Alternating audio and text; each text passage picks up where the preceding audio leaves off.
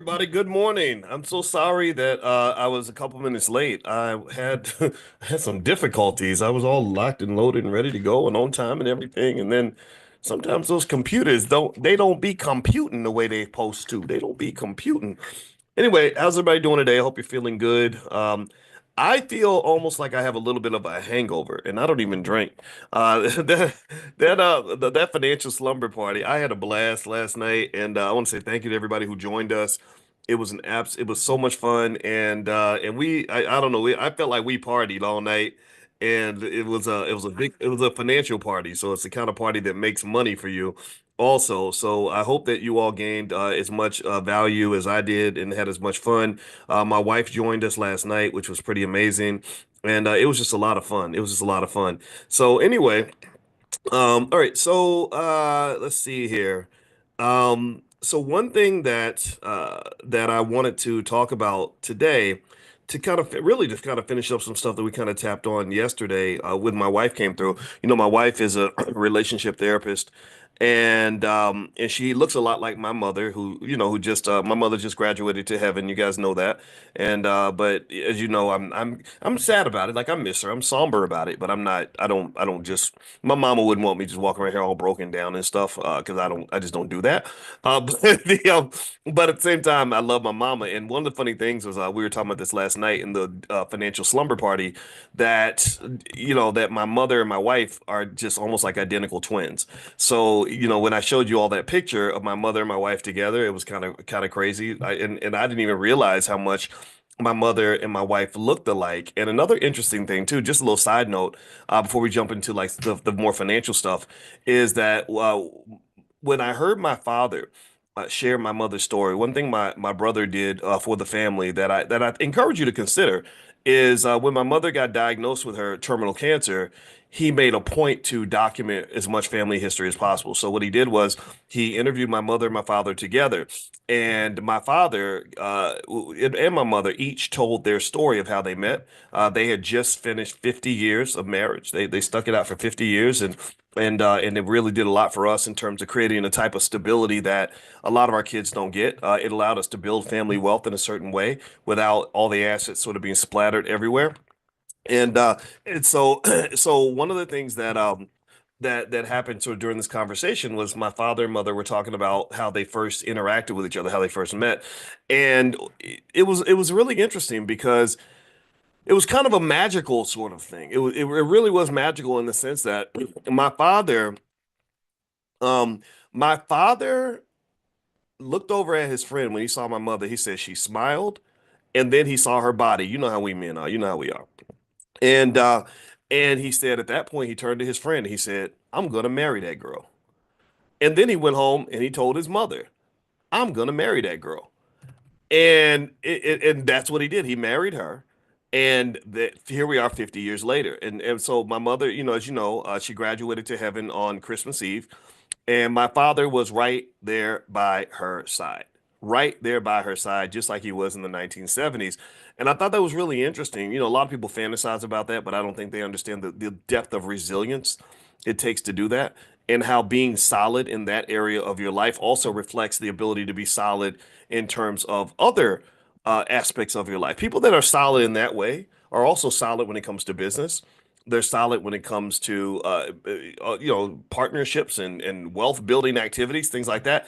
Solid people can do things that other people who aren't sure of who they are or what they want can't really do. Because if you know anything about entrepreneurship, um, if you know anything about entrepreneurship, you'll know that you can't really build an empire if you're not solid, because your empire is going to come under attack. Bad things are going to happen. Things are going to fall apart. Plans are going to fail. As Mike Tyson used to say, every boxer has a plan until he gets hit in the mouth. And a lot of people get hit in the mouth by life, and they can't stay focused. And so my parents, their marriage got hit in the mouth quite a few times. Each of them individually got hit in the mouth a lot. And they just sort of stuck to their core values in terms of just saying, no, this is who we are, this is what we do, and this and ain't nothing gonna change about that, right? So I want to just applaud all the solid people in the room. That's my point. A lot of you know a solid person. Some of you are solid. If you're not solid, I encourage you to consider that. And solid, in my view, part of it starts with just knowing what you want. And one thing my father did talked about when he talks about my mother is he says, my brother asked him, he said, "How did you know that was a woman you wanted to marry?" He said, "Because I know what I want and I go get what I want." And I thought about that and I said, that's so interesting. And I think young women that are picking a man, I think that picking a man who knows what he wants gives you a lot more certainty than picking a man who changes his opinion the way he changes his draws. I don't think that men who change their opinions a lot and are sort of flimsy and inconsistent are typically as successful, nor are they as reliable. But the same thing can be true for women as well, right? So I think women also have to have a type of solid nature to them, and this is how you build healthy relationships and institutions, which also are key indicators for the ability to build wealth. So even as we're dealing, as we sort of have dealt with aging and people dying and things like that, there's no sort of weird shenanigans going on with the family wealth. We know what the estate plan is. The trust is in place. The assets, we know where the assets are. There's mom and daddy's house. There's the bank accounts. There's the investment portfolios. It's not like everything's just kind of splattered and scattered and messy and screwed up. And I'm going to be honest with you, uh and compare, when I think about my biological father, rest his soul, he wasn't, I don't think he was a bad guy. I only met him like 3 times. His life was not structured. He had kids kind of splattered everywhere. Me and my two siblings. It seemed like my two siblings had some trauma from growing up in the house with him. There was all this. There was sort of nothing left in terms of an inheritance, no wealth. There was very little given in terms of the non-financial inheritance, like wisdom and guidance and support. And I'm not going to go too deep into that because I don't want to talk. This it's personal, it's family, and I'm hesitant to talk about my family in that way publicly because I don't want it to be seen as an insult to anybody. But it was a very different sort of reality to observe. And it is a funny little side note when my father told me the story about how he met my mother, saw her smile, then saw her body, and fell in love, and said, there's something magical here about this lady. And he was a handsome kind of guy. He had those green eyes. You know how the girls really like those guys with the green, like those Michael Ealy eyes. You know what I'm talking about. So he had a lot of options out there. But for whatever reason, he saw my mother, and he said, "That's the one." And my mother's beautiful, of course, so she looks just like my wife. If you go to my Instagram, you see the picture of my mother and my wife together. And I didn't even realize till I was 50 how much they looked alike. And I listened to his story and I said, wow, that sounds a lot like when I met Alicia. When I met my wife, I saw her across a crowded room and I walked up to her and she greeted me with the kind of smile that would make the sun come out on a rainy day. It was like, whoa. And really happy, like, hey, like she was happy to see me, and she says the same thing. She says, I just met you and I talked to you and I just felt like, oh, that's the person I'm supposed to know. So I think there's got to be something going on with this multiverse, multiple lives or something, because we both had that feeling like, okay, we're supposed to know each other. I don't know how, but this was supposed to happen. And then, of course, I'm a man, so you see the rest of the package, and you're like, okay, I'm gonna follow you around for a few days because you just too much right now. But anyway, long story short, I think that intentionality does make a difference, and that's just kind of a side note. And also, I never want you to forget the significant connection between wealth and family. If you want to understand why black wealth is disappearing, then basically all you got to do is look at what's happened to the black family. The disappearance of black wealth corresponds directly with the disappearance of the black family. Every single study, every single research study we did, when I was back at Syracuse about wealth and family pretty much showed that when your family breaks up and falls apart, it costs you lots of money. You're paying attorneys, you're fighting each other instead of building together, and it just becomes a big mess. And then on top of that, after that's done, you're supporting two households. You got to pay two sets of rent or whatever. You both have to get up and go to work and abandon the kids in order to pay the bills. So this is the mess that we're kind of in. And unfortunately, the majority of our people are never going to hear this message. The majority of our people are never, in my opinion, in our lifetimes, in my opinion, they're not going to respond to this message because there's so many other messages out there. There's so many other messages that are cooler to listen to than mine. I'm not cool. I'm just a 53-year-old college professor. Why listen to me when you can go listen to Megan the Stallion, who's being sued right now? Megan's being sued for something involving having sex in a car in front of her employees, and he sued her and said she made me watch her do this stuff with this person in the back seat. And it's just kind of like, well, and it makes sense to me. It's like, yeah, well, you don't, nobody ever trained you to understand that some of the shenanigans that they promote in hip hop, some of the goofball stuff that they get you doing in this in the corrupt part of hip hop. I'm not talking about the good rap. I'm talking about the crap rap, whatever that is. Um, that stuff will lead to workplace violations. When you have workplace violations, you can easily be sued by an employee. And the same person who was cheering you on when you were in the back seat getting it on with that lady, I think it was like girl on girl type stuff, that same person can go back and file a lawsuit and say, "Oh, I was so traumatized. You made me watch, and it was horrible. Now I need therapy and $10 million. And I need to take sleeping pills to be able to sleep. And every time I see a person wearing green socks, I start to go into a panic attack because they were wearing green socks when she was in the. Come on, man, give me a break. Get out of here with that stuff. We know what it is, right? This is somebody who became disgruntled and said, "Oh, wait, you're not supposed to be licking on another woman in the back seat of a car during work hours. You're not supposed to be doing that on the job. Like, UPS employees don't do that kind of thing." So if that were to happen at UPS or Ford or IBM, they would fully expect to be sued if they had these kind of shenanigans going on in the office. So long story short, I personally think that if our young people got more of this advice and information early instead of just being trained to follow what's cool and what's trendy, I think they'd be in much better shape. But instead, even if you get the bag, you're gonna blow the bag. I talked to a person who I really respect 2 days ago. He called me, gave me condolences about my mama transitioning on, and I appreciated that. And we were talking for a minute. I heard from a few people in the entertainment industry. Ice Cube sent me a text, and I thought that was very nice of him.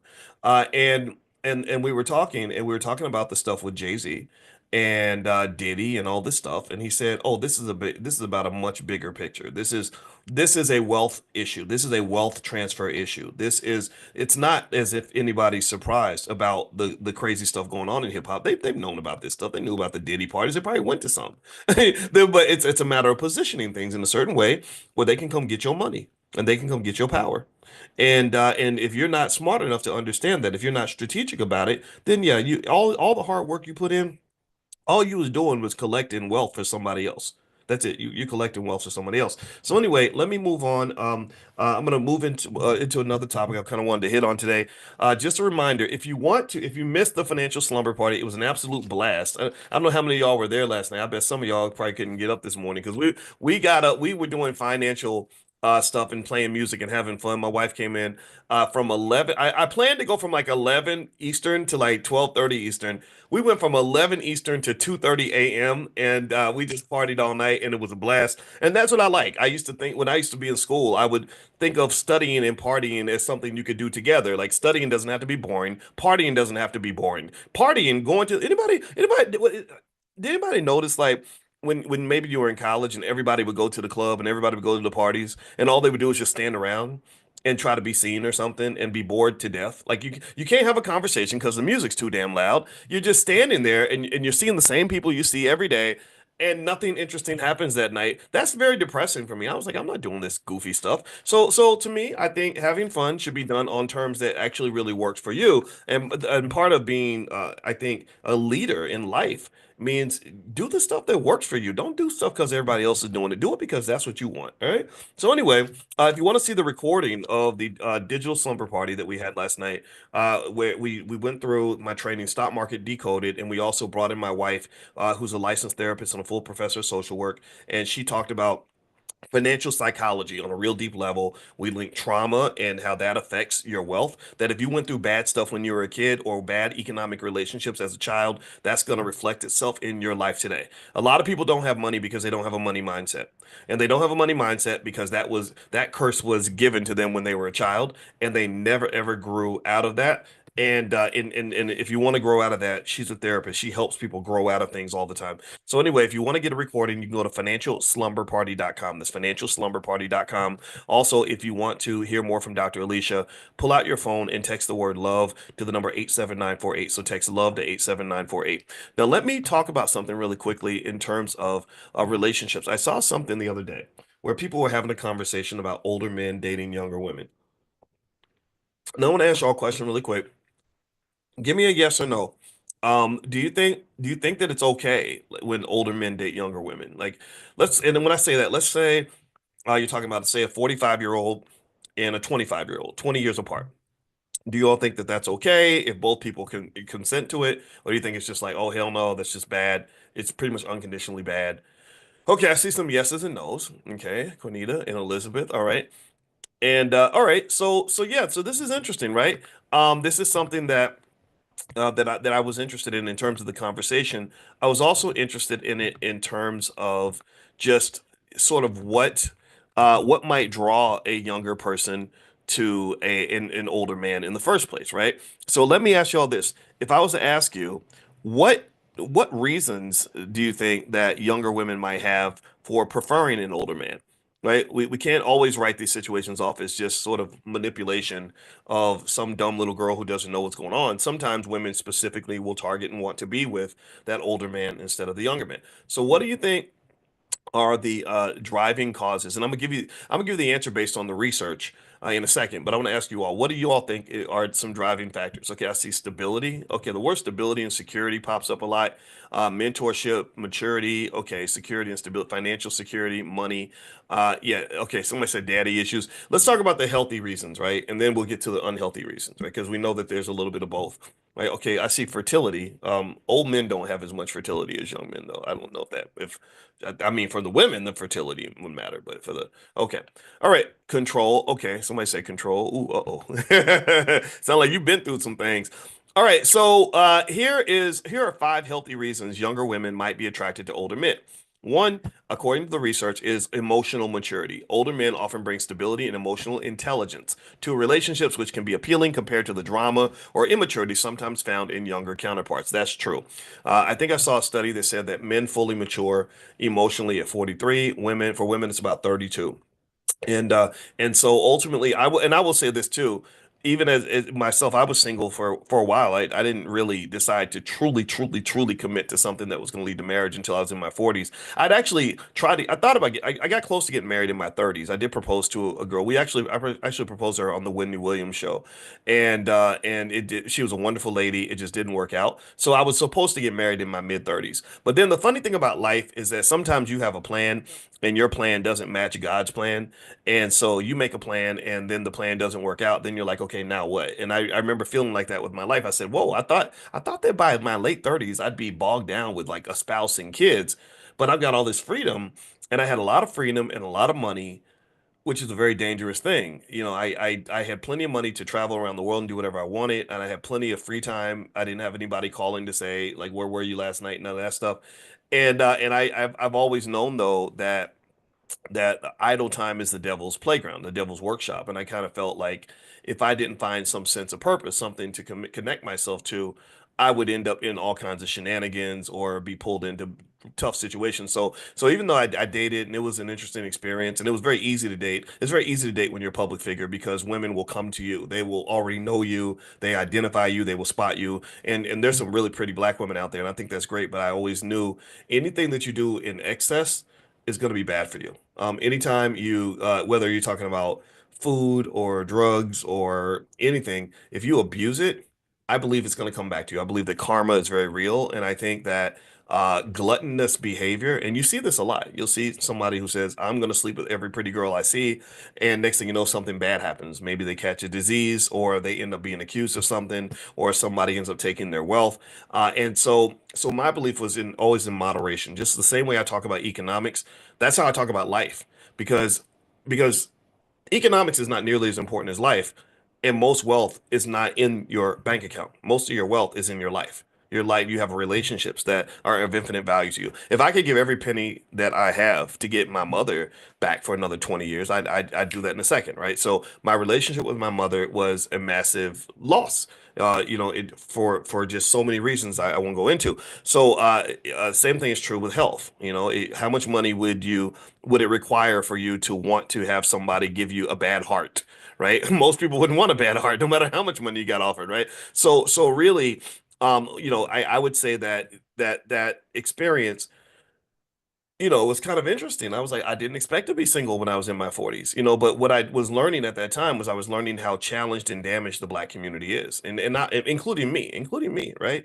And I sort of I noticed at that time, that's when I started noticing little things like three-quarters of all black women don't even have a father in the house, right? And I thought, well, what kind of person would I be if I had no mother in the house? If my mother, and we act like it's no big deal, but I think it's a very big deal. If I had no mother, my mother just passed. That's devastating, right? If I had no mother growing up, I'd be a completely different person, right? Because my daddy's different from my mama. My mama is the nurturer. Imagine me with no nurturing at all. I'm already rough around the edges, but imagine if I never had any nurturing. And so, anyway, my point is to say that I think that there's just sort of this weird imbalance, and I think that also relationships are something that does require some degree of training, right? You can't just wing it. That's one thing I know for sure is that building an institution of any type, whether you're talking about a business, a family, or anything else, or a house, it's hard to do it if you're just sort of guessing along the way, right? If I say I'm gonna go build me a corporate office, I'm gonna go build a building in downtown Chicago, but I don't know what I'm doing. I've never done this before. I have nobody in my family that's ever done it. I know nothing about construction. Am I gonna be successful? Yes or no? Am I gonna be able to easily figure it out? What do y'all think? No, I'm not. I can't do that. It's impossible, right? Or pretty much not I don't say impossible, but very difficult. I'd probably fail. So I think that when you're talking about building an institution like a family, and I think about my mother and father making it through 50 years of marriage, they had to have some type of guideline. And I know that for my father, his guideline was his parents. His parents were married 70 years. And so that kind of created like a sort of rigidity in the thinking or a specific way of approaching relationships where even though he was a very good looking man and he had those Michael Ealy eyes and all the girls were chasing him, he said, no, that's nice and that's fun for me while I'm a kid, but that's not something I want to grow old with. I don't want to be 55 years old still living the lifestyle of a 25-year-old or a 20-year-old. And that shaped his values. If he'd had a father who was a Rolling Stone, who never got married or maybe got divorced and lived the single life forever, or a mother that had no man around, he might have said, I'm going to go a different direction because this lady she has a kid. I was the kid, and why in the hell would I want to be dumb enough to take care of some other guy's kid? Like some people think like that too, right? So his upbringing shaped his value system. So really, generally speaking, when you're talking about building any kind of institution, again, whether it's family or economic, if you don't have the background, like if you're trying to be an entrepreneur and you have no entrepreneurs in your family, you got to get some entrepreneurs in your family, if you know what I mean. You got to go find some people who think like you do because entrepreneurs have to take risks. Entrepreneurs have a lot of ups and downs. Entrepreneurs have to find a way to make a way. Entrepreneurs have to have a certain type of resilience that regular people don't have. So if you're trying to do that in your first generation, well, get around some other people that can really give you a culture that's going to match your objective. Do you follow me? Same thing would be true just generally if you're a wealth builder. I mean, think about this. In fact, let me ask y'all, let's do this experiment. How many of you have families that don't build shit?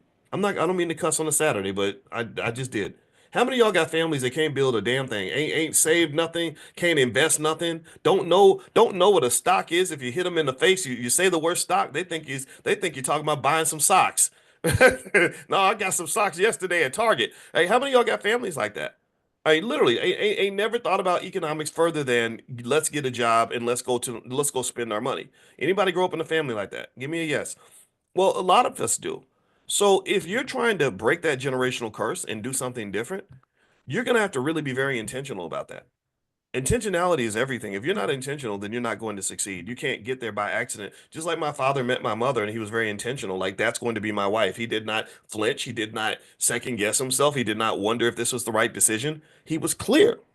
He put his eye on the laser targeted his objective and he went for his objective. And that's again, that's my when I talk to young ladies whenever they want to ask me about guys and whatever, I'm like, find a man who knows who he is and knows what he wants. If you don't know what he wants, that's very risky for you. That in literally in mathematical terms, from an investing standpoint, you're investing in a volatile, risky asset when you invest in someone who ain't clear about who they are or what they're going to do. Same thing is true on the other side, though. When you're picking a partner for anything important for you need to pick people that are solid. You need to pick people that are solid. You need to pick people that are solid. And if you're picking somebody who's solid, then damn it, you better be solid too. Because you're gonna attract what you are. Right. So if you flimsy, like, oh, you ever see that? Like where people be like, oh yeah, we're gonna do it, man. We're gonna do it. Yeah, let's call. Okay, I'm gonna call you tomorrow. Okay, we're gonna get on the phone tomorrow. Talk about, okay, all right, sounds good. Okay. And then nothing happens. How many times have you seen that? How many times have you seen that? Happens all the freaking time. All the freaking time. You can't build nothing like that. You can't. You need people that are solid as a rock. Ashford and Simpson. I saw that in the chat. You need if you are gonna be solid, you need to get solid people around you. If you get solid people around you, you must be solid for them. Because there are some people who will just match your energy. I'm one of those people. If I can smell flimsy people in a second. I can tell. I can smell a flimsy Negro. One young lady that I used to mentor, she wanted me to meet her boyfriend, and I met this guy, and I'm like, "Hey, how you doing?"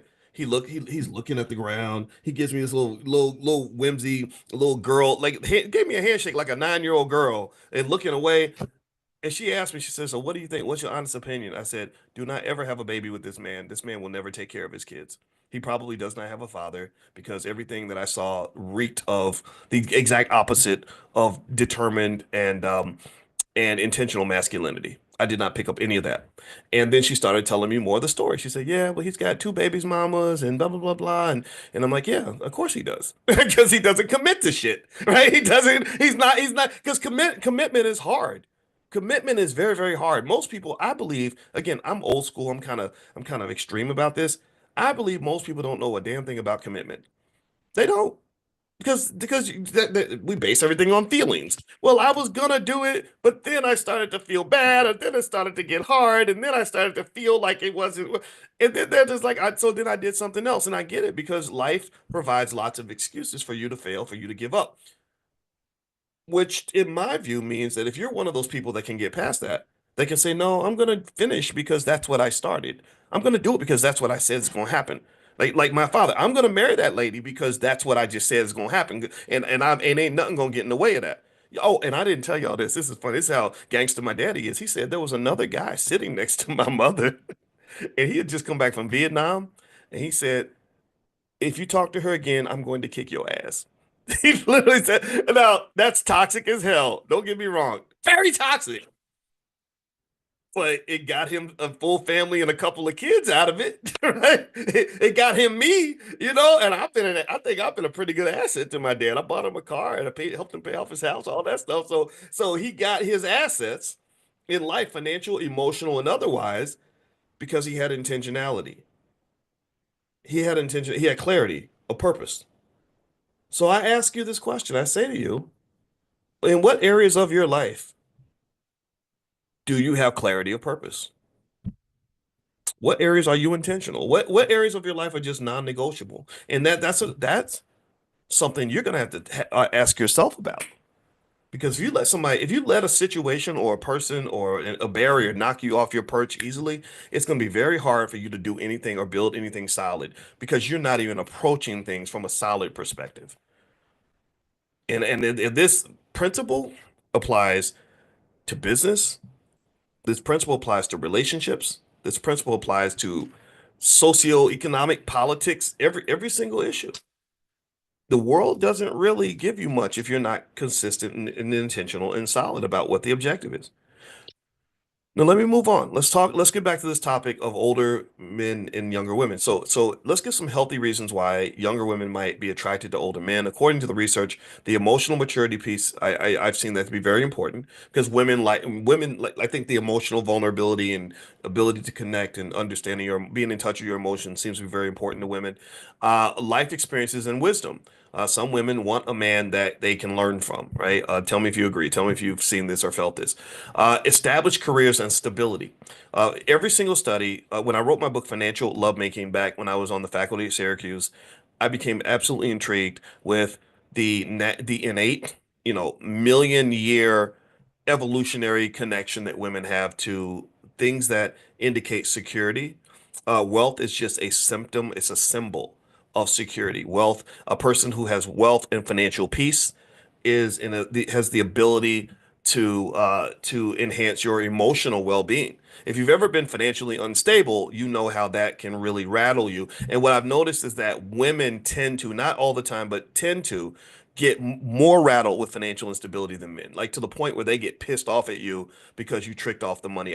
If my wife wastes money or overspends at the mall, it wouldn't stress me out. I wouldn't be like, God, I can't sleep now because this lady out here. I get it, and maybe kind of, and maybe I'm biased because money's not really a big problem per se, but I've noticed that like when I started reading studies about women just literally not even being able to have sex with their husbands because the money was bad, I thought that was so interesting, and I did a lot of research on that, and I was like, okay, so if we can act like money ain't supposed to matter, but that's not gonna work. I think you're getting out of alignment with nature. I really do. I really do. When you get to the point where you want to act like money doesn't matter and that a woman won't care that the man that she selected is unable to provide for her babies and protecting her babies is literally the, if not one of the top priorities in her life. I don't know how that's going to work. I talked to one lady when I was doing interviews for the financial lovemaking book. And by the way, you can have the book for free. You can have an e-copy. If you go to boyceandalicia.com, boyceandalicia.com, the e-copy of the book is there. So Boyce and Alicia, just me and my wife's name. I interviewed one lady and I remember she was telling me about how she'd been saving money for her children to go to college by putting money under the bed or something in a bucket like or like dollar bills and change and stuff. And by the way, that does add up to a lot of money over if you do it consistently. So they had hundreds, if not thousands of dollars saved up under the bed, right? But she was surprised. She was kind of confused because it seemed like it wasn't growing, like it was kind of staying flat or even going down, but she's putting all this money in here. And so she eventually finds out that her husband was going right behind her and taking money like $20 here or $10 there out so he could pay for his lunch. So he would let her save all the money and then he would take it and spend it on his lunch. And woo, when she found out what he was doing, and I remember listening to, I'd never forget her the way she described it. She said, you literally ate and shit out our daughter's college education. I mean, she was like steaming mad. I mean, and she literally, I mean, at that point, I think they did get a divorce because at that time she was like, I'm sleeping with somebody else now. This man is a loser. And I'm not advocating for any of that. I'm just saying that some sort of ability to provide resources, but also to protect, preserve, and grow the resources is essential. I don't know how you get around that. I don't know how you get away from that. And so yeah, if you think that younger women like older men because of the money, yeah, they do. And I don't think it makes them gold diggers. Maybe there are gold diggers out in the world for sure, and I think that that's a problem. But really, the general idea of economic security is something everybody should want. The idea that you can be uncomfortable in an uncomfortable, or sorry, the idea that you're supposed to be comfortable in extreme discomfort is not even logical. So what else they say? They said the younger women like older men for confidence and self-assurance. That's true. Years of experience bring confidence, and confidence always works. Every study shows that. Also, a different approach to relationships. Older men may prioritize meaningful connections and are often more patient, attentive, and intentional. There's that word intentionality. Intentional in relationships compared to younger individuals. So the young boy doesn't know what he wants. The older guy maybe says, "I want you, and I want this, and this is where we're going, and baby, put your coat on, girl. Get in the car. We going to eat at the steakhouse, right after. And after that, we going to the movies, right? Sometimes people like that, but it depends on the person. You can't generalize. All right, so here are the unhealthy reasons that some young women may want older men. One, unresolved daddy issues. Women with absent or distant fathers, which is actually, remember, the majority of black women do not have their father in the house. I know that there are all these studies about black fathers being involved when they're outside the house, but I'm going to challenge some of that a little bit in the sense that I kind of think that I just think again I just flip it and I say, well, what if my mother, says, hey, I'm still gonna be a good mom to you, but I'm gonna move across town and you're gonna see me twice a week. Do you think that she would be able to be as effective as a mother living across town and talking to me twice a week as she is by literally being in the house with me every day, all day long, talking to me all day about different stuff, little things like, put your coat on or I made you some oatmeal, right? I mean, do you really think that those two calibers of parenthood are the same? I don't think that they are. And I know that there's debates about this, but I do think that that missing father, especially when you have situations where the father was a disappointment, that requires intense therapy because I told you I didn't realize until I was 50 that I not only did I marry my mother, I showed you all the picture. If you go to Dr. Boyce Finance is my Instagram. I had a picture of my mother and my wife, and they look identical. It looks like she's her daughter. And it wasn't until I was 50 that I realized that not only did I marry my mother, but I've dated my mother two or three times.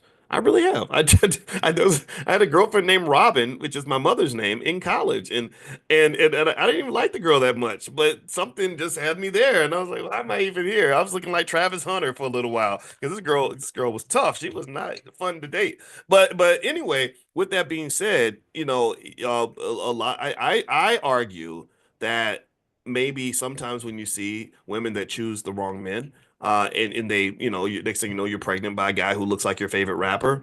I think that there's some deep daddy issues in there that maybe not so much because the men remind you of your father, but maybe because maybe you looked at these big hip hop guys who are absolutely terribly anti-family. Most of them are very anti-family because the culture is all about womanizing and balling out and being stupid, and definitely not tying yourself down with something boring like marriage and family. Um, I don't know. I kind of think that these rappers kind of become like these father figures in the black community, these men that we end up looking up to, and some of them, I know some of these guys personally, and I'm like, some of these guys are just complete total degenerates, like just absolute degenerates. It's unfortunate. It's kind of strange to me that we have, and I'm not saying all of them are. That's obviously not true. I told you Ice Cube is my friend. He texted me yesterday, and he's been married to his wife for 30 years, something like that. But also, let me tell you, in terms of Ice Cube, what I like about him, the reason that I can be his friend and I did not remain friends with Kanye West is because he has a type of logic and reasoning and intelligence about him that some of the artists kind of lose in the sense that he understands. He has a song, I kid you not, and I'm going to go on a small little tangent on this, but it relates back to the wealth thing. He has a song from the 1990s that if you're a big Ice Cube fan, you would know this song. And I don't remember the actual name of the song, but the chorus was had it involved the term ass over cash. And what he was basically, excuse my French, but he's basically saying that these young guys get themselves in trouble because you don't handle your business. You're out chasing so much booty and chasing so many different women that you lose focus, and then you end up losing all your money. You end up ruining what's going on. You end up messing up your situation. You end up putting yourself in situations where you get arrested or killed or lose everything because you are so distracted by the sex, right? And so I thought that, and I remember hearing that song. This was years before I met him, and I listened to it as a 28-year-old. And I said, I get this. I understand this song, and because what it says is that part of manhood should be predicated on understanding. Yeah, there are benefits to being a man, especially when you're a successful man. You should enjoy some of those spoils, but when you do things in excess, you're going to pay a price for that. You're typically going to pay a price for that. And if you don't, hey, acknowledge that, and you don't have, this is why mentorship is so important for young men. When we lost our fathers, when they locked up all those black men, I told you I've been mad about that for 30 years. When they locked up all those black men, these little boys did not have any guidance. They didn't have anybody to say, hey man, look, slow down, stop that, don't do that, don't go shoot him, or no, don't. You got too many women running around. You got to focus, man. You need mentors that will do that for you so you can understand how to play this game strategically. Life as a black man is very strategic. If you are not a chess player, you will lose the game. You have to be a chess player. Some of these Negroes run around playing, playing checkers and tiddlywinks and dominoes and and crapping out every time or whatever. And you can't do that. You got to be a chess player. You have to be able to think strategically. And that I would say would be what Cube and I kind of vibed on. Is like I get it. I was like, oh, I get it now. You're a solid guy and you think strategically, so we can have a conversation. If you're a goofball who gets caught up in anything that's popular, I don't even know anything about that. I'm not interested in that. So anyway, let me finish up. Let me read a few more things. All right, so they say that women like health unhealthy reasons a younger woman might be attracted to an older man is again the unresolved father issues. Women with absent or distant fathers might unconsciously. This is the subconscious. This is not what you don't know you're doing this. This is the power of the subconscious. Unconsciously seek older men to fill a parental or nurturing role, leading to dependency rather than a balanced partnership. So they have a Freudian theory on parental dynamics that basically says that if you don't address that daddy issue, you're gonna be picking wrong. You're gonna end up in bad situations relationship wise for the rest of your life. My wife, who is a therapist and also a expert on the subconscious mind, talks to me about she kind of schooled me on a lot of this. And I'm telling you, if you really want to elevate yourself, elevate your life, either get the therapy, do the work, or whatever is required to deal with that subconscious issue. And my wife, her website is coachingwithdralicia.com. So if you want to reach out to her, feel free to do that. That's coachingwithdralicia.com. Power dynamics.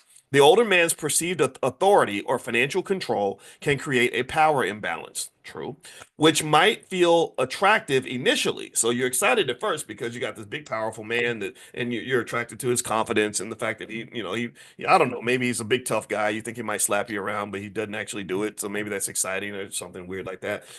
Initially, but so it feels attractive initially, but can lead to manipulation or lack of equality. So studies on power imbalances in relationships pretty much do say that, right? So when someone else has more power over you, you have to be very careful about who you give that power to.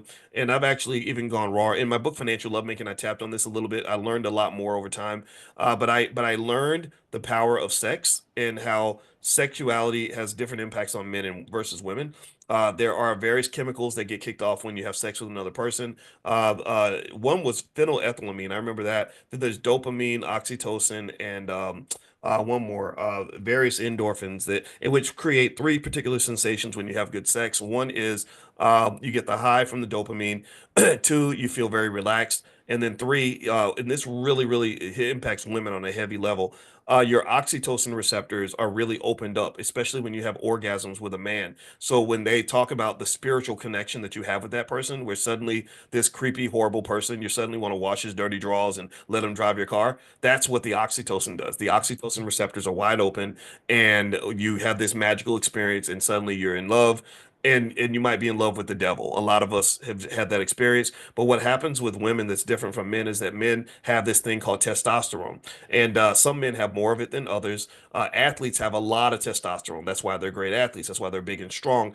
And the testosterone partly neutralizes the oxytocin. So the effects of the sexual experience impact men differently from women. So that's why you have those scenarios where the man is like, okay, I gotta go to basketball practice now, and then I'm gonna go see my two or three other girlfriends later on, and the woman's like, oh, I hope he calls me today, And I'm not saying that that happens all the time. Obviously, you can't stereotype, and there are some women that I guess are working to engineer themselves to have that same sort of detachment, but I think it comes with a greater price. Comes with a greater amount of pain, to the point where it almost seems like sometimes I've seen cases where women are pretending like they don't care, but then there's like something that just happens where the soul feels empty because you've given yourself to so many different guys and stuff like that. So honestly, long story short, I think that I can tell you this: when I started understanding that, a lot of things made sense, and when I started understanding the power of sex, it really made me think about why things happen the way that they do. For example,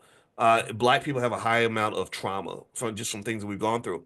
So, my wife should be here explaining this better. She can explain it better than I can because she also teaches a class on addiction, a university class. So she's a lot of addictions are an outpouring from trauma.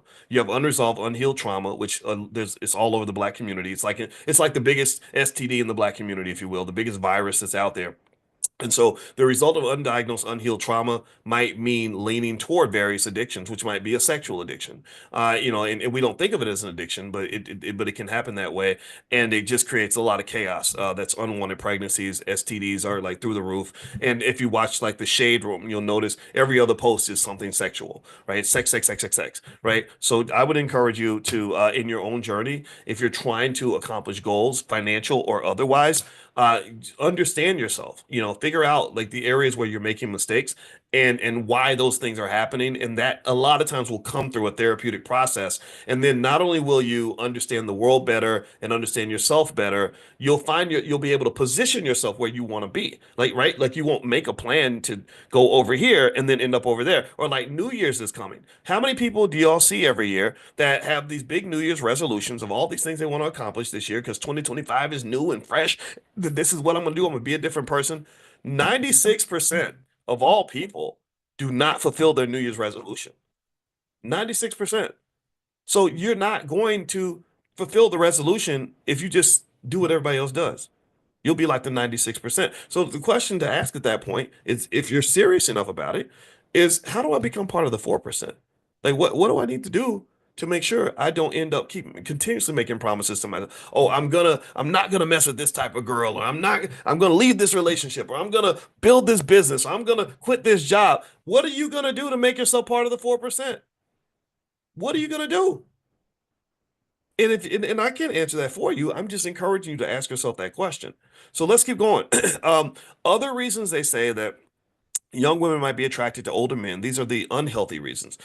Low self-esteem. They say younger women with low self-worth might gravitate toward older men who they perceive as out of their league, relying on their approval for validation. And again, this is where the whole daddy thing comes, right? Because the daddy is supposed to validate you. The daddy's supposed to tell you that you're beautiful and smart and capable and everything else. And at least where I come from, that's I'm thinking old school here. Maybe you feel free to disagree with me, but I remember even hearing my mother talk about when she met my father.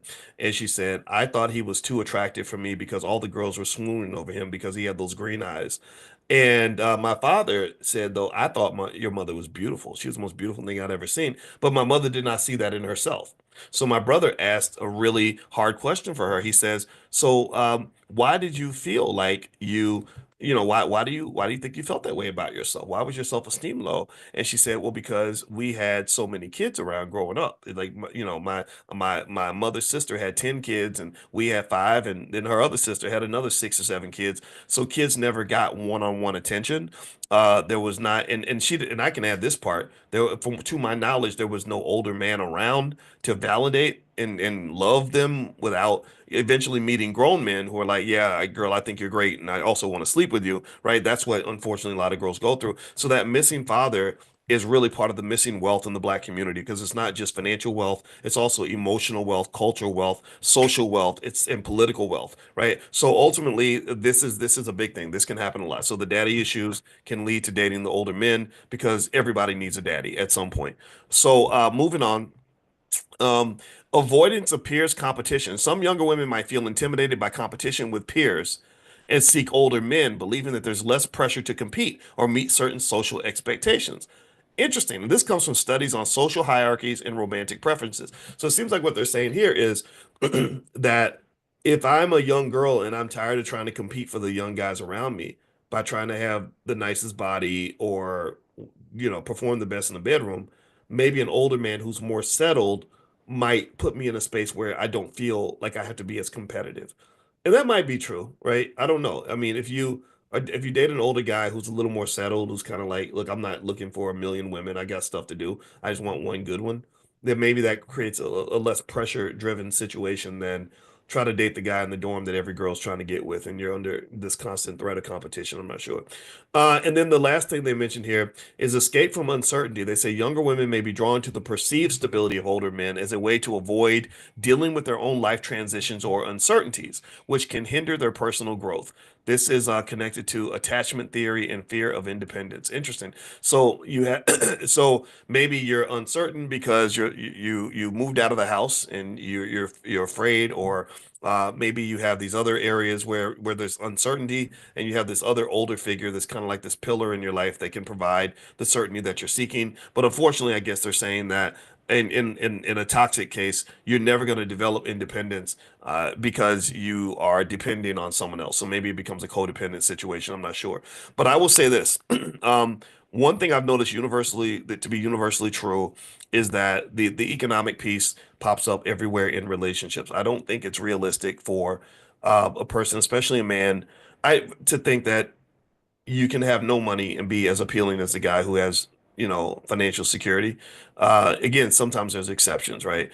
But but overall, I kind of think that we're kind of hard on people when we say, oh, all you care about is money, or why would you expect a man to take you to the Cheesecake Factory for dinner? He doesn't even know you like that, And I think that some of that really reflects the economic desperation that exists in the community, like right, like the goal of America, in my opinion, has always been to keep the black man as a child or as feminine or as a clown. That's why your biggest most famous black men in America tend to be comedians, rappers, and athletes. All these are very childlike professions. They're not building rocket ships. They're not out, negotiating multi-billion dollar deals with foreign countries. They're not those are not the black men that can tend to end up on the covers of magazines. It's some guy that's playing a sport like a child, some guy who is telling jokes like a clown, some guy who's rapping and disrespecting his community the whole time. N word this, B word that, right? Just really in all these ridiculous, clownish, entertaining behaviors. And so, so ultimately, that it creates a power imbalance as well as a massive financial issue. And my belief in terms of what the solution is that black men who really want to be men and be human have to start businesses. If you want your humanity back, you're going to have to build institutions of your own. You have to be a builder. If you go up to and knock on the white man's door and say, "Hey, I want you to let me have some power in your institution," the world does not work that way. It just doesn't. So a lot of black men that are struggling financially, um, rather than us sort of shifting the culture and confronting the culture and building on our own, and some guys are doing this, right? There are a lot of men who just say, well, let's just complain about the women. Let's just get mad because the women get better jobs, or mad because the women have more financial stability, or mad because the little girl, instead of spending her life dreaming about growing up and becoming an NBA player, she spent her time in the library, right? She wasn't thinking about trying to bust a rap and put out an album. She was thinking like, how do I become a medical doctor? How do I become an attorney? And what this has kind of done, and this is where racism does exist, on a major level, is it's created this weird imbalance in the community where we're trying to figure out like, how do you build healthy relationships when the male is in many cases incapable of providing the financial security that I innately need to have as a woman, right? And there's all kinds of solutions. Some women say, I'm gonna go date the white boy, right? Because he's got money. Or and then some women, say I'm gonna stay single or whatever, or I'm gonna date around. And it creates these weird ecosystems that are hard to kind of understand and explain. And I think one way to adjust that is I think we got to be really intentional about how we train our little boys. The big shiny crap, the big shiny shit, that's what it is. The big shiny shit is a distraction. When I go to a classroom full of black boys, where they're all being educated by white people, by the way, and half of those damn boys tell me they want to be a basketball player or a rapper when they grow up, do you understand what that does to the structure of your families 20, 30 years down the line? I mean, can you imagine the frustration of trying to build a solid, mature family situation with a guy who's a broke ass 35-year-old rapper? I'm not making fun of you if you're a rapper. I know 35-year-old rappers. It's cool. But the recording industry doesn't have room for all of y'all. All of y'all can't get into the Diddy party.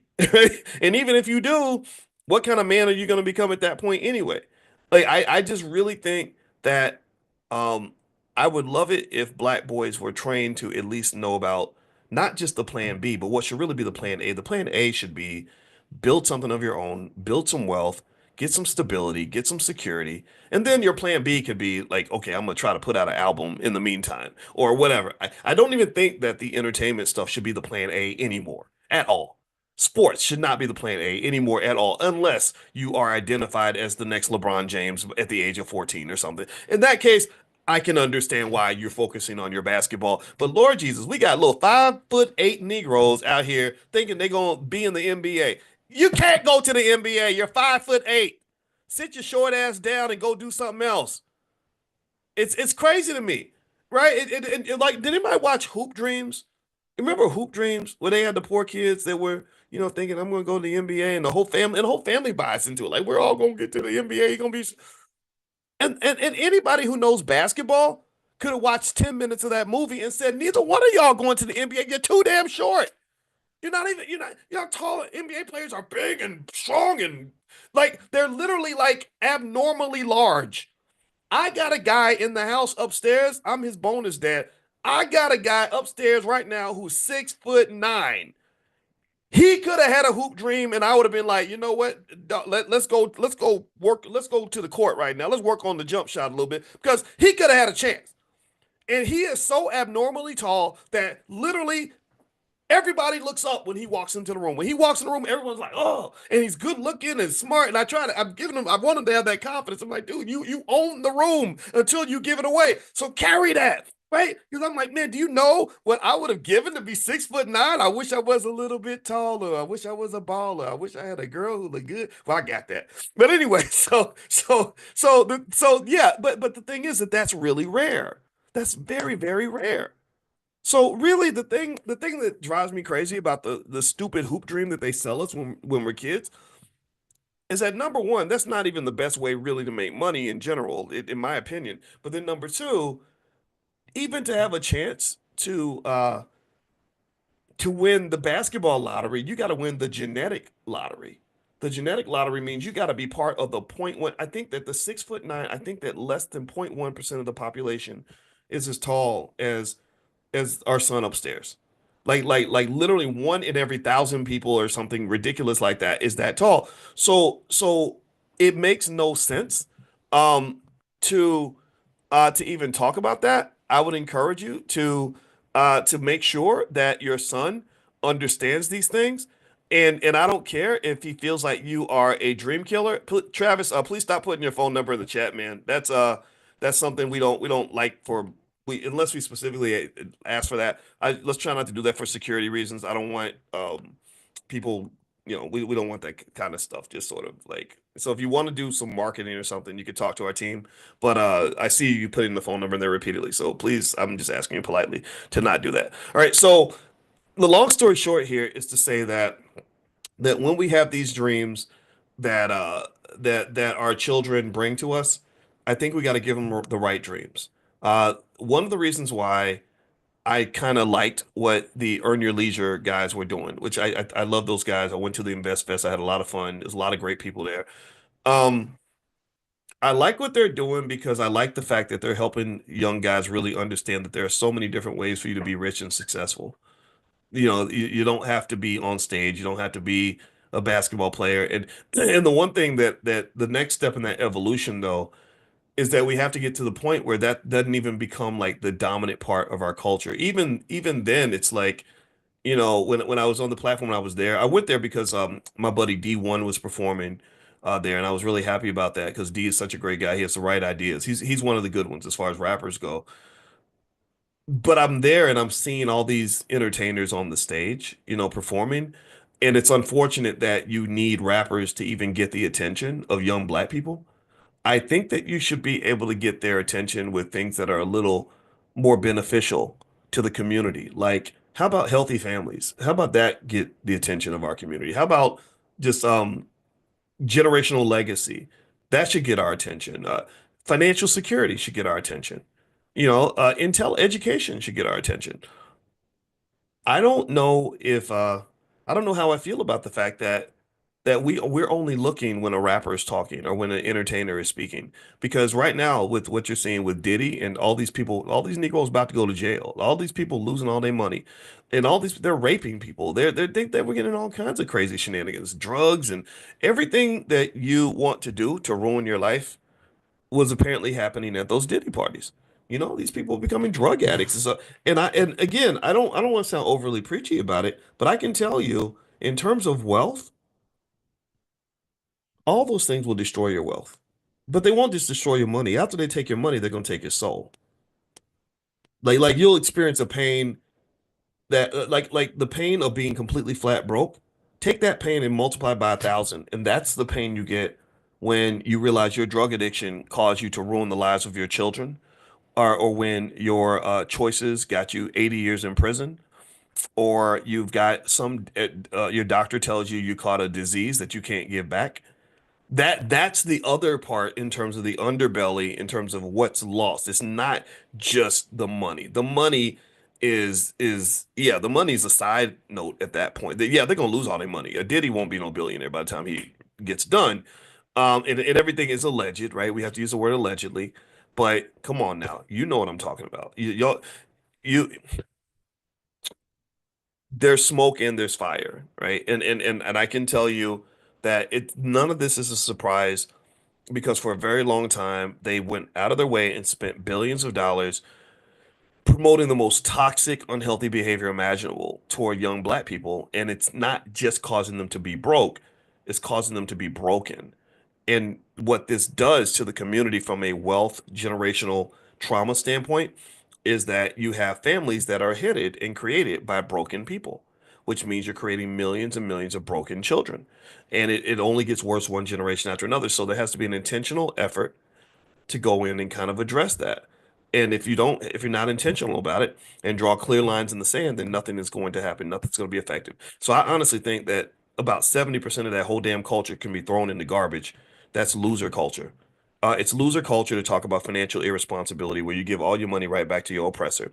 It's loser culture when you don't respect the power of sex as a vehicle for reproduction and building families, and you start to see it as an addiction, like a drug that you use to get pleasure with anybody who will open their legs for you. It is destructive and harmful when you are talking about your women, the people who gave life to you, who gave birth to you. My mother, there's nobody more important than my mother because my mother's why I exist. And you talk about your women like they're garbage, and then you train them to act like garbage. You train them to get on stage and leading booty first, and 12-year-olds wanting to twerk instead of actually growing their minds and their spirits. And then you're talking about, and then you're celebrating the murders of black people. You got songs where they're talking about killing black people, like the Klan. You know, and we think it's okay. Why? Well, because they have lots of money. It's all about the money. All we talk about every day is money. Money, money, money. Why? Well, one of the reasons that you want to learn about money is so you can understand that you can make money and not make yourself look like a damn buffoon in the process.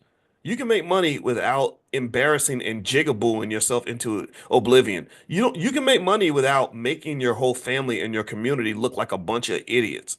There's plenty of ways to make money. So I believe that as a state of emergency, our community must prioritize economic intelligence among our children so that they will not do ridiculous, harmful, self-destructive things that destroy entire generations out of economic desperation.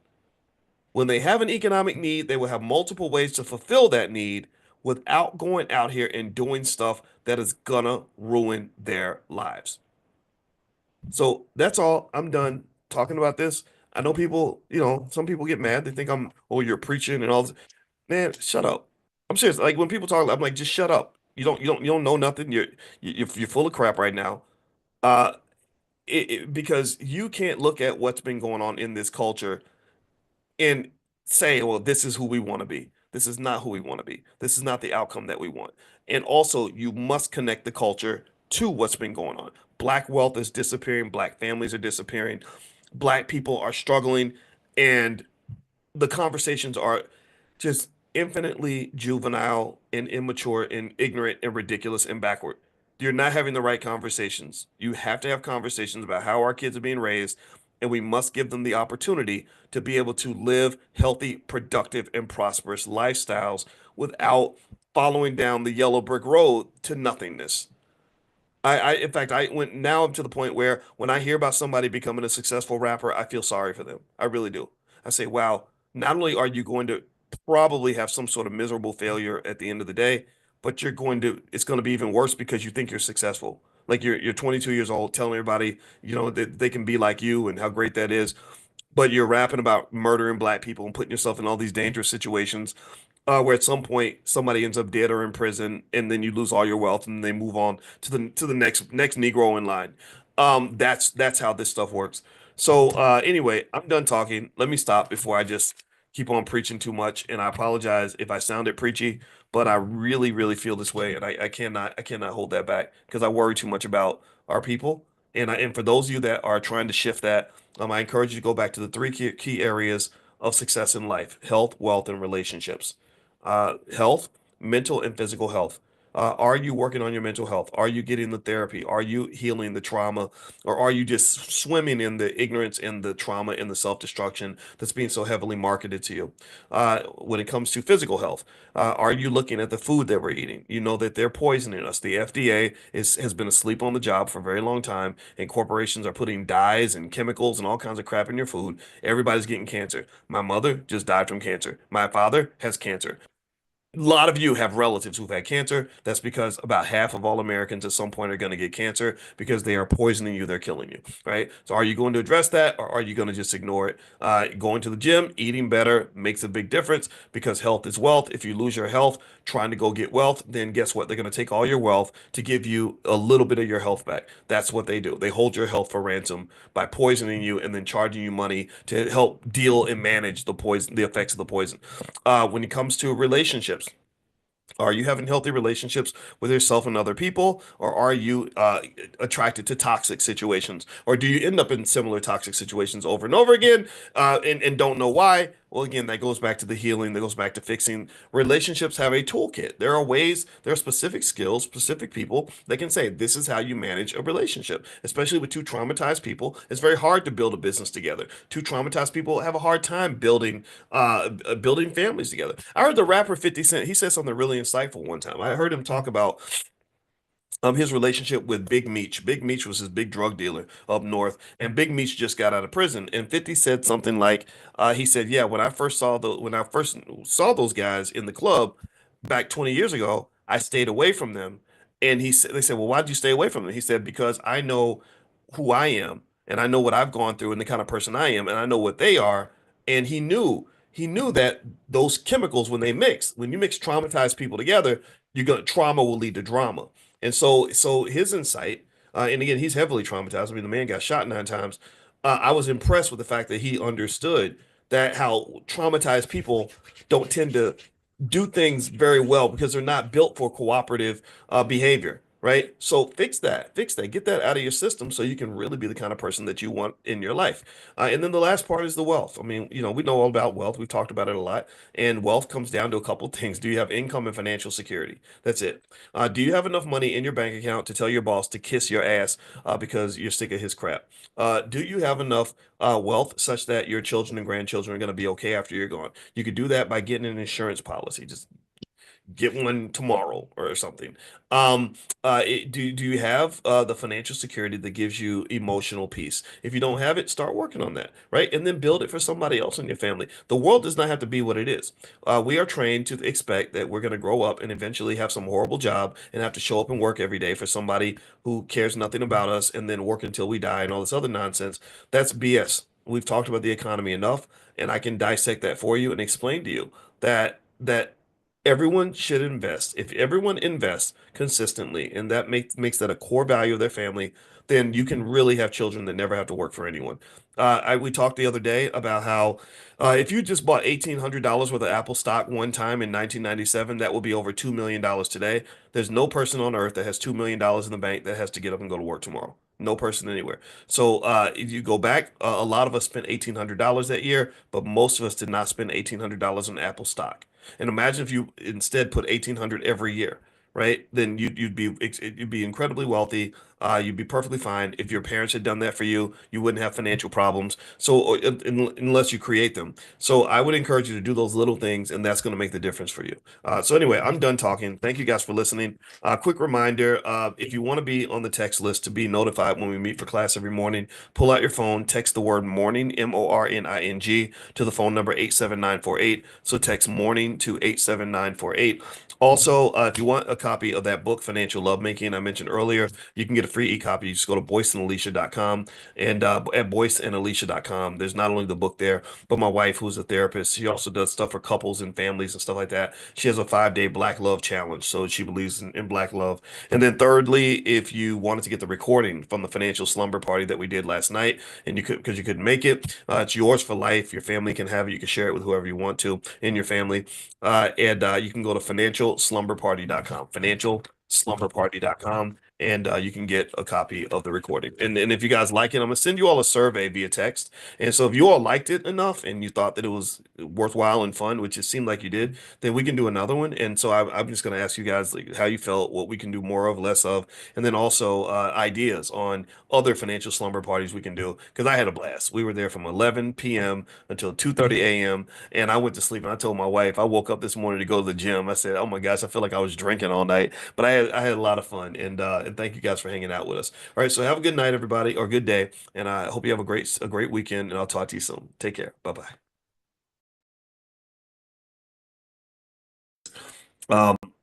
Because one of the things that I didn't realize was that I forgot my team had canceled out of respect for my mother's passing. My team had canceled our book club meeting on Wednesday nights, and if you know how much I love our book club meetings, you'll know how how that kind of threw me off a little bit, But it's not their fault. They just did what I asked them to do.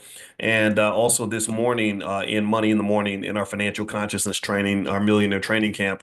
I actually went through the process of kind of eulogizing my mother and really talking about some of the ideas and the beliefs that she had and linking them back to finance and economics. So if you'd like to actually see that training I did a full financial training on money and life and success and everything else based on my mother's legacy. You can have that for free. Just pull out your phone and text the word mama to the number 87948. Text the word mama to the number 87948, and I will send it to you because it was something I put together that I said, I really want to remember my mother in a favorable way. And I also want to make sure that the community benefits from her legacy. All the things that she taught me are things that I teach you. I have a whole doctorate in finance. We've reached millions of people. We have almost 1 billion views on YouTube. So my thought was like, let's keep the party going. Just somebody passing away does not mean that it's over. And also, I appreciate your condolences. I see you. Let me know if you guys can hear me. Okay, give me a yes if you can hear me. And I see Tony Brown, Jason Sear, Tony C, Tony Boutte,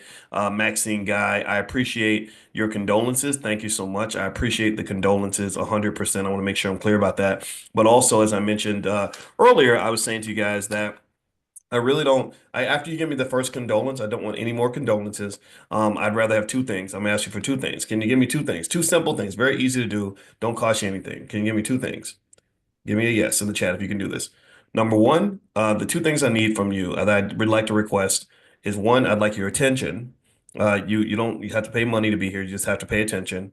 And number two, I would like for you to congratulate me. I want you to congratulate, give me your congratulations because my mother was such a superstar and I was so lucky to have her. One of the rules that I've always applied, and I actually apply this in things like our Black Keys to Greatness life class that I have in the Black Business School, and it's free, by the way, if you want to join it, blackkeystogreatness.com. That's blackkeystogreatness.com. Is basically I just remind myself to always count my blessings before I count my curses. That's it. That's a simple rule. I count my blessings before I count my curses. And then it's not to say you can't acknowledge the things you don't have. It's not like you can't acknowledge the setbacks, you can't acknowledge the issues, but start by counting your blessings first, man. I mean, we live in America. We have so many things to be happy about.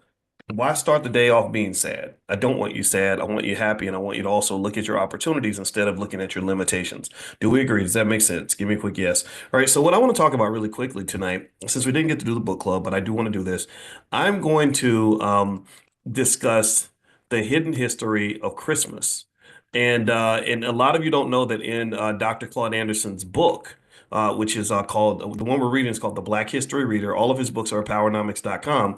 He actually writes about the hidden history of Christmas. He writes about the things about Christmas that you don't know. How many of you know, give me a yes or no, how many of you knew that the slaves celebrated Christmas very different from white people? I mean, you probably guessed that.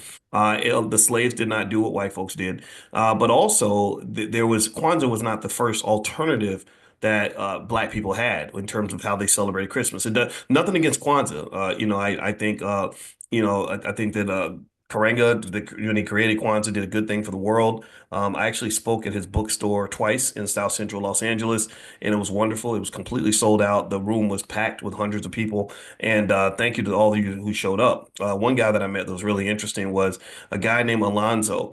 And he has a book called NWA, which stands for Not Without Alonzo. And he sent me a copy of his book.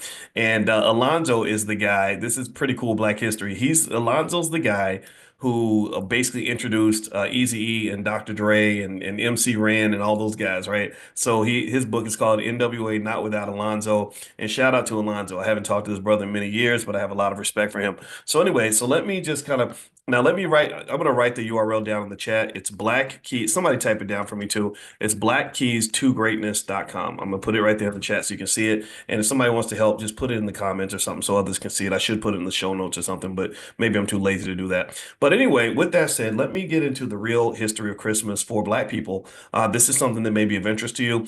One thing I want to mention before I even dig into that too is, I'm really begging you. I'm absolutely begging you to do actually one more thing I'm going to ask you. This is my Christmas gift.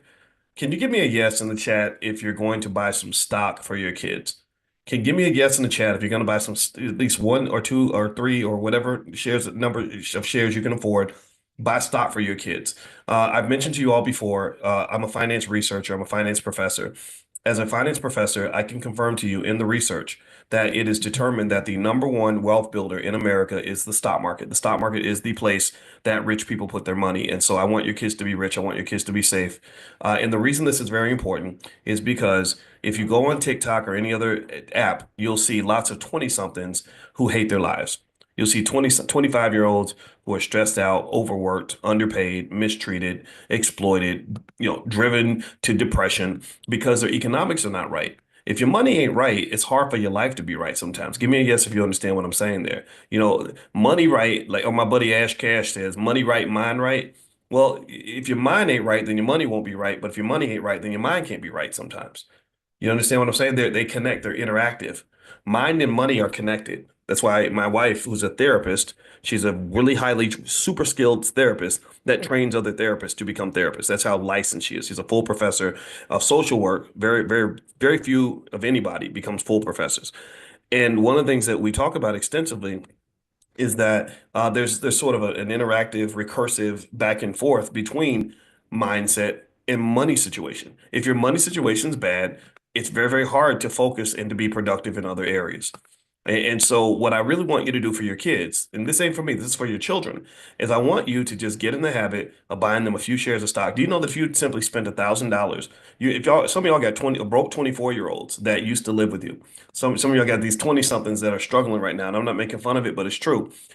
Do you know that if you simply took $1,000 and bought them some Apple stock one time in 2000, that $1,000 would have turned into $365,000? Did y'all know that? You might have heard me say this before. I've said it in class, but I really need you to understand this. So imagine if you bought them $1,000 worth of stock every year, right? $1,000 a year is about $83 a month. $83 a month. So a lot of you have cell phone bills that are bigger than that. A lot of you have car notes that are $500 to $1,000. So what I ask parents, and I don't know if it pisses people off or not, but it's true. I say, well, do you love your damn child as much as you love your car? And I'm not saying actually everybody loves their child, but my deeper question is, do you care about them? Because loving somebody and caring about them are two different things. Loving them means, oh, I love you, I need you. If you go away, I'm going to be sad. I love my mother. My mother died, and I was sad that she was gone. But caring about somebody means that I need you to be okay. I need you to be good. Your well-being matters to me. I need you to be safe. I need you to be happy. I need you to be fulfilled. I need you to live your dream. So, do you care about your kids? Because every parent most parents love their kids, but not every parent cares about them. Not every parent has the discipline to say, I'm going to do some stuff, even if it's a little inconvenient, even if it throws me off my game, even if I can't go out and, yeah, and club in or do whatever I'm trying to do. I'm going to sacrifice, or even if it makes you mad at me. That's a big one. A lot of parents want to be their kids' best friends. You know what I'm talking about? My mama was always clear. I don't want to be your friend. I'm not one of your little friends. She would say that I don't care if you hate me. I need you to be ready in case something happens to me. And she used to prepare us for her passing when I was a little kid, and it scared the hell out of me. But believe me, I was ready for the world, and I was lucky enough to have my mother for 71 years. So that was a blessing. So my point is to say, do you care about your kids? If you care about them, buy them some shares of stock. If you don't know how to get started, there is a free training that we have in the Black Business School that everybody can access at blackkeys2greatness.com. That's blackkeys2greatness.com. Damn it, I did the wrong URL. I'm sorry. That's the wrong one. Scratch that. Forget I said that. Forget I said that. The one for the stock market for the $5 day plan is blackwealthmasterplan.com. That's what it is. Blackwealth blackwealthmasterplan.com. That's 100% free, blackwealthmasterplan.com. And also, one thing we're doing on Friday night, if you want to join us, is we're doing a financial slumber party at 11 p.m. I'm going to do a training I have called Stock Market Decoded, and we're going to get together at 11 p.m. on Friday night and on a Zoom in our pajamas with some popcorn, play some music, have some fun. My wife is going to be there, and we're literally going to talk about the stock market. I'm going to take you step by step through how the stock market works. We're going to make sure you know how to buy your first share if you don't know how to do that yet. But on top of that, if you've already bought your first share, I'll talk about stocks that I like and ways we can move forward as investors and all these other things. So remember, I wrote my whole dissertation on the stock market. It takes a lot of expertise to get to that level. You can't just take a class or two. I took classes for 10 straight years, studied 8 hours a day, 7 days a week, including Christmas. And that's the level of depth that my training was. And that's what I did 20 years ago. That doesn't include everything I've learned since then, which is 5 times more than what I learned up to get my doctorate. So that's what we're going to do. We're going to do Stock Market Decoded in our financial slumber party. If you want to join us, you can go to financialslumberparty.com. And also make sure you're on the text list to join our morning class, which is free. Just make sure you text the word morning, MORNING, to the phone number 87948. So text morning to 87948. So let's go back into Christmas really quickly. Hit the thumbs up button if you haven't done it yet. So with Christmas, Dr. Claude Anderson, in his book, The Black History Reader, talks about Christmas. And he says that he asked the basic question. He says, was Kwanzaa the first alternative to Christmas for Black Americans? So what Dr. Anderson says is this. He says, Kwanzaa, what many people call the Black version of Christmas, has Swahili and Arabic links and is celebrated by many Blacks in America. It was not, however, the first alternative Christian-like celebration that Blacks devised. The Christmas season brought a suspension of field work and a period for slaves to make merry and enjoy themselves. Slaves observed that Christmas season was a joyous occasion for most Americans, but enslavement laws of 1665 imposed Christian humbug on Black people in the American colonies. Christmas, largely a white Victorian invention of European society, excluded slaves, but they still had an emotional need to participate in the festivities, so they created their own Christmas traditions and Santa Claus. Pulling from their African heritage, they organized, this is what the slaves did. They organized a version of Christmas that was called Johnkannas, Johnkanaus. Has anybody ever heard of Johnkannas? Anybody? Give me a yes. If you want to impress me, put a yes in the chat if you've heard of Johnkannas. I admit I've never heard of it. Dr. Claude Anderson is writing about it in his book, which, by the way, you can get copies of his books at powernomics.com. I've been telling everybody who supports Dr. Anderson, buy a bunch of his books if you have extra money and just give them away to people in the community. But Johnkannas, has anybody ever heard of Johnkannas? I've not heard of it. Give me a yes if you have, a no if you have not.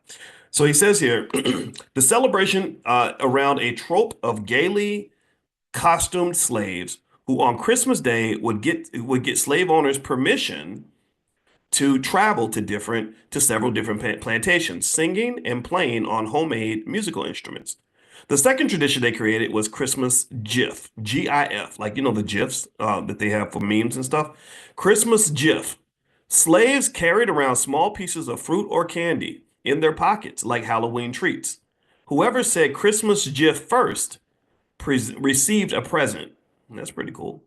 In 1966, Malena Karenga, PhD, an author and professor of Africana Studies, created Kwanzaa, which injected African traditions into the Christmas season. Since Kwanzaa has become popular among Blacks, mainstream businesses and advertising agencies have followed the money and begun to recognize Kwanzaa as the Black Christmas. So so what Dr. Anderson seems to be arguing, nothing against Kwanzaa, of course. Love Malena Karenga, nothing against him at all. He's amazing. But he's saying that the commercialization of Kwanzaa is what pushed Kwanzaa to the front of the line. And truth be told, that's kind of a driver of a lot of what you value most as Black people. But when they advertise something on television, it does affect your mind and your perspective. Television is a brainwashing tool. It's a brainwashing mechanism.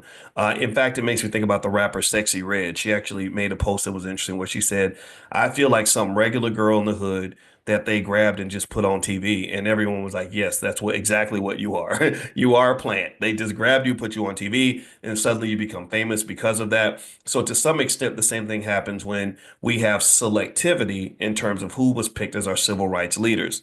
There's selectivity in terms of who gets to be the chosen Negro. So effectively, those in control of media, those in control of capitalism, didn't put their money behind certain people, certain horses, certain ideas, and then those ideas become readily adopted. That's why it's extremely important for you not to get caught up in just following what you see on TV. I think you have to be very conscious about the ideas that you accept and the ideas that you reject. And so, to some extent, he's arguing that Kwanzaa was something that was sort of selected as something that fit nicely with corporations. I mean, think about it. You got all these different days that you can sell things, and and it works. It really works. Billions of dollars are generated in sales due to Christmas, Kwanzaa, things like that. Nothing against Kwanzaa, nothing against Christmas, but I really also encourage you to consider ways that maybe you can keep some money in your pocket instead of allowing people to create artificial holidays in order to get sales from you. They do this all the time. Amazon's notorious for this. They got Prime Day and then they got pre-Prime Day and all these other days that where they say, let's make this a holiday so that people will feel like I have to go spend money. So in 1966, Malena Karenga, okay, let's see, I already mentioned that. Um, Even though there are still different philosophies among Blacks about how best to celebrate the holiday season, Kwanzaa is an opportunity for spiritual upliftment, a chance to assemble in a celebratory gathering, and an opportunity to consciously direct commercial dollars into Black hands and business coffers. I agree. I think again, like I was saying, I think Kwanzaa is great. I'm not just so just because I'm pointing out the economic issue, that does not mean I'm anti-Kwanzaa. I am not anti-Kwanzaa. Okay, so I'm curious, give me a yes or no in the chat. How many of you celebrate Kwanzaa? Give me the um let me see how many of you celebrate. Do a lot of you celebrate Kwanzaa or just Christmas? And it's okay to do either one. I'm not, I don't think it's required. Well, let me give you some of the origins of Christmas really quick in case you're interested. First off, is Christmas has origins in ancient pagan festivals such as Saturnalia from Rome, Yule, which is Norse, which celebrated the winter solstice with feasting, gift giving, and merriment. So that sounds very, very white. No disrespect to white people, but it is. Early Christians adopted December 25th to celebrate the birth of Jesus Christ, aligning with the existing solstice traditions to ease the spread of Christianity.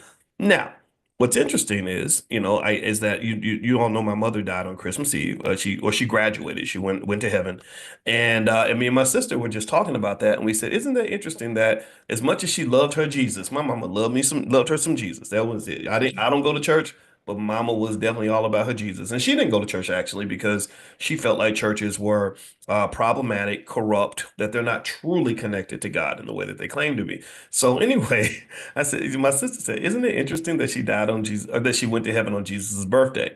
Technically, it was Christmas Eve, but we were like, oh, okay, well, that's kind of poetic, right? So anyway, also, there was Roman influence on Christmas. The Emperor Constantine, the first Roman emperor to convert to Christianity, declared December 25th to be an official holiday in 336 CE. So a couple thousand years ago, somebody decided December 25th was the day to do it. People have been doing it that way ever since. By the Middle Ages, Christmas had become a mix of religious observations as well during, say, the Middle Ages and the Black Plague in Europe, things like that. They had a lot of rowdy celebrations with traditions like wassailing and feasts becoming widespread. Now, in the 19th century, figures like Charles Dickens and other cultural icons like Santa Claus helped to transform Christmas into a family-centered gift-giving holiday focused on goodwill and cheer. Now, let's talk about Kwanzaa. What's the origin of Kwanzaa? Well, we know Malena Karenga created Kwanzaa about 1966 during the Black Freedom Movement to celebrate African heritage and culture. Good for him. That's an amazing thing. It has a huge Swahili influence. The name Kwanzaa comes from the Swahili phrase Matunda ya Kwanzaa, meaning first fruits inspired by African harvest festivals. Okay, I like that harvest festival. Abundance, fruits, food is good. Right? There are seven principles. The holiday is built around Nguzo Saba. Just don't get mad at me for mispronouncing it. I'm sorry. I know y'all gonna correct me. With seven principles: Umoja, unity, uh, Kuchichila. See, I don't even want to say it because if I say it, I know y'all gonna clown me because I'm saying it wrong. But let me just say self-determination, and the word is spelled Kujichagulia. Chagulia. I'm not gonna say coochie because Kuji Chaguila. Chaguila. If somebody who knows how to say the word, tell me if I say it right. Kuji Chaguila. See, I'm embarrassing myself, but I'm gonna keep going because I ain't gonna quit. Ujima, collective work and responsibility. Another great concept. I mean, unity, self-determination. Man, I mean, can you imagine how great our people would be if we had unity? Can you imagine how amazing we'd be if we had self-determination? Just said, we gonna do it. We ain't waiting for white folks. We ain't waiting for nobody. Massa ain't got nothing to do with what we about to do. We about to do this. We about to do it right. Ujima, collective work and responsibility. Responsibility, collective work. That's what made China great. That's how China established so much economic power. They work together and they also are responsible for the fate of their nation. Ujama, cooperative economics. Well, I mean, we talk about that every week. Y'all know that's what we about. That's the Black Business School right there. That's Powernomics right there. That's all of that, right? Collective economics. I've explained to you all that economics is a matter of gang affiliation. Economics is very gang affiliated. Most of the wealthiest people in the world tend to be affiliated with some economic gang. These gangs, you might refer to them as corporations. Apple Computer is a big $3 trillion economic gang. They all have the same code of conduct. They all wear the same little uniform. They got little logos, stuff like that. If you violate, then you get removed from the gang. The Black Business School is an economic gang. Y'all see my Panther right here, and I'm ride or die with the B1 community. We got our gang affiliation, and we're making it happen. We're getting things done. We pump millions of dollars into the Black community. We have pumped at least hundreds of thousands of dollars into Dr. Claude Anderson and the Harvest Institute and the Powernomics Corporation to support him because he's a person that every Black person needs to know about, right? We've been able to get 1 billion views on YouTube. We've been able to really help millions of people may buy their first share of stock. So we've actually helped to instigate what I know for a fact will be a multi-trillion-dollar wealth transfer over the next generation and beyond. There is no other finance PhD kind of doing this kind of thing. I hope that there's more eventually. Maybe I can talk them into it, but there's nobody out there that can say, I got a doctorate in this stuff from a legitimate institution, the Ohio State University, and I'm putting Black first, and I'm every single day for thousands of days in a row talking to Black people about how to build wealth. I don't know anyone else. You tell me if you see that guy because I'm looking for him. I want some friends to do this too. But with that being said, at the end of the day, my point is to say, then when you talk about that cooperative economics piece, one of the biggest things to understand is that you don't really need anybody to give you anything else. You have everything that you need in order to do what you want to do. Like there's nobody that is going to come save you. We know this. There's nobody that really needs to come save you. What you have to do is save yourself. Because what happens, unfortunately, is that we are mind screwed. We're kind of cheated into destroying each other and harming ourselves, and then therefore we can't build on that. So we need a community of builders. Building does require skills in areas that go outside of finance, and where people miss it, and where people miss the bigger picture, is they think that it's all about the money. They think that it's all about the economics. It's all about getting a high-paying job. It's all about affirmative action or having opportunities or having more NFL and NBA players. We got hundreds, if not thousands, of millionaires that are professional athletes. But if they're not trained to build, if they're not trained in a certain mindset, if they haven't mastered all the tangential aspects of wealth building, then no wealth will be built. If you imagine this, let me give you an example. Imagine two guys, both have $100 million contracts in the NBA or the NFL. Both of them are making over $100 million. One guy doesn't know anything about institution building. He doesn't know anything about job creation. He doesn't know anything about making long-term plans or hiring people, delegation, all the skills required to build an institution. Well, he's going to be one successful guy, and we've had a lot of one successful guy. We've always had that one Negro that's doing well. Like we've always had that one Negro with a good job. That does not scale. That is not contagious. That is contained success. Success that is contained does not affect the whole community. It affects one guy. And then we get to look at that one guy and say, wow, that one guy's doing really well, but I'm not doing well. And then the one guy dies, and then the whole thing's over. So imagine the second guy. The second guy also has $100 million contract, but he's built to scale. He's been trained to scale. From the time he was a kid, his parents, maybe they put him through the Black Millionaires of Tomorrow curriculum, and he learned things like the STURDY model, which stands for systems technology, entrepreneurship, relationships, and delegation. Right? He knows these things. He understands what it means to keep your poise, which we talk to our kids about in the school, which is producer, owner, investor, saver, entrepreneur. He knows these things. So he understands how wealth connects to relationships.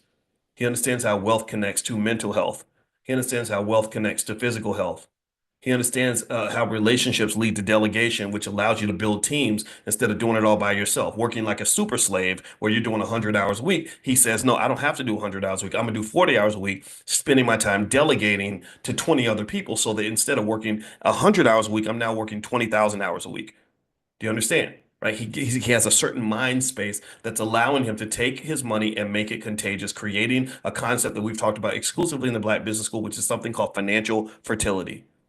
If you read my book, The 10 Commandments of Black Economic Power, I talk extensively about financial fertility. Your money must give birth to other money. Your money cannot be sterile. Sterile money is dead money. Dead money does not grow. It does not scale. It does not create opportunities. It does not elevate communities. So a lot of these Negroes that got all these $1 million contracts are sitting on a bunch of dead money. The dead money is a financial carcass. A carcass is not going to give birth to a child.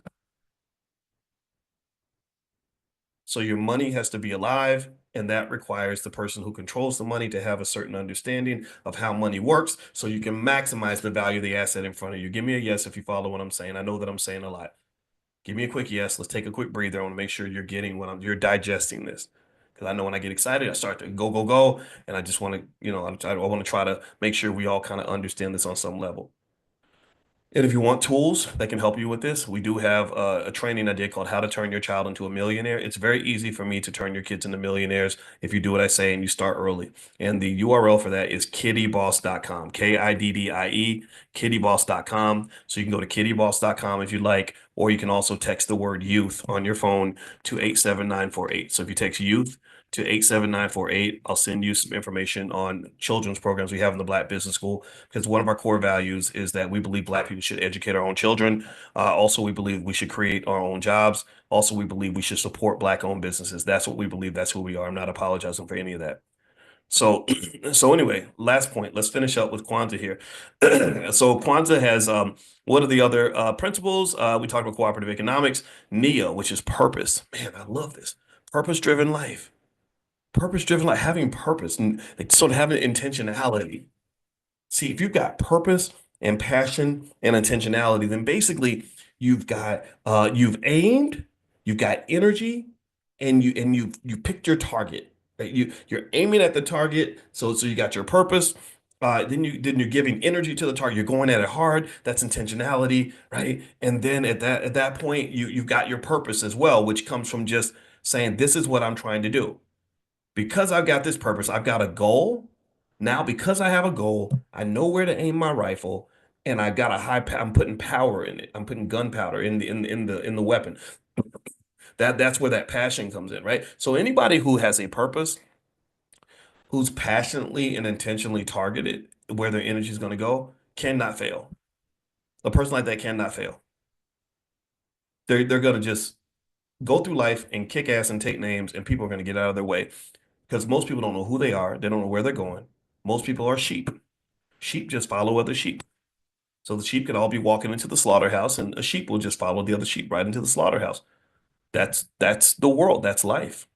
But if you have that person that has purpose, and then you've got that added with intentionality and passion, you can't be stopped. You can't be stopped. So let's keep going. Last, Kuumba, Kuumba is creativity. I like that. Creativity is important. Wealth builders typically have to have creativity, but you don't use that just for wealth. You use that for any type of success, survival, whatever it is you're trying to do. And then Imani is faith. Oh, buddy, faith. Lord, faith is big for me because this morning when I was talking about my mother who just passed away on Christmas Eve this year, I literally took the word fear and I talked about how my mother grew up living in fear and then she got out of that and it made her a much stronger human being. And I took the word fear and I said, let's take that word and let's make it mean something. Let's talk about this in terms of the fact that we all need some sort of vaccine against fear. We needed that during the pandemic because fear in the pandemic, fear was the biggest virus in America at that time. It wasn't COVID, it was fear. And I said, okay, so fear, let's make fear an acronym that reflects my mother's legacy. And so the word fear, I said, oh, it stands for faith, education, accountability, and resilience. Faith, education, accountability, and resilience. And that's what my mother represented. So we talked about that this morning. If you didn't get a copy of that, if you'd like to get a copy, just text the word morning to the number 87948 and I can send it to you or something like that, whatever you want to do. But anyway, the F stood for faith. And I think faith is really powerful because faith is, when it's used in the right way, can really allow you to have a type of resilience and power that you can't have, that may not necessarily be justified based on your current condition, right? See what faith kind of does. Faith is a type of consciousness. See, I want you to pay attention now. Faith is it's where I see the bigger picture. I believe everything's going to work out. Everything is everything. The universe will take care of it. I'm going to be okay. See, what you got to understand, pay attention. Now, listen to this. Faith is a deeply economic concept. It's a spiritual as well, but it's deeply connected to economic spirituality. Did you understand? Do you all understand? I wish I could take a piece of my brain out and hand it to you so you could just consume it. Because what I'm seeing is this. Do you understand how much of our economic system is built on faith? Do you understand that? After Elon Musk, let me find a simple example. Elon Musk puts out $250 million and buys the presidency. Maybe it was more than that. I don't remember how much it was. He suddenly is in a position of power, right? He's got the ear of the president. He's got the ability to support his space programs and EV programs. Everything he wants to do now is right at his feet. Well, even though Elon spent either between $250 million and $500 million to win the White House, that was an enormously profitable investment for him. Enormously profitable. Because do you realize that after Elon Musk won the presidency with Trump, Elon's wealth increased by about 70 to 80 billion dollars. Elon Musk at this point is now the richest human being, not just the richest man on earth. He did that a long time ago. He's now the richest human being that has ever lived in dollar adjusted terms. When you adjust for inflation, they believe that Elon Musk is the richest human being to have ever walked the face of this planet. Now, is that dirty, funky capitalism? Absolutely. Is it wrong, corrupt? I agree with you. I concede that point. You're not going to get any disagreement with me. He's a white boy from South Africa who grew up in apartheid. He's probably kind of a prick. So let's get that off the table and stop worrying about how people feel about you. Because if you love you and I love you, then that's all that should matter. If you love me and I love me, then that's all I care about. I'm not looking for Elon Musk to love me. I don't need love that desperately. So I'm not seeking approval from anybody. Can we please get that off the table? Let's talk about the specifics. Let's talk about why this is a great investment and why this links to faith. Well, it's a great investment because so he puts out a quarter of a billion. He's now worth another 80 billion. He went from being tied for the richest man on earth to having more wealth than the number two and the number three guy combined. And and a lot of that was built on faith. How was that built on faith, boys? Well, let me explain. Well, most of his wealth came not from money he actually made. It didn't come from money he generated. It came from what? Answer me in the chat. Answer me in the chat. It came from an increase in what? The stock price. The stock price went up. Well, remember, you're talking to a guy who is an expert on how stock prices are formed and where they come from. And basically, I can tell you, his increase in wealth did not come from additional money he made. It came from the fact that his stock price went up because people had more faith in his ability to lead as an economic entity. People see these equations, and I've gone through a lot of them that explain where stock prices come from. These mathematical equations are very precise ways to say, I'm not really sure.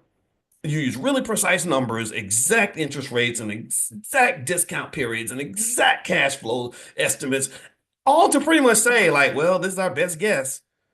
And the thing about it is that if anything happens where the faith in the entity or the individual starts to decline, or the risk level goes up, or people just aren't sure about you anymore, or their fear goes up, which fear is the enemy of faith, right? You cannot have faith and fear in the same room. They don't work together, right? And so when those things creep into the market, stock prices do what? They start to collapse. They start to collapse. Well, why is that? Well, because when people are scared and the economy seems risky, they lose faith. They say, not put my money out there because I don't know how that's going to work out.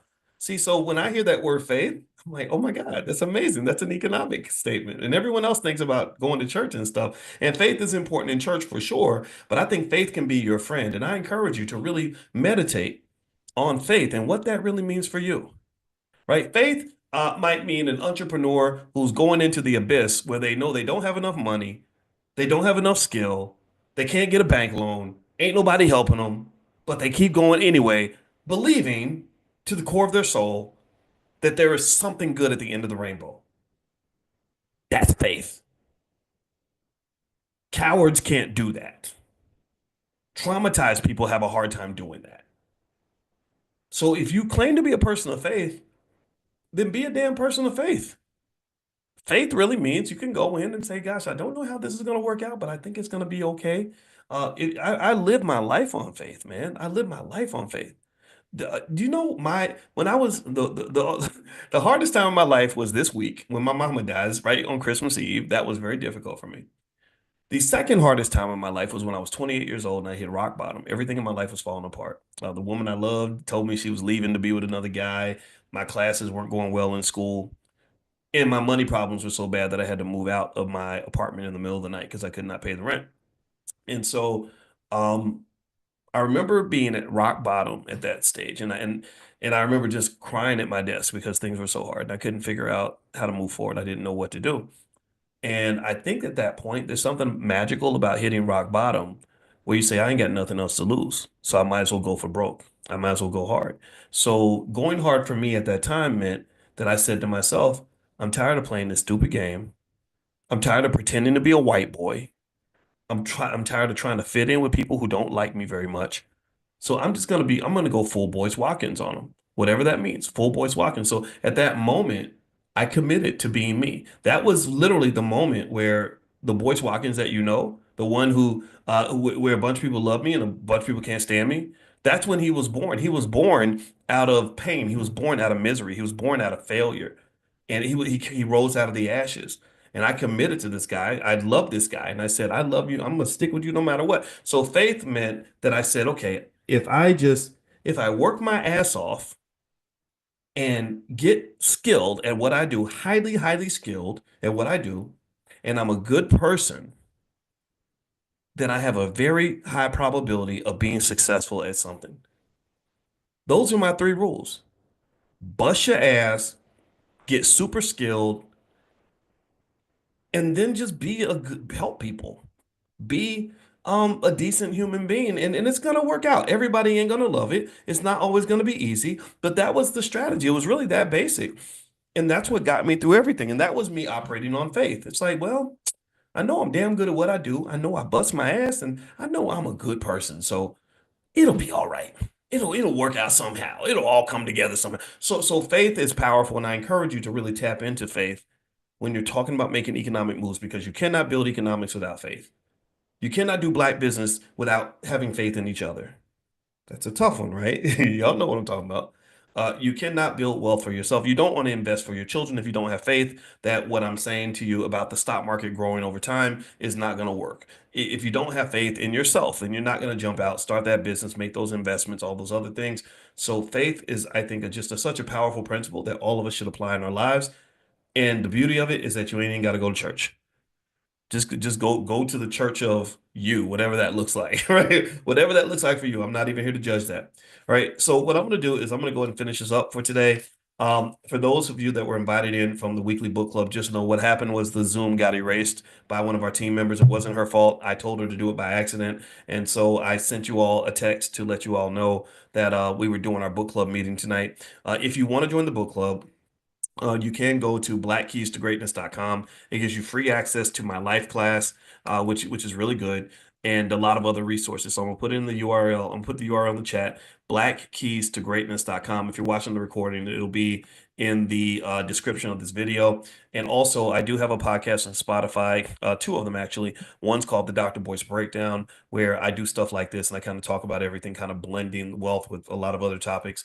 But then I have one that's focused specifically on the stock market called Dr. Boyce Daily Stock Market. So whichever one is most interesting to you, you can grab one, subscribe to both. It's totally up to you. And then the last but not least, if you want to join us for the Friday night financial slumber party that we're going to do, we're going to get together at 11 o'clock at night in our pajamas with our popcorn, and we're going to do finance in the middle of the night and just have a blast. It's like a big sleepover. I don't know if anybody remembers having sleepovers when you were little, how much fun they were. Well, I think maturity is overrated. So I said, I'm gonna do something completely immature So we're going to cover a training idea called Stock Market Decoded. So by the time you're done, you will be transformed into an investor. You will know, and if you're already an investor, you'll be leveled up. We're going to talk about stocks that I love, and why. We're going to talk about rules and principles for picking your favorite stocks. Also, if you're a beginner, we can show you how to get started, all that good stuff. So feel free to join us. The URL is financialslumberparty.com. So I'm gonna put that URL in the chat so you guys can take a look and feel free to join us if you'd like to join.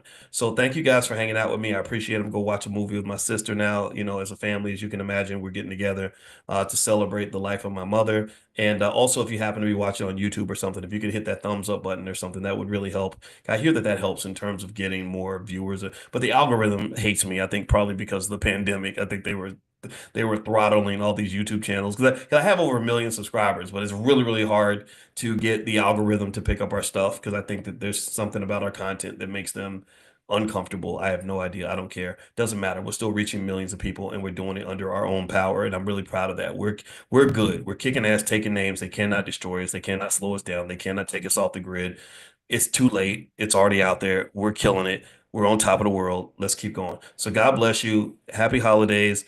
And I hope you all have a wonderful new year and everything else, but you'll hear from me before then. In fact, tomorrow morning, we're going to meet for Millionaire Training Camp, which we do every single day, 7 days a week. We've done this all year long. If you'd like to join us for that for free, just pull out your phone, text the word morning to the phone number 87948. So if you text morning to 87948, I'll send you an invitation to join us tomorrow. And I just hope that you'll bring your family too, because I can guarantee you 100%, if you got kids and relatives that are listening to wealth conversations every day, they're gonna be black and proud and rich one day. It's only a matter of time. So have a good day, everybody. God bless you all.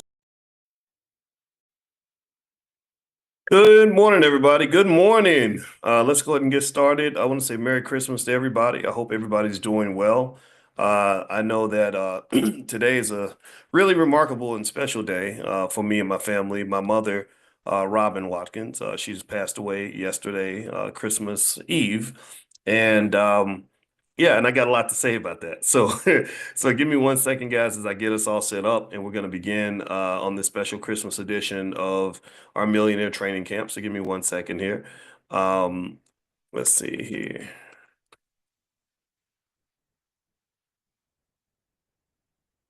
All right. So, how are we doing today? I hope everybody is doing what we talked about in terms of getting ready for Christmas. That means that, if you love your kids, hopefully you'll buy them some shares of stock, get them ready for the future, give them something that's going to give them an opportunity to be successful and great. And I love you too, Errol. Thank you, man, for saying that. I appreciate that. Errol Semengal, he's a great one. He's been around for a long time. And he's got this amazing significant other who's a wonderful young lady, and I just have a lot of respect for both of you, and and also some of you are listening in from other spaces. Decided to invite in some of our folks on YouTube and stuff like that, and and so you can actually check out my YouTube channel there. And also don't forget that we have a podcast called the Dr. Boyce Breakdown. Another one is Dr. Boyce Daily Stock Market. So if you go to Spotify, you will find the podcast on Spotify. Okay, guys. So give me 1 second as I get us started. Yeah. So one thing I wanted to mention too is that this year in the Black Business School, we have a lot of interesting things going on that you guys can follow. And I hope you guys will join us in the journey to this was an amazing year. A lot of great things happened. And as I reflect on this past year, I'm really looking forward to the future. And I want to say that I appreciate all of you, and every one of you is a blessing. So give me 1 second here. Okay. All right. So, yeah. So you may or may not have heard if you saw my Instagram. My Instagram is the real Boyce Watkins. Or sorry, I keep saying. Why did I say the real Boyce Watkins? That must be. I don't know. That must be. Maybe that's part of my grief is I'm remembering stuff that's no longer here. I used to have an Instagram called the real Boyce Watkins, and y'all know that they they took it down because I run my mouth too much. And but anyway, my new Instagram is Dr. Boyce Finance, and so you might have seen where I mentioned yesterday that my mother Robin passed yesterday on Christmas Eve of all days. So that's gonna. I've determined that we're gonna make that mean that Christmas Eve is gonna be a good time of the year. That's gonna be a special time of the year. This is a special and extraordinary Christmas. This is not gonna be any kind of Christmas curse. We don't do that kind of thing. That's not what I believe. And so I hope you'll join me in understanding where I'm coming from with that. And I want to also say that a lot of you who either reached out to me directly or indirectly or personally or otherwise. I appreciate all your condolences. I really do want to say thank you so much for sending those messages. I really felt it all, and it was so meaningful, and I'm so appreciative of that. And our family, and I speak on behalf of the family when I say thank you, thank you, thank you, thank you, thank you. You all are amazing, and I want to, and in the spirit of my mother as well. I just want to say that this it really made me feel good. So I appreciate that very, very much. Now, let's get down to business, shall we? Like as Ice Cube said, it ain't over, mother suckers. So it ain't over, right? So y'all know what my mother represented was I can't even put it into words, right? If you consider the Black economic revolution to be a movement, give me a yes if you are aware of the movement that's happening right now that we were a big part of. The Black economic revolution, where Black folks are taking over, we are kicking butt, taking names, we are lifting ourselves economically. We are training our kids on economics. We're getting ready for the future in a way that no other community is replicating. No other community is replicating. Give me a yes if you agree that this is a movement that's going to be remembered for the next 50, 100 years. Give me a yes if you agree with this. Okay. Now, if you agree that we are in the middle of an extraordinary movement, and also, if you agree that we have been a big part of this movement, because we've been down since day zero. We've been doing this since the beginning. We were doing this. We started doing this stuff online in 2006 when I was a finance professor at Syracuse University. I was writing about it in the 1990s when I was writing at the University of Kentucky. We have reached millions of people. We have almost a billion views on YouTube.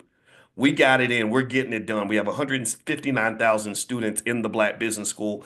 So we're elevating and educating on economics at a level that's never been seen before. This is what's happening right now. I want to make sure we put this into context. So if you agree that this is a movement, and if you've been aware of this, and if you've seen this, and if you consider this work that we're doing to be part of that movement, then I want to honor my mother today, and I hope you'll join me in this by saying that she's the mother of the movement. My mother, Robin Watkins, is the mother of the movement. And because without her, there is no me. Maybe without me, a lot of this stuff didn't happen. Not to say I'm the only one. I'm not trying to take credit for everything. Nobody can. We're done with the whole super Negro philosophy of Black leadership. Let's just be clear about that. So I'm not out here trying to say I'm the man and I'm the great. No, no, no. But I did my part. You understand? I played my position. I hope we can agree on that. Right? Like Ohio State when they won their big game last week against Tennessee, no one player won that game, but the great players played their position. So that's all I need is just I don't need the Heisman, but we played our position. All of you played a role. Every one of you have been a part of this. And my mother played her position. She was the launching pad of all this. She was the mother of the movement. Not only did she give birth to me, which I can't exist unless someone gives birth to me. None of us would exist without our mothers. But also, she taught me a lot of the core ideas that I reflect to you in this space. You might think I'm a great guy. You might think I'm a prick. But I can guarantee you this. I bet you've never seen another finance PhD operating like this before. You ain't never seen nobody really talk like this when it comes to Black economics and have the credentials at that level. Like so when I talk to you about things that have happened in this life and in this space. For example, when in 2002, when I got my PhD in finance, I was the only African American on the planet, male or female, to get that degree. I was, and my mother was in the audience, and she should have been in the audience because my mother was the reason I was there. Without my mother's support and encouragement and pushing me and training me on how to deal with the demons and the battles that exist in this life, there's no way on this earth I could have walked across that stage because you have no idea how difficult it was. You have no idea. So I hope you'll join me in. I'm gonna tell you. I told my father. I said, we live our lives with intentionality, and I said, I'm intending. I have full intent of making sure that this is not a cursed Christmas at all. Yes, my mother did die yesterday because people die. We're all going to die at some point, and it's not a matter of whether or not you're going to die. We know there's no if when it comes to death. There's a when. It's not about whether you died or not. Really, it's how did you live? We're all the walking dead. We all have a short time on this planet. What the hell are you doing with that time? In fact, write in the chat when we've met every single day. We did for an entire year, pretty much. We've done almost every single day, except for days when I couldn't make it. With 7 days a week, we talked about economics, and I've told you that the most valuable asset that you have when it comes to wealth building is not money. It's not money. What have I told you? Type in the chat. I said, remember, mathematically, I'm speaking mathematically here. When we used to do research and we would do mathematics behind what builds wealth, the biggest ingredient was not money. It wasn't whether you were born a silver spoon in your mouth. It wasn't whether or not you took a finance class. It wasn't whether or not you have relationships with billionaires. It was time. Time.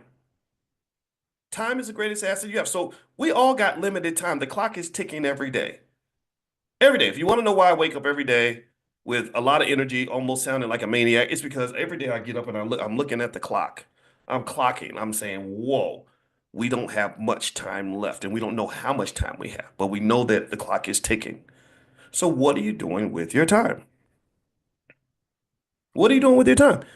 My mother, just like every other mother, she had 157,680 hours of time to spend with me before I turned 18 years old, and then I was thrust out into the world. 157,680 hours of time.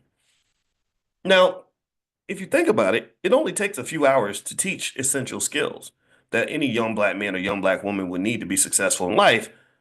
But for some reason, we waste all that time. The schools have us from 8 a.m. until 4 p.m. and they got all this time and they get this for 12 straight years, and yet 70% of our kids come out can't even read, write, or do math at grade level. So my biggest question to those institutions has always been very simple. It's been, what did you do with all that time? How did you waste that much time? You had 100,000 hours with the baby. The baby spent more time with you than they spent with their own family. So what did you do with that time? Time is precious. Time is valuable. So, to honor my mother, first thing I'm gonna tell you is that I hope that you'll walk away from here and ask yourself, how am I gonna be efficient with my time? I have time with my loved ones. That time's gonna run out. Am I using that time effectively? You're talking to a man who has no mother now, but my mother is in heaven now, right? But let me just tell you, I can tell you this: we didn't really waste a lot of time. Well, when my mother passed, and I found out it was about 4 in the morning on Christmas Eve. There was nothing left unsaid because we didn't waste time. It wasn't like I was like, oh man, I wish I told her I loved her more. No, we didn't. We didn't waste time. Or oh, I wish I'd spent more time with my mom. No, I spent if y'all been coming to class every day, I have been spending. I for the last 6 weeks, I've been right there by my mama's bedside, talking about everything, covering everything. I said, this is what we did in the '70s. This is what we did in the '80s. This is what we did in the '90s. This is what we did in the 2000s. And I'm like, man, that's a lot of time, and we used it. I said, we did that, mama. I sat there with my mother. And I'm not going to try to talk about too much of that stuff because y'all know some of it's still inside, and I don't never know when I'm just going to ball out and start acting like a baby again. But I sat there with my mother, and I sat there next to her bedside, and I just, it's sad, right? The time is up. And I said, but we left it on the court, mama. We left it on the court. We used that time. We got it done. We did it. We started off, we talk about Drake saying started from the bottom, now we here. We started off with that scared little 17-year-old girl and that defenseless little baby with no father sitting in that hospital all by ourselves. It was just me and you. And we did it. We did it. And I told her, I said, let me breathe. If I stop to breathe, y'all know what that means. That means I'm about to start being a baby again. I don't want to do that. This ain't the time for that. I said, the same way you stood by me and you were with me when I was by myself and I was a defenseless baby. I said, I'm gonna be right there next to you all the way to the end. We going full circle, mama. We going in for the slam dunk. We gonna finish this the right way. And so The first thing I'd say to anybody who's listening is after you're done, get on the phone, talk to those loved ones, and let them know we're not going to waste time. I'm going to get it out. Okay. That's the first thing. Let's move on. And if in case you're wondering today, I hope it's okay if we talk about my mother. And I hope, and I promise you, you'll walk away with numerous financial lessons because you can't talk to me or with me without it somehow converting to economics. So don't think this is not still our regular finance class, but as you can imagine, this is a special Christmas Robin Watkins edition of our Millionaire Training Camp, and I hope that that's okay with you. Give me a yes if that's all right. I hope that's okay. I don't want to make it all about us and about me, or as if we're better than nobody else. We're not trying to do that. I'm literally digging down, digging deep, and pulling out what I think my mother would want you to know. And this a lot of this came from this morning. I got up this morning and I got blessed. And let me tell you how I got blessed. I thought, see, Planet Fitness lied to me. Planet Fitness, they just a big old pack of liars. Because I got on my phone app and I looked to see if the Planet Fitness around the corner from my parents' house was open. And it said open. I said, wow, they're open on Christmas. I said, wow, there's some serious people out here that really staying in shape. So I got in my truck, I drove around and to try to get in, and the gym looks empty. And I'm like, oh, maybe everybody's at home eating Christmas food or something. I must be a badass because I'm actually here. Ain't nobody else here but me. But then I realized there wasn't nobody behind the desk, and they forgot to turn the lights on. I said, "Watch out! You got to turn the lights on so people can see." And then I realized that it was closed. So the blessing that I got today was that God made me. He said, "No, you're not going to the gym today.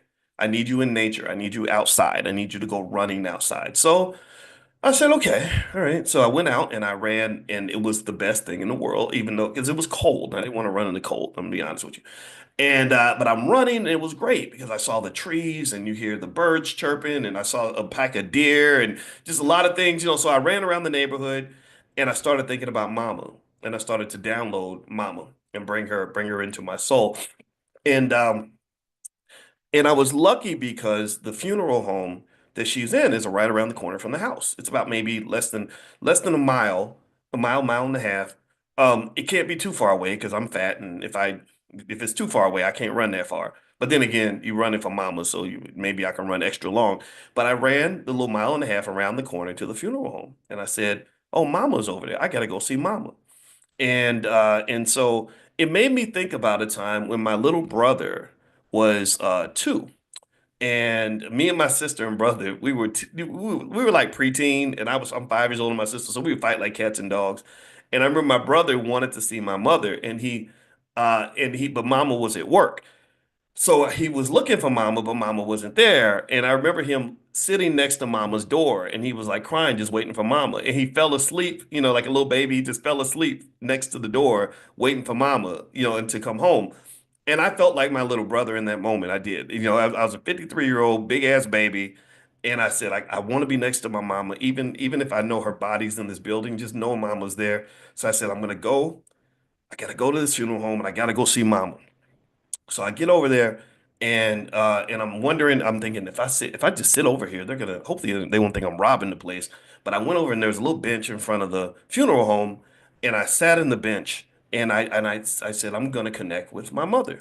So I listened to some music. I listened particularly to Walk On By. I think it's Isaac Hayes, Walk on by. Right? If you see me walking down the street and I start to cry each time we meet. That song, right? It's a great song, right? Very deep. So I just put that on my headphones and I used some of the meditation techniques my wife shows me because she's into the subconscious mind. And I said, I'm going to shut my eyes, play this music, and I'm going to bring my mother in. I'm going to pull her out, get her, because I need mama right now. So in my mind, I imagine my mother sitting right next to me. And I said, okay, if I imagine hard enough, I can have her here with me. So, because you're grieving, you're half crazy, you're trying to process everything, right? So I imagined her sitting next to me, and it worked. I really felt her presence and all this stuff. But obviously, this is all kind of coming from yourself. And so she sits down, and I grab her hand, but it's like her imaginary hand, and you can't feel something that's imaginary And then I realized, and then I heard her voice, and she starts talking to me. Because you know how we all are connected to our mothers, with like you can hear your mother's voice, even if she's not there. Give me a yes if you know what I'm talking about. Where mama, like if you imagine mama talking to you, it's like she's there because you've heard the voice 100,000 times. So it's just in you, it's embedded in you. And I said, oh, I get it. And the voice told me, it said, no, don't hold an imaginary hand. If you want to hold my hand, hold your own hand. And that's real, and that's really me. That was mama. And when I held my own hand, I felt my mother. I said, "Oh, she's here." And I said, "Oh, of course, you idiot. She's here because you are her. Y'all have the same DNA. She is attached to your spirit at an infinite level. So she'll never be gone. She's here. She's with you. What do you need?" So when I had my mother with me, I started to just really think about everything and thinking about what I wanted to talk to you all about. And the first thing that came to mind was I started processing what my mother's all about and who she is. And I wasn't planning on talking about her today. I'm going to speak at the funeral, but I'm not doing the eulogy, and I have like 10 minutes. And I said, I don't think I can explain who she was in 10 minutes. That's not doable. And then I said, no. And then the voice said, well, Boyce, you can talk to hundreds of thousands of people. Like you have a big platform, Boyce. So let's do it there. That would be just as effective, probably more so. And I said, oh, that's right. That's what I'm gonna do. So the first thing that I realized I wanted to do is I want to create a scholarship in the Black Business School in my mother's name. We're gonna call it Mama's. It's something with the word Mama, like Mama Scholarship or Mama's something, right? But I like the word Mama rather than just Robin Watkins. I'll put Robin Watkins in there, but also the word Mama is kind of universal and powerful.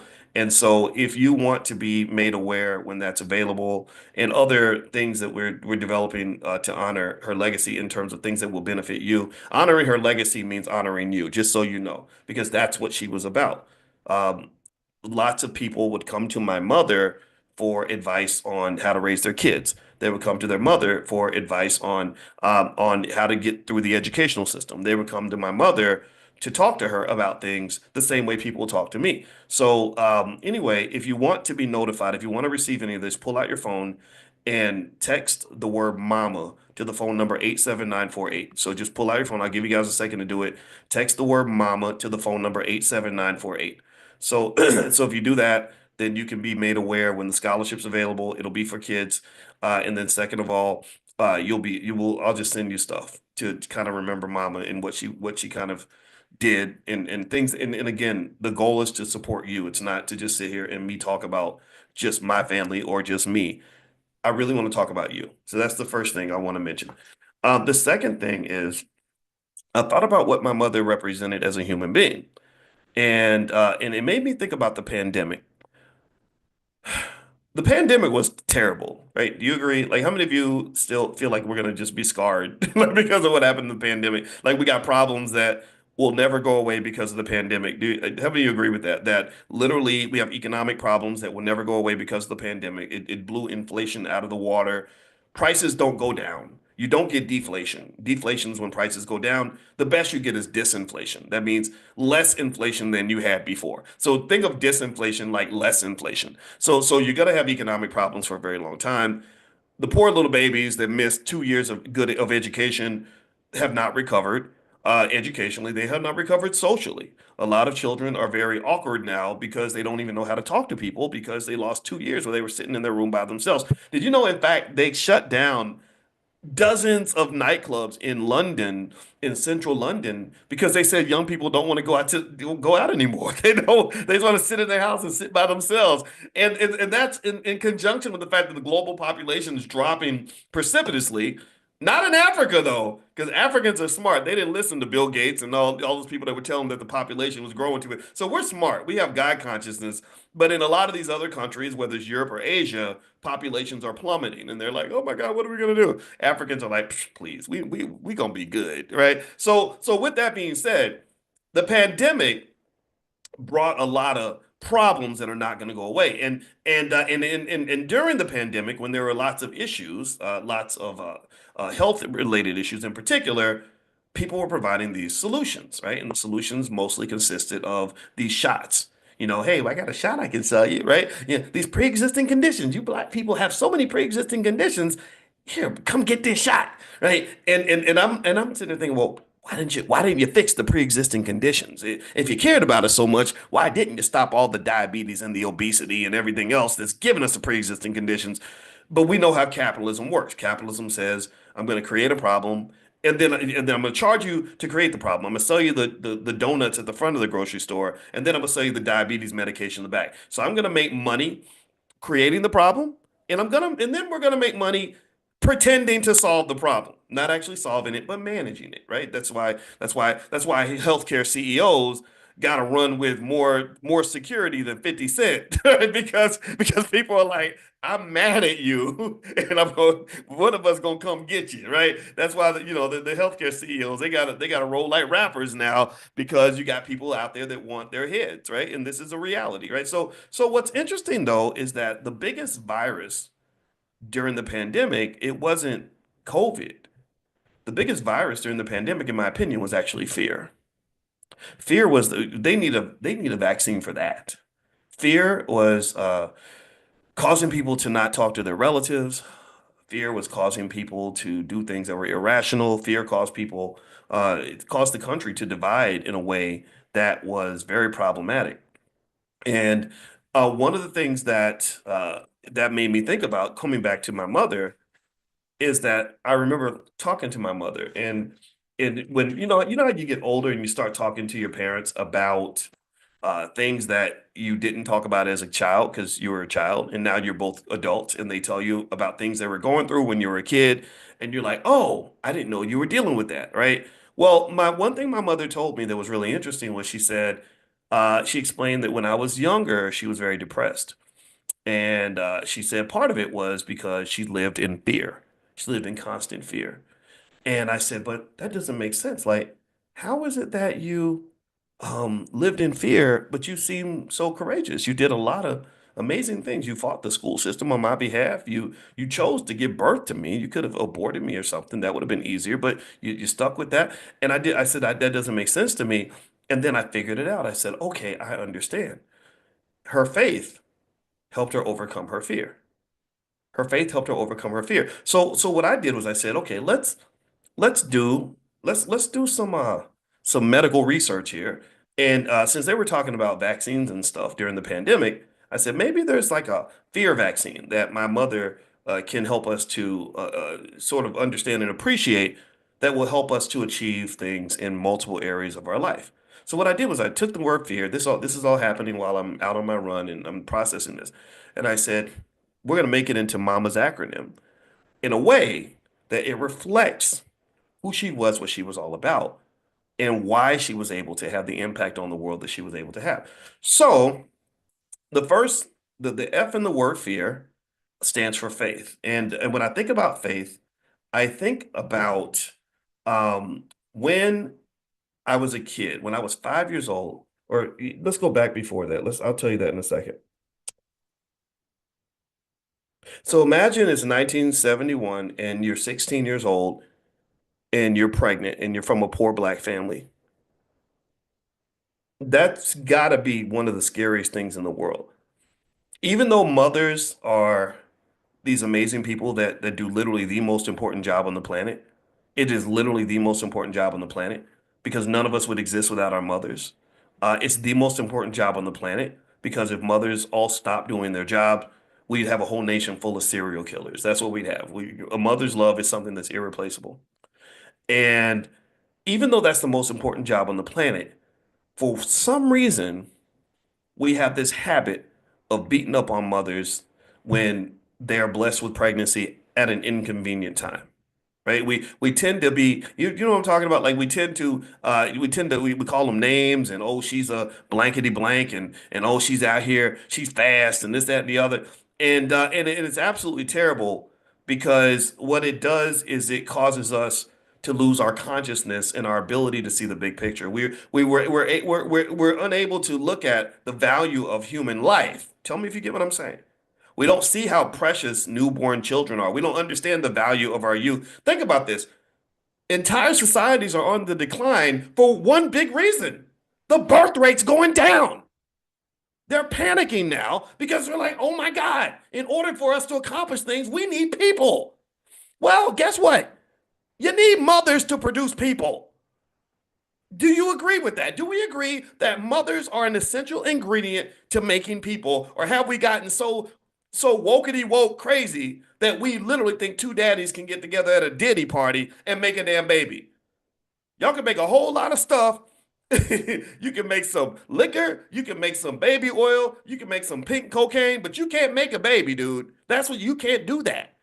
So no babies were made by any of the dudes getting with other dudes at the Diddy party. So my point is to say that mothers are critical, mothers are essential. And so my mother's 16 and she discovers this thing that a lot of people know about called sex. And unfortunately, it ends up with her having this little Boyce inside of her body. So she's mortified. She's scared to death. And now I'm sure there were some Planned Parenthood clinics around that would be happy to help her.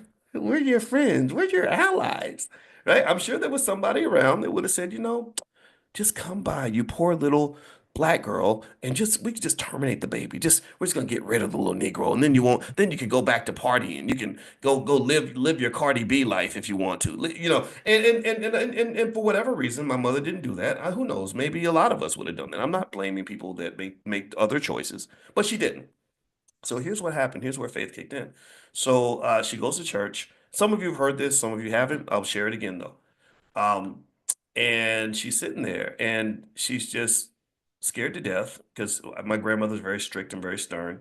And she's thinking, oh my God, what am I going to do? I got this baby. I don't know what to do next. And so the pastor, when the pastor's like, does anybody want to come to the altar to say something personal to God? And my mother's up there and she walks to the altar and she's just praying and praying and praying. And when everybody got up and walked back to their seat, she was still on her knees praying, praying, praying because she had just this stuff heavy on her heart. And at that moment, that's when she told me something that I've never forgotten. She said, she said, the conversation I had with God was, she said, I do not know what to do with this baby. I don't know. I don't know how to I don't know what to do. And so she said, at that moment, and every time I tell the story, I would get choked up. So let's do the test here to see if boys can tell this story without crying like a baby. She said, I gave you the guide. She said, I gave you the guide. She said, God, I'm giving you this baby because I don't know what to do. And she also says that God told her, you have to have this baby because this baby's going to do something important. And I was like, really? I was like, oh, mama, you just say that to all your kids. She said, no. She said, I did not have that feeling about all my children. My brother and sister, very good people, successful in their own right, amazing human beings, take nothing away from them. But she said, I felt like I had to give birth to you because I had an important job to do. And that to me was an extraordinary example of faith that I never let go of. Because what is faith? Faith every day. How many of you, give me a yes in the chat if you have heard me talk about things like financial consciousness? How many of you heard me talk extensively about consciousness in this space? That's all. In fact, when we first started this whole class, which we've done almost a year of this, almost meeting every single day, I initially said, yeah, this is financial consciousness class. And I wasn't just trying to find cute words to describe this. I said, that's what's missing sometimes in the world is a consciousness. And what is consciousness and how does it link to faith? What does that mean? Well, consciousness is nothing but being able to see the bigger picture. Consciousness is where you're not trapped in the moment and you realize that this ain't all that there is. This too shall pass. If it's something bad, this too shall pass. If it's something good, this too shall pass. That's what consciousness is. And faith is consciousness. It's a connection to something bigger than yourself. So when Robin Watkins didn't feel strong enough to get something done, she grabbed onto this thing called God. And God said, that's all right. You ain't got to carry the load. I got you. We could. And really, again, you can have whatever opinion you want. I know people in the room, you have different types of faith and different kinds of religion, and I'm not getting into that part. I'm not even talking about religion. I'm talking about faith. Those are two different things in many cases. But I'm telling you that when you have consciousness, when you have faith, when you have the ability to rise above, connect to something bigger than yourself, you will feel more powerful than you could ever feel trying to do everything alone. At the end of the day, I'm not telling you what to believe in. I'm telling you that you have to believe in something. What do you believe in? Because that is what will carry you through the storm. That's what led this 16-year-old scared little girl to give birth to a baby, even though she had no idea how she was going to take care of the baby. She had no idea what it meant to be a mother. She had no idea what kind of hell she was going to go through when the world maligned her and attacked her the way we do to mothers in this country, which is absolutely pathetic. So I'm a child of faith. When I say I'm a child of God, I mean that. I don't even go to church and I'll say I'm a child of God because if God had not been there for my mother and my mother had not had that connection to faith and God and the bigger purpose, oh, she would have went right down to see the Planned Parenthood people. They would have made the problem go away. So sometimes we replace our faith in God with our faith in the white man. Now I know some of y'all are white, and I'm not this ain't anti-white at all. But I'm serious. Sometimes we put other people in the space that our God and our faith is supposed to be. And then next thing you know, you end up going down a road you did not anticipate. You end up passing up on opportunities, possibilities, and blessings because you love your oppressor more than you love yourself, and more than you love your community, more than you love God itself. Let's move on. So the F in fear in my mother's antidote, the Robin Watkins, we can call this the Robin Watkins vaccine, if you will. The F stands for faith. Faith and consciousness will guide you. Faith is what's necessary for investing. When I tell you all little things, like I say, did you know that if you had invested $1,000 in Apple stock in the year 2000, it will be worth $365,000 now, which effectively means that if you have a 24-year-old child who's struggling financially, you could have solved all their financial problems by literally just buying some Apple stock in the year 2000? That requires faith. You have to kind of have some faith that investing works. You have to have faith that wealth grows. If you plant seeds, then you'll have a harvest. If you plant no seeds, you'll have no harvest. A lot of people have no harvest and they don't understand why. And I'm like, all you got to do is say, well, what seeds did you plant? Did you plant any seeds? And they're like, no. Well, what makes you think you can plant no seeds and have no harvest? That doesn't make any sense. So let's move on. The E in my mother's life and the word fear for her vaccine stands for education. Um, Here's the thing about education that's really interesting. First off, if you ever wanted to pick a fight with Robin Watkins, all you got to do is bring up the tragedy of what they're doing to our children in the public school system. Like really, if you ever want to have a fight with my mother, just talk about the schools and what they're doing to the black kids, and she will talk your ear off. She would fight you all day. If you, it's crazy, and that's because after spending many years in the educational system, and understanding how important education was for us, she became very passionate about it, even into retirement and beyond. She's listening right now somewhere saying, yeah, that's right. What they're doing to these kids is wrong. And these kids need to learn skills. And da, da, da. She would talk about the days, and tell me if y'all remember this. She would talk about the days where kids could go to school and learn skills, right? It wasn't just Mexicans and Ukrainians coming in and doing all the construction work and all the work in electrical and everything else and plumbing. It was us. We had those skills. We would go to school, and if the kid didn't want to go to college, well, they'd say, okay, well, go to auto shop, go to whatever. We had skills, we had education, we were learning things, and the kids today, unfortunately, aren't getting that. And I don't know what they're gonna do. I don't know what they're gonna do in the age of AI. What the hell are they gonna do in the age of AI when you got entire McDonald's restaurants that can be run with a freaking computer now? When Amazon factories are hiring thousands of robots every day just so they can replace their factory workers. So education is critical. We know these things. And that was something that my mother valued even when she didn't have as much as she wanted herself. My grandmother is the starter of all this. She's the panther behind me. She's always with me. My grandma's always with me. And she had an associate's degree. But she always knew that more education was going to give you more success because education can be linked also to an important ingredient for success, which is knowledge. Education and knowledge are not the same thing. Lots of people go to school and don't have any knowledge, and they may not even have any wisdom. So, education, knowledge, and wisdom, three different things. And the other thing about education is that we should understand. If you don't understand it, take it from a college professor. Most of the education you receive does not occur within four walls of some building. You don't need a building to learn, just like you don't need a church in order to connect to God. God can connect with you anywhere. He has great cell phone service. So stop thinking that you got to go into a building to find God. Sometimes you go into the building, you don't find God, you find Satan sitting at the altar saying, "Oh, I'm God's replacement," and that's what you get. So at the end of the day, we know education matters. We also know that education is something that our ancestors valued. It was something that our ancestors died for. You could die during slavery for teaching a slave how to read, right? We know these things. And we also know that for whatever reason, the culture, they always talk about the culture, dog, you need to connect to the culture. No, any culture that does not value education, that puts ignorance above education is not my culture. So you can just take that, put it in your pocket, and walk away from me because we know that a lack of knowledge causes tremendous amounts of pain and suffering in our community. We know these things. And so when you consider the fact that there are dozens of schools in the city of Chicago, as well as Philadelphia and New York and other places, where they don't have one single child that can read, write, or do math at grade level, this tells us that we are in a state of emergency.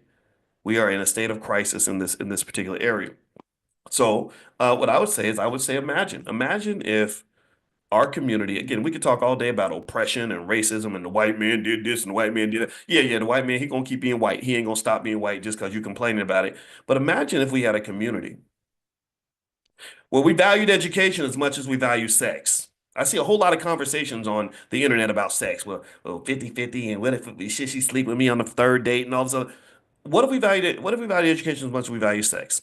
What if we valued education as much as we value, I don't know, the new iPhone? What if we loved education as much as we love sports? What if we spent as much money on education as we spend sending that little boy to football camp? You send his ass to football camp, but he ain't gonna be no football player. That's not when he's 30 years old, he won't make a nickel playing football 99.9% of the time. So why would you spend more money on football camp than you spend sending that boy to learn the things he needs to learn to survive in this society? They prey on your ignorance. They feed off of that. So why in the world would a parent that loves their child send their little girl out in the world with ignorance in a world where ignorance leads to death, ignorance leads to suffering, ignorance leads to struggle? Education, imagine if we valued education as much as we value, all the silly stuff by getting new Air Jordans or whatever. Imagine if education was just the thing. Imagine if education was more important than anything some goofy rapper had to say, or it was more important than any material stuff, the Gucci and the Louis and all the other luxury items that they sell. Imagine if people wanted to go to the library as much as some people want to go to the club. There would be nothing that could stop us. Nothing that would stop us. But for whatever reason, we have values that have to be addressed. And I can tell you that again, when I talk about my mother, one of the biggest things that she did in her life that allowed me to have the life I have and the life, my siblings have and everything else is that she did not play when it came to education. She would take me to this group called Black Achievers in Louisville, Kentucky, and she would have me involved in spaces where even if I wasn't getting education right away, or even if I wasn't trying my best, I always knew education should be a core value for any successful person. Let's go to the A. So the F in the fear vaccine, fear, F-E-A-R, the F is faith, the E is education. The A, this A is something that's connected to, again, my mother's legacy. This is something I want to give to you, and I hope that that's okay. I hope that this is helping you. Is something called accountability. Now, I know accountability for some people is a cuss word. Accountability is not something that's very popular because what does accountability do? Well, accountability is very painful to embrace because you're kind of getting you're kind of letting go of all your natural easy defense mechanisms. You're letting go of your crutch. They're taking away your wheelchair, so you're gonna actually have to learn how to walk. And some of us got wobbly legs, right? No, no, I need the wheelchair. I need to be able to blame the white man for every problem I have. I need the wheelchair. I gotta blame my parents. I need the wheelchair. I gotta blame my last relationship. But no, the word accountability is powerful. And this was something that was very, very big in our family. This is like, no, accountability is powerful and painful at the same time because it's really hard to take responsibility for all the crap that's happening in your life. Like it's easy to take accountability for the good stuff. Like we all want to brag about the good stuff. I did that. Look at what I did. Look at how great I am. But can you also take responsibility for the bad? Can you also look in the mirror and say, man, this is messed up. I gotta fix it. I did this. Right? Can you do that? And I'm gonna tell you, it's very hard to do not just because it's hard to do, not just because the culture doesn't support accountability, but also because psychologists basically say that human nature is not to accept accountability for any bad thing in your life. They call that self-attribution bias. A guy named David Hirschleifer, a wonderful little short little white guy that was on my dissertation committee, wrote a research paper about it and introduced me to the idea. I've been fascinated ever since. And what he said is that according to psychologists, human beings are very quick to take responsibility when something good happens, but they deny accountability when something bad happens. That's why if you watch your favorite team, and everybody does it. Everybody does. Let me give you an example, real life example. This involves me to tell you that I'm a victim to this too. When my Ohio State Buckeyes kicked Tennessee's ass this week, did anybody else see that? How many football? Anybody else a football fan in here? I shouldn't be a football fan because y'all know football is bad and it hurts brain damage and all that stuff. But I ain't gonna lie, I enjoy watching a good football game. So my Ohio State Buckeyes, Ohio State's where I got my PhD. They when they whooped Tennessee's ass, I was saying we won, we won. That was amazing. We did a great job. We threw the ball down the field. We were aggressive. I do that. I internalize it. But when they got their ass whooped by Michigan last week, did anybody see that? A lot of Buckeye fans were very unhappy about that because we Michigan came in and kicked our butt in our stadium. Well, when they lost, I was literally saying exactly what I just said. I said they lost. They got their butt kicked by Michigan. Now, sometimes I might use the word we, right? But mostly it was like they. Guys, they need to fix their team. They need to stop. They need to stop trying to just run the ball. They need to throw the ball down the field. Maybe they need a better coach. It became they when they were losing, but it became we when we were winning, right? So a lot of us have this tendency and I want you to be aware of it because part of consciousness is just awareness. And I'm going to tell you that one of the things my mother believed in very deeply, sometimes maybe you could even say to a fault, who knows? Because a lot she got criticism for this, is she just believed in accountability, personal responsibility. That your best chance of success in almost anything that you do is when you take responsibility and say, I got this, I'm going to fix this. Instead of saying, well, they're doing this wrong and they need to stop doing that. I get it, I understand, but that doesn't really help you. Like if I'm mad about my condition as a human being or as a black man, and I say they need to stop this, white people, white folks are doing this and the government's doing that. Yeah, they're gonna all do these things. Yeah, yeah, capitalism is the reason. I understand these things. I totally get it. But my question would be, how does that really help you? If I say, I don't have a lot of wealth because white people they didn't give us reparations. I agree with you. I talk about that all the time. Dr. Claude Anderson wrote a whole book about it called Black Labor, White Wealth, which everyone should read. But how does that help you to sit and just consistently put all your problems on the back of the white man? I'm not saying that white folks have been good to us. I'm not saying that I'm not a racism denier, but what I am saying is is your solution to say that we're just going to sit and wait politely until white people decide to be nice to us? Is that your solution? Because that's a very stressful solution. And it's very depressing. In fact, studies show that depressed people are people that tend to not feel like their lives are in their control. Did you know that they did the study with rats? I've told you all about this. That rats that were put in a painful situation who were convinced that they had no ability to fix it became very depressed. Their serotonin levels would change. They could measure that. Do you understand? So if you ever want to be depressed, or if you ever want to understand why the black community leads the world in depression and anxiety, a lot of it is shaped around this idea that from birth, we are taught that our whole condition is predicated on what white folks choose to allow and not allow.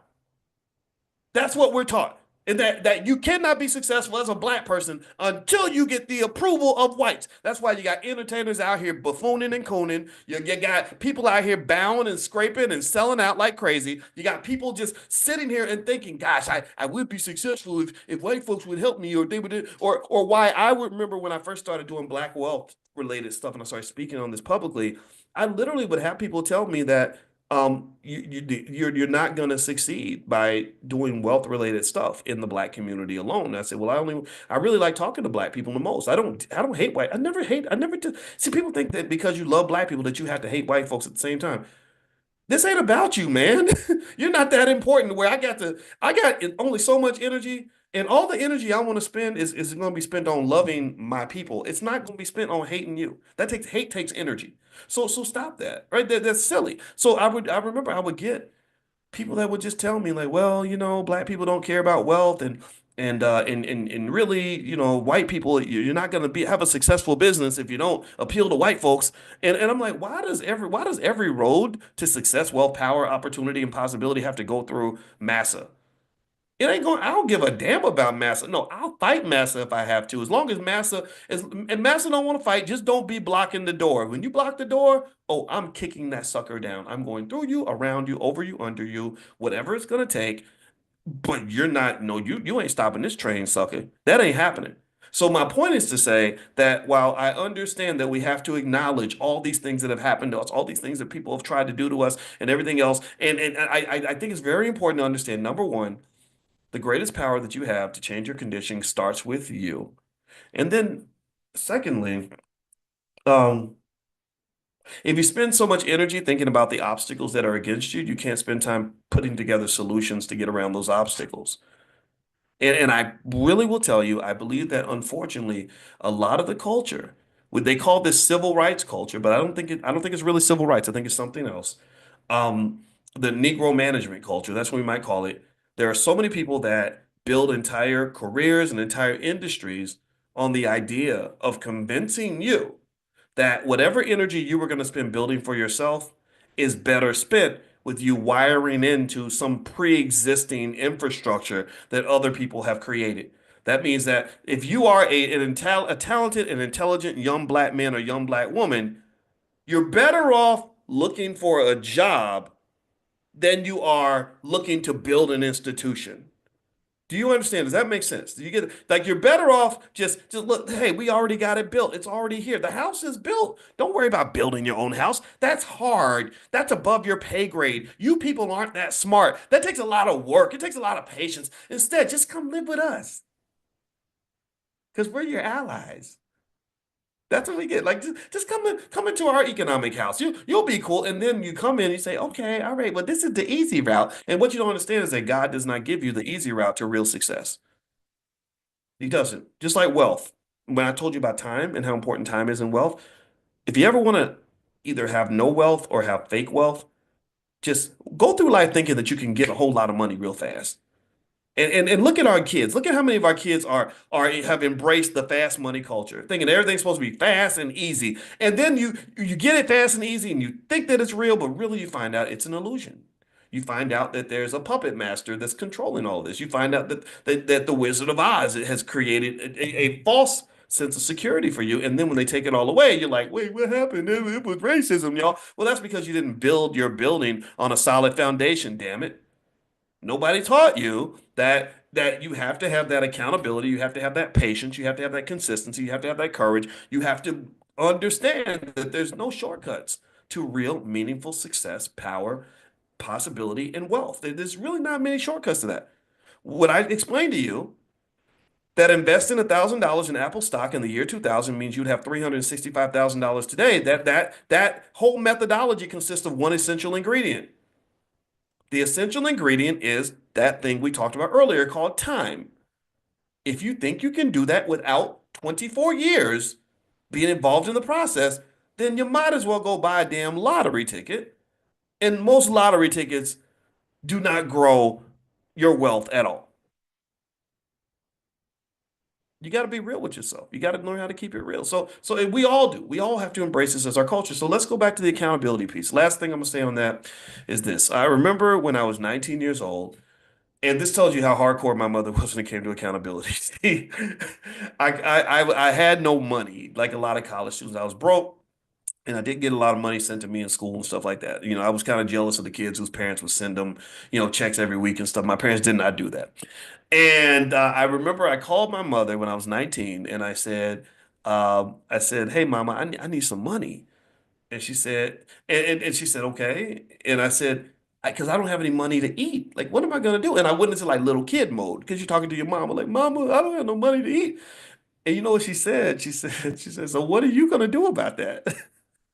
And that was really like, whoa, wait a minute, that's cold. That's what, and maybe we can debate that, right? I'm not saying everybody should approach it that way. My mother was very young at the time. I was in college. My mother was still in her mid 30s. That's how young she was. So she's learning, right? Maybe there's a different way to approach it, but in her world, it was like, you're a man. You're a man. You can go out and work and get money. You can go out and make things happen in your own life. You can be a playmaker in your situation. You don't have to be a baby anymore. And I want you to sit here and I want you to look at the world right now. And I want you to look at how many man boys we have in our community. I want you to look at how many men never learned how to be men. They never went through harsh experiences that challenged them to grow. They expect something to be just given to them. They don't know what it means to lead and protect and provide and all these things, right? They didn't go through manhood training. You have to manhood doesn't just happen naturally. Doesn't just happen just because you got a little hair on your chest and your voice deepens. No, there's a process. You got to learn how to just like becoming a chef or becoming a mechanic or becoming a surgeon. You got to learn like you have to go through so really here's what happened. If you want to know how that ended, and I'm gonna tell you, my feelings were hurt. I was like, damn, I'm like, that's cold, It's like, right. And maybe she could have sent me a little something, something. And I'm not gonna disagree with you if you think that was extraordinarily harsh. But here's what that did for me, and I want you to write this down as you're dealing with your own kids. Check this out. I told you how I was jealous of the kids whose parents would send them money every week. They get like maybe $50, $100 a week. And I would be like, man, I wish my parents would do that for me. Well, when my mother put down the gauntlet and forced me to go out and make money on my own, well, what did I do? I went out and I got a job. And then because I was already a straight A student, I started getting scholarships. And I studied harder than the other kids because I knew that I could get more money that way. I knew that I'd get a better job when I graduated. I also knew that I was going to get more scholarship money. So I got all the scholarship money. I would get thousands of dollars in my refund check every semester. And then because I had a study system down where I learned to manage that other powerful thing I talked about called time. Like at 19, I figured out there's 168 hours in a week. That means that if I sleep 8 hours a day, that's 56 hours. That's 112 hours left. If I go to class 15 hours a week, that's 97 hours. So I could probably study 50 hours a week and still have 47 hours left to work a full-time job or do whatever I want to do. So when I did it that way, I said, okay, I got it now. I figured it out. So I'm making money from the scholarships. I'm getting money from the first job, and then I had time to get a second job. So check this out. Not only did I have as much money as the kids whose parents were sending them those little $100 checks, oh, I had more money than everybody. I was making thousands of dollars a month. And it wasn't a burden on my parents. They didn't have to worry about sending me money anymore because I had it. I could get the money myself. And also I got to do the things I wanted and live the way I wanted because I learned, wait, I can actually go out here and make something happen in my life. And and again, as harsh as it might have been for my mother to do it that way, right? I'm not gonna say it wasn't kind of cold. It was. My mother actually apologized for that later on in life. I'll just say that. Um, I thank God that she did that for me. I'm so happy. I'm like, thank you, Mama, for not solving my problem and giving me a chance to solve it myself. I don't know if you did it because you were mean. I don't know if you did it because you were being lazy. I don't know if you did it because you just had this extraordinary wisdom. Maybe it was a combination of all three, but either way, it worked. I became much more mature than most of my friends. I had so many friends in college that flunked out and disappeared and got pregnant and went off and got on drugs and wasted time, and low GPAs, blew their opportunity. Oh, I didn't do that. Why? Well, it was because that word. Let me circle it. I'm circling about 5 times. Accountability. Robin Watkins believed deeply in accountability. And let me tell, when I tell you that that's not common in a lot of families, and that's one of the reasons why this little 16-year-old girl with no money and no understanding of the world was able to raise 3 kids that became successful. Accountability is right at the core of this. My parents are aliens. They are not normal people. When we were being raised, my mother had to deal with a lot of criticism from people who said, "Oh, you're being too hard on him. You're doing this, you're doing that. Oh, you should. It's okay. It's all right if he does this and my mother just had a different standard. She had a different standard. See, you don't understand. Most of the boys that I grew up with did not turn out so good. Let's just say that. I'm not their family, and I got family that might be listening. I'm not gonna try to. The family knows. Family knows. You know my cousins, right? But for everybody else, I'm just gonna say it was less than ideal in terms of the outcomes. Some of the stuff involved drugs. Some of it involved just being in the struggle, unemployed, not taking care of the kids, just whatever, right? Whatever. Again, not disrespecting anyone though. I want to be very careful about that and not trying to put anybody on a pedestal. But my mother, this little girl, this little lady, and when I was born, when people jokingly and they say, "Oh, you've been rich your whole life, so you don't know what it's like to struggle," I'm like, "No, I was born in the projects. We live. That's where we live. My mother paid $50 a month in rent, and it's called LaSalle Place. You can actually find it in Louisville, Kentucky, to this day. They're still there. That same unit is still there. And so this little girl who had her baby and she was living in the projects, was able to raise a son that was a college professor, a daughter that's a medical doctor, and a son that went to Cornell University that's now, doing business with billionaires. So that doesn't happen by accident. That doesn't just happen because, oh, you got lucky and you got blessed and somebody did you a favor, or the white man hooked you up. No, it happens because you have a plan, and you execute the plan. And you also have to have the courage to be a little bit different. It's okay. She was different and she got ridiculed for that. And so that led to the last piece. Now, remember the word fear. We're building the Robin Watkins vaccine right now. This is what, again, if you have any appreciation for what we do in the space, or we're connected on some level, I hope you'll think about this a little bit. And this is the blueprint. This is the blueprint. That leads to the last part of the word fear. So the fear vaccine is where you take the word fear, and the F stands for faith, the E stands for education, the A stands for accountability, and the R stands for resilience. Resilience. Resilience is a simple idea, but it's not readily implemented very often. And it's not implemented as much in the Black community sometimes because we have a heavily traumatized community, and studies show that people that are heavily traumatized have a hard time sticking to things. They give up easy because you are thinking about failure. You're looking at your current situation as nothing more than confirmation of what you already knew, which is that you're not worthy, you're not capable, you're never going to succeed. And I think that this is a problem for our community because we are fed so much depression about our condition. We're constantly being told that we can't accomplish certain things because certain people won't let us, or that we have all these problems because we're just incapable and inferior, and the resilience thing matters. In fact, it's going to be hard for me to really collapse all this into a short statement, but I'm going to try to do that. Resilience matters because resilience, sometimes that's really literally all that matters. Resilience matters because there are so many situations where that's all that matters. It's not that it's on the table. Resilience is the damn table. It is. It is. Has anybody heard this? Where they talk about how millionaires are basically regular people who just didn't give up. That there are so many people who were gonna be millionaires, but they gave up on the 10th try, and if they'd gone to the 15th try, they would have actually gotten there. Resilience is everything.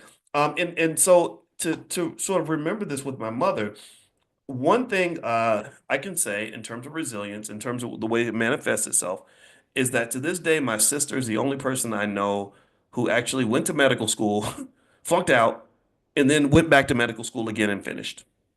She did that. And that was because of resilience. That was because my mother just said, keep trying, never give up, keep trying, never give up. My grandmother at my graduation read a poem called Don't You Quit. You know, you might get tired, but don't you quit. Blah, blah, blah. You don't, but don't you quit. So that resilience piece was absolutely essential. Um, she was married to my father for 50 years. A lot of people joke. It's fun. It's really actually quite poetic in the sense that she had her 50th wedding anniversary a month before she passed. So they made it to the 50-year mark. And what's interesting about that is that there are so many people out there who say that they want the same thing. There's so many people who admire that. They say, "Oh my gosh, that's so romantic. That's so beautiful. I wish." And we just kind of giggle when we hear it. I'm like, oh, so you think it's romantic, huh? You think it's all just peaches and cream, don't you? You think y'all just gonna be cute and in love every day for the next 50? Is that what you think it is? You think it's a Disney movie, don't you? And it's not a Disney movie. It's not cute. It's not some beautiful, smooth little process. It's a hell of a grind. It's a hell of it is one of these things. It reminds me of running a marathon. If you remember back in 2019, me and my wife ran a marathon together, and I was very proud to have completed a marathon because I never thought I would ever do one. And even though in the pictures I look comfortable, confident, happy, and just complete, like just glowing because I just did this amazing thing, the reality was I felt like complete shit. I did not, there was nothing fun and joyous about running a marathon. It was hard as hell. I was tired. I was mad.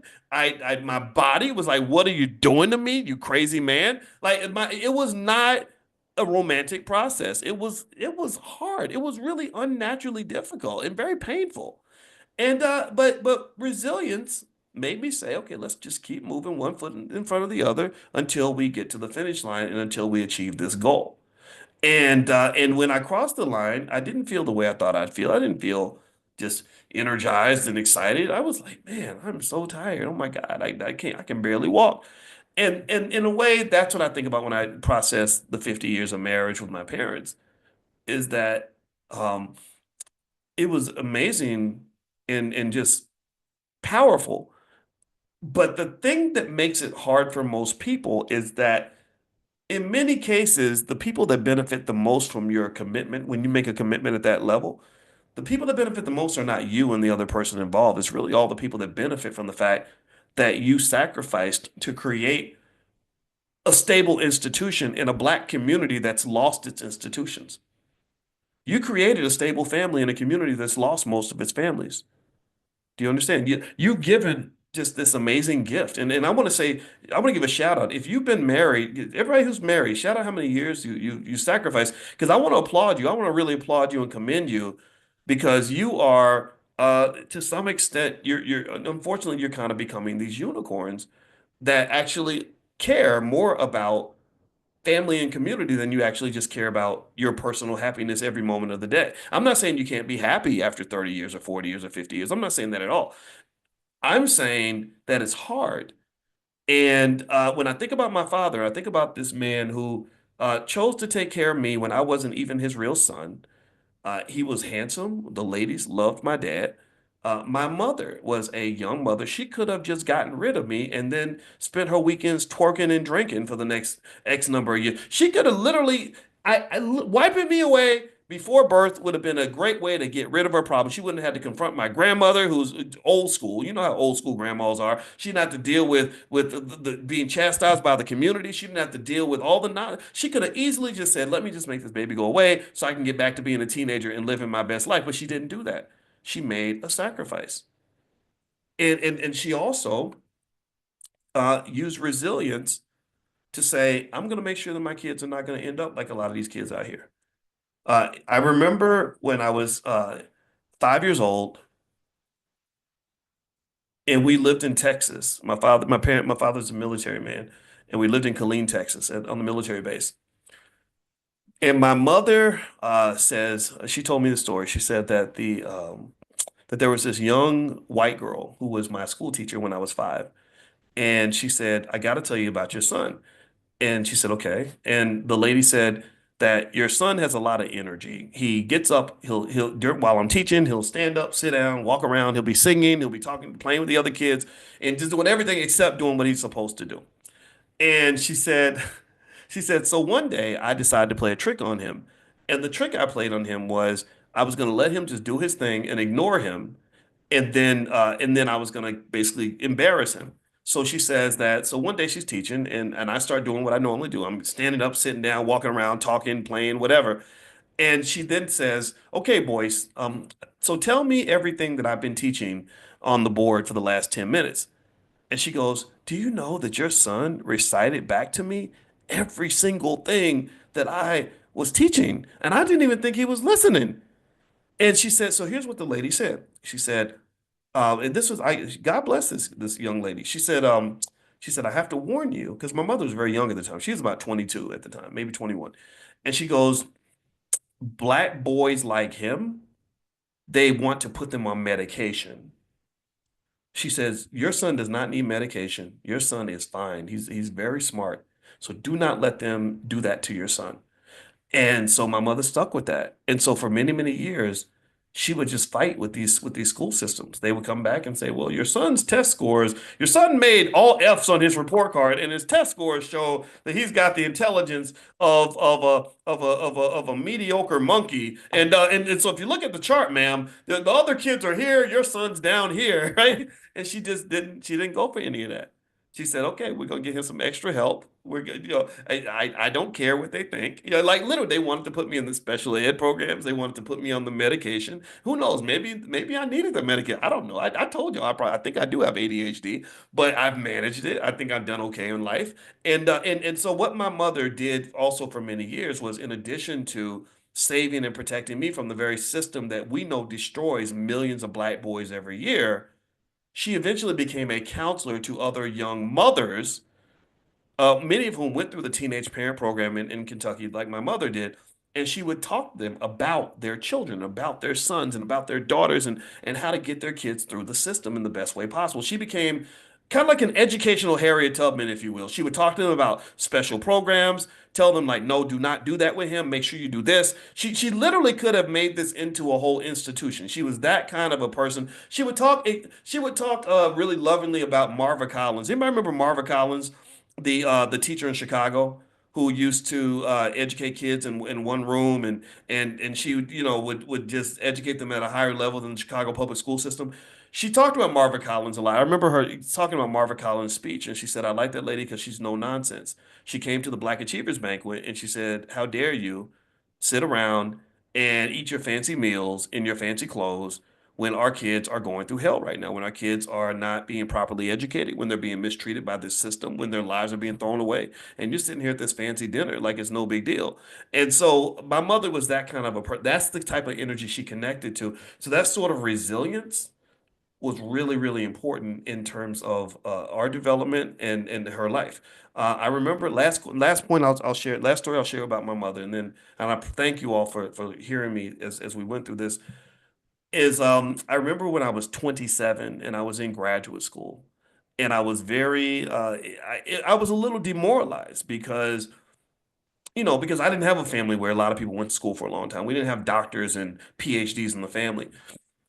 So a lot of people didn't understand what I was doing, right? So I would go to I would go to family reunions, and they would be sitting there trying to figure out something to talk to me about. And they would say something like, "So you still in school, huh?" And that was because I'd just been in school for so long, and people were like, "When's this gonna be over? Is he lazy or what?" And what was going on was I was trying to get a PhD, but I kept struggling. It was hard. It was really hard. And I had to go back and retool and get better at my math or whatever. And I remember, I'll never forget. I remember the exact moment I was in the car with my mother, and I was talking to her about it. I said, "Yeah, people make fun of you because you're in school for a long time, but I really want to get my PhD." And what she said was really interesting. First off, she said, "Well, you got to keep going. You keep going until you finish. You got to finish the job. Don't stop. Don't quit. If you never quit, then you'll never fail." And just little things like that stuck with me. And then also, what she said is she said, "Right now, what you're doing is you're laying the foundation. You're laying the foundation for the rest of your life." it's hard to build a foundation. A lot of people don't won't have a foundation. You're laying a foundation for the rest of your life. And little stories like that or little statements like that is what kept me going. So through many years, my mother was my greatest cheerleader. That's why the loss is so hard, right? Because she really cheered me on, and when nobody else did, when nobody else understood, she did, and it was pretty powerful. And so that resilience is something that I want you to hold on to when it comes to what you do in life. Because, for example, they have studies that say that resilience is the difference between the successful entrepreneurs and the failures. All the successful people really have, 9 times out of 10, is this sort of relentless desire to keep going no matter what. And so I'm going to encourage you as you're trying to accomplish the things that you want to accomplish, just know if you can gain that resilience, you can do anything. And by connecting to the other pieces of that model, the fear vaccine, if you go back to faith, the belief in something bigger than yourself, the belief that this too shall pass, the belief that I'm connected to something bigger than me, the belief that there is a bigger picture, that will give you resilience because resilient people can see the bigger picture, whereas small-minded people who only see what's happening right now, what just occurred 2 seconds ago, people like that do not succeed. They do not get to the finish line because they can't see past mile one. So resilience and faith go hand in hand.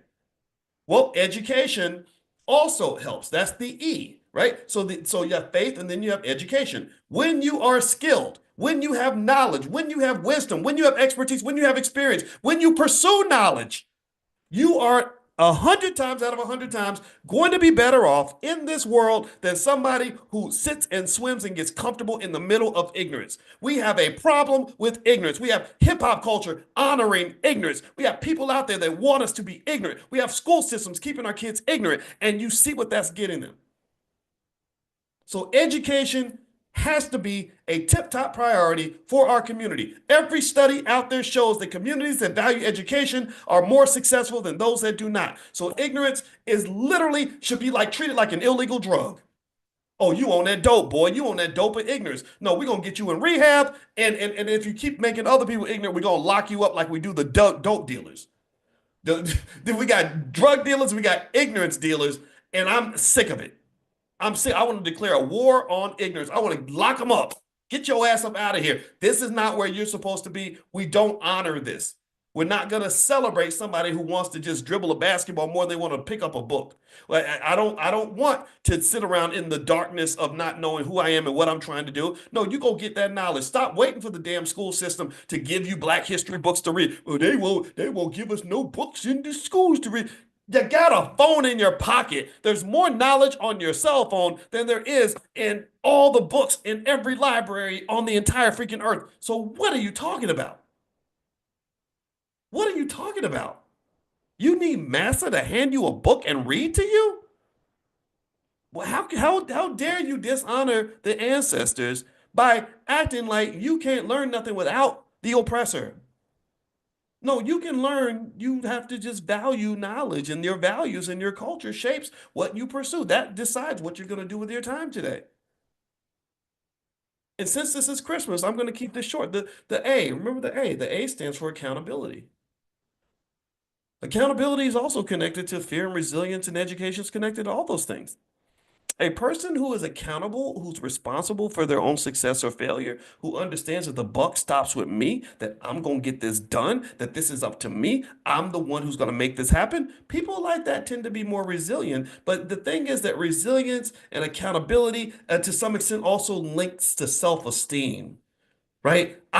If I don't have self-esteem, see, this is the basic stuff, man. This is the foundational stuff is what does it all. So if I have self-esteem and I love myself and I believe in myself, which might come from faith, then I have the capacity to be more resilient because if I'm a resilient person with high self-esteem, then any failure I have, oh, that's temporary. Oh no, failure is not for me. That's for other people. So that you must be making a mistake. Like you ever think about that? You imagine you going to a store and you know you're rich and you know you paid down your credit card and and they run the credit card through and they say, I'm sorry, your card got declined. Well, what do? You say, well, no, no, that must be a mistake. No, run it again. You gotta run it again, right? Because that's not me. Other people can, but no, when it comes to success, and I'm swiping the credit card of success, oh, I know God gave me an infinite bank account. I know that oh, God blessed me with a massive credit limit. So clearly, you must be making a mistake because that's not who I am. That's maybe that's for you, but that's not for me. So my point is to say that that self-esteem piece is critical. People that have high self-worth and know who they are, like you need to know who the hell you are. People that have high self-worth and know who they are, they tend to be more resilient because they know the success is meant for them. And they also tend to be okay with accountability.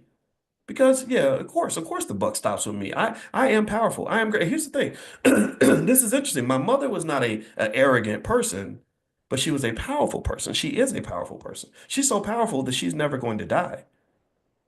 She's so powerful that she's right here in this room. She's so powerful that everything I'm sharing with you came directly from her. So, so she was a powerful person. She wasn't arrogant, but she was powerful. Well, why was she powerful? Partly because of the F in the fear model. She had faith. She's connected. She's wired into God. Nothing's more powerful than that. So I don't always have to be powerful. I just have to be down with the power source, right? So when the power source is something bigger than yourself, this circles back to consciousness. Consciousness means that ability to see the big picture, connect to something bigger than me, right? I'm connecting to God because I have God consciousness, right? That consciousness is critical in terms of the fact that it will give you things like the faith, which feed into the self-esteem and the accountability and the resilience. Like I'm not afraid of taking accountability because I know I got this. I'm not a loser who's going to spend my life blaming other people when I lose. I'm not a person who's destined to be broke and struggling because the white man won't let me do it. No, no, no, no, no, no, no. I know who I am, right? I don't. I just. we and we all should think about this, right? This is what's powerful about being black. You are special. You're the only people who can say Black Americans and I love everybody around the world, but I'm going to talk about that for a minute. We're the only group of people who can say that we survived the slave dungeons, which were absolutely horrible. You got to go to Ghana to see it. We're the only people on earth who can say we survived the Middle Passage, even though half of the people died. We're the only people who can say that we survived 250 years of the most brutal slavery known to man. We're the only group of people who can say we survived 100 years of horrific Jim Crow and the nightmare of everything they did to us after that. We're the only ones who can say we survived the war on drugs, where they dropped crack cocaine into our communities just to dismantle our families. We're the only ones who can say we survived the mass incarceration epidemic of the 1990s and still came out shining. Like, we're the only ones who can say this. Nobody else can say this. So, to some extent, you need to understand the superhero that lives inside of you. You need to realize that your ancestors were not just survivors, they were a pack of badasses that could do anything that they wanted to do if they put their mind to it. You have to understand that the weak part of our bloodline didn't survive. Only the strong survived. Like when they go in the hospital and they say that the bacteria, you don't want to get the bacteria in the hospital. Now, y'all know what that is, right? When we were in the hospital with my mother in her last days, there was an infection kind of around, and I had to really protect from that infection because why? Well, why do we know this? Why do we know? Well, because hospital bacteria are the most gangster bacteria that there are. These are the bacteria that survived all the sanitation and all the disinfecting that they did. So the bacteria that survived is the strongest bacteria. So to some extent, that is who we are. We are the survivors. We are the ones whose ancestors made it through all of this. And so ultimately, what that means is that if anybody has a right to be a little cocky, it would be you. If anybody has a right to have high self-esteem, it will be you. If anybody should know that they are the chosen people, it's you, it's me, it's us, it's this. So to summarize it, and let's bring it all together, um, the nation, we live in a country and a community where sometimes fear becomes the default state of existence for a lot of people. Fear is used to control you. Fear is fed to you on a regular basis from the time that you're born. Fear was used heavily during the pandemic to control people. My mother talked about when she was young and how fear kept her in that state of depression and made her less than the person she wanted to be. So, to honor Robin Watkins today, for those of you that didn't get to see the whole conversation, We have created the fear vaccine, FEAR, and we've taken those words and we flipped them into words that fit her legacy. The F stands for faith. If you have faith and a belief in something bigger than yourself, the fear goes away. I'm not scared no more because I ain't got this, but God does. Nothing's more powerful than God or something bigger than yourself, whatever you're connected to. Connect to something bigger than yourself, and I guarantee you nothing can stop you. The E stands for education. Educated people have less reason to be afraid of the world than uneducated people. We are entering into the age of AI. Those who understand AI are like this, rubbing their hands like Birdman. They're excited. Oh, look at the future. It's going to be great. People who don't understand it are in fear. Oh my God, the AI is going to take my job. Oh my God, the AI is going to ruin society. Oh my God, the AI is going to kill, right? So education, people that know their way around this world, and you're in that category, by the way. Again, most people can't say I sit and I listen to a finance PhD every morning. So just if you've attended more than 10 of these classes, you're already in the top 20% of all Americans. If you've gone to more than 100, then you're probably in the top 5%. I guarantee you, there's no other place you can go where people are talking about educating your 5-year-old on the stock market or explaining to you how Burton Malkiel showed you in 1971 that even monkeys could invest and make money. Most people don't know this stuff. No, so you are educated. I don't care if you went to college or not. I don't care if you didn't finish the classes for your GED. You are in an elite class, an elite space, just by the fact that we're here. So the E, you educate yourself, you have less reason to be afraid. The A, accountability. A lot of us fear accountability because accountability is a scary thing. But once you accept it, you have less fear because you know that this car that you're in, called life, that you're the driver of that damn car. Don't you dare go through life thinking that other people are going to decide whether you're going to win or you're going to lose. Don't go through life hoping that other people decide that they're going to come around for you. No, no, no. You come around for you. You come, if you can't change the people around you, then you got to change the people around you. If white folks ain't acting right and they're not giving you what you want, go find some black folks who will. You cannot go through life without being accountable. And even if it's not true, even you're always better off taking accountability, even if you can't control everything. So what does that mean? That means that, okay, look, I don't know what's going to happen. I can't make everything happen the way I want it to, but I can control what I do every day. And that's the most I'm going to do. We talk about this even with investing. I tell you, I say, look, the market's not going to be consistent. The market's going to be a drama queen. It's going to go up and it's going to go down. So the variable of consistency has to be you.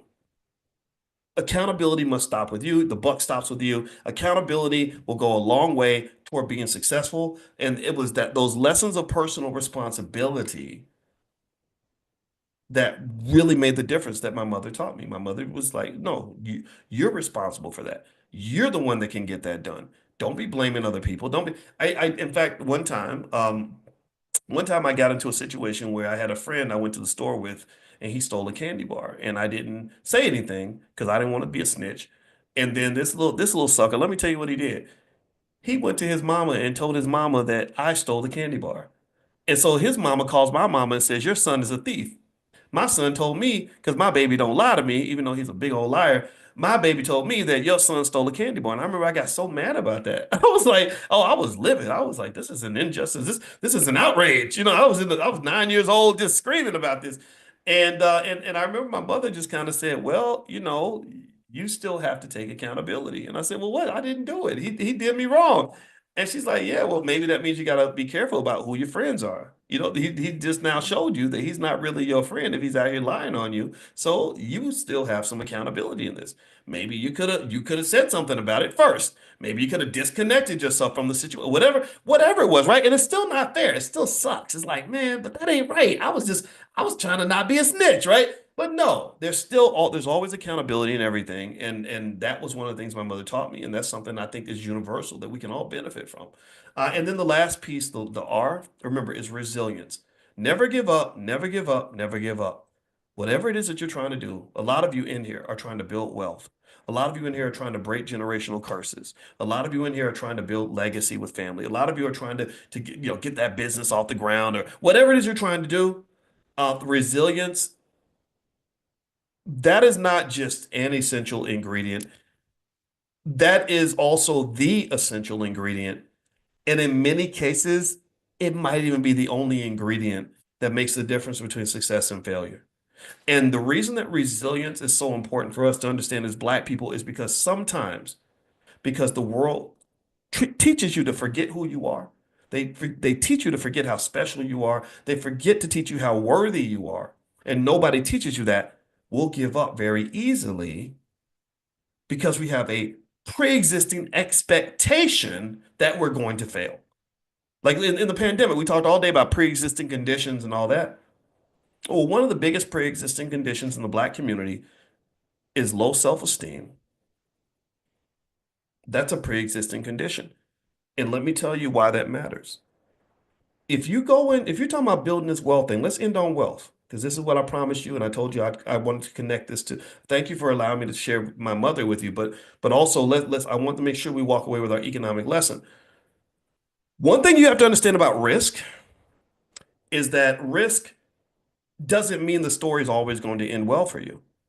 Risk, we talk about risk a lot. I studied risk extensively under Professor Renee Stoltz at Ohio State University. He's one of the leading risk management experts in the world. So I meditated on risk. I had to understand risk from a deep mathematical, probabilistic standpoint. And the thing about risk, and you know risk too, you know it because you know when you're in a risky situation. You know when you're taking a chance, right? You've known these things, right? So the thing about risk that people forget when they're telling all these feel-good stories about, you can do it, go start a new business, is they forget that that even though there's a lot of sunlight at the top, when you achieve the success, there's like this deep canyon, this deep dark abyss called failure. And many of us don't succeed. Many of us, when we start our business or we go out here and we try to conquer the world, we don't always make it. And the thing is that when you're assessing whether you're going to take a chance or not on yourself, you're seeing a little bit of both. And what you see is determined by what you're conscious of. Oh, there's that word consciousness. See, what you got to understand is that we've talked about this. This is why my wife, Dr. Alicia, who's a therapist, that's why we created that Black Financial Therapy Department. We're the first ones to ever do this. No one's ever created a Black Financial Therapy Department. We developed the Black Financial Therapy Department for one major reason. She helped me understand how deep our trauma goes and the effects of that trauma. And so here's what trauma does to your risk consciousness. A non-traumatized person, when they see a risk, they say, oh, look at all these great things that'll happen if I succeed. And a person who doesn't have the same consciousness or who has low self-esteem or low self-confidence, all they're going to see is the negative. All they're going to see is like, whoa, if I quit my job to start the business, I might lose my house.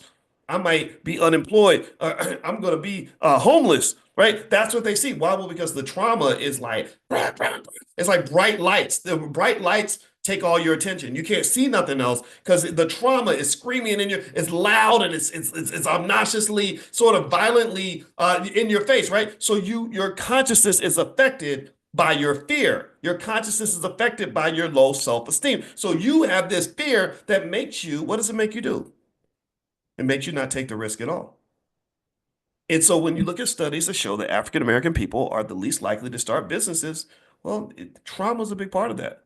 Fear is a big part of that. And it's not just you, it's not just a virus that affects you. It might be a virus that affects all your damn relatives. That's why when you say, hey, y'all, I'm quitting my business, I'm quitting my job to start a business, all your relatives, first thing they do is they're like, are you sure you want to do that? The jobs at the post office is paying good. Why would you give up a good job at the post office to go start a business? But that little business, girl, you crazy. What are you talking about? You don't get a lot of encouragement. You have people that are infecting you with their virus of fear, so that leads to an inaccurate perception of risk. So even though your probability of success might have only been 10%, it actually drops to 2% because one of the things about success is that even though you have a probability of failure, that probability of failure is only minimized if you do your best. And you're only going to do your best if you have self-belief. You're only going to have self-belief if you have reasons to be confident. And there's nothing there to be confident about because you're already broke.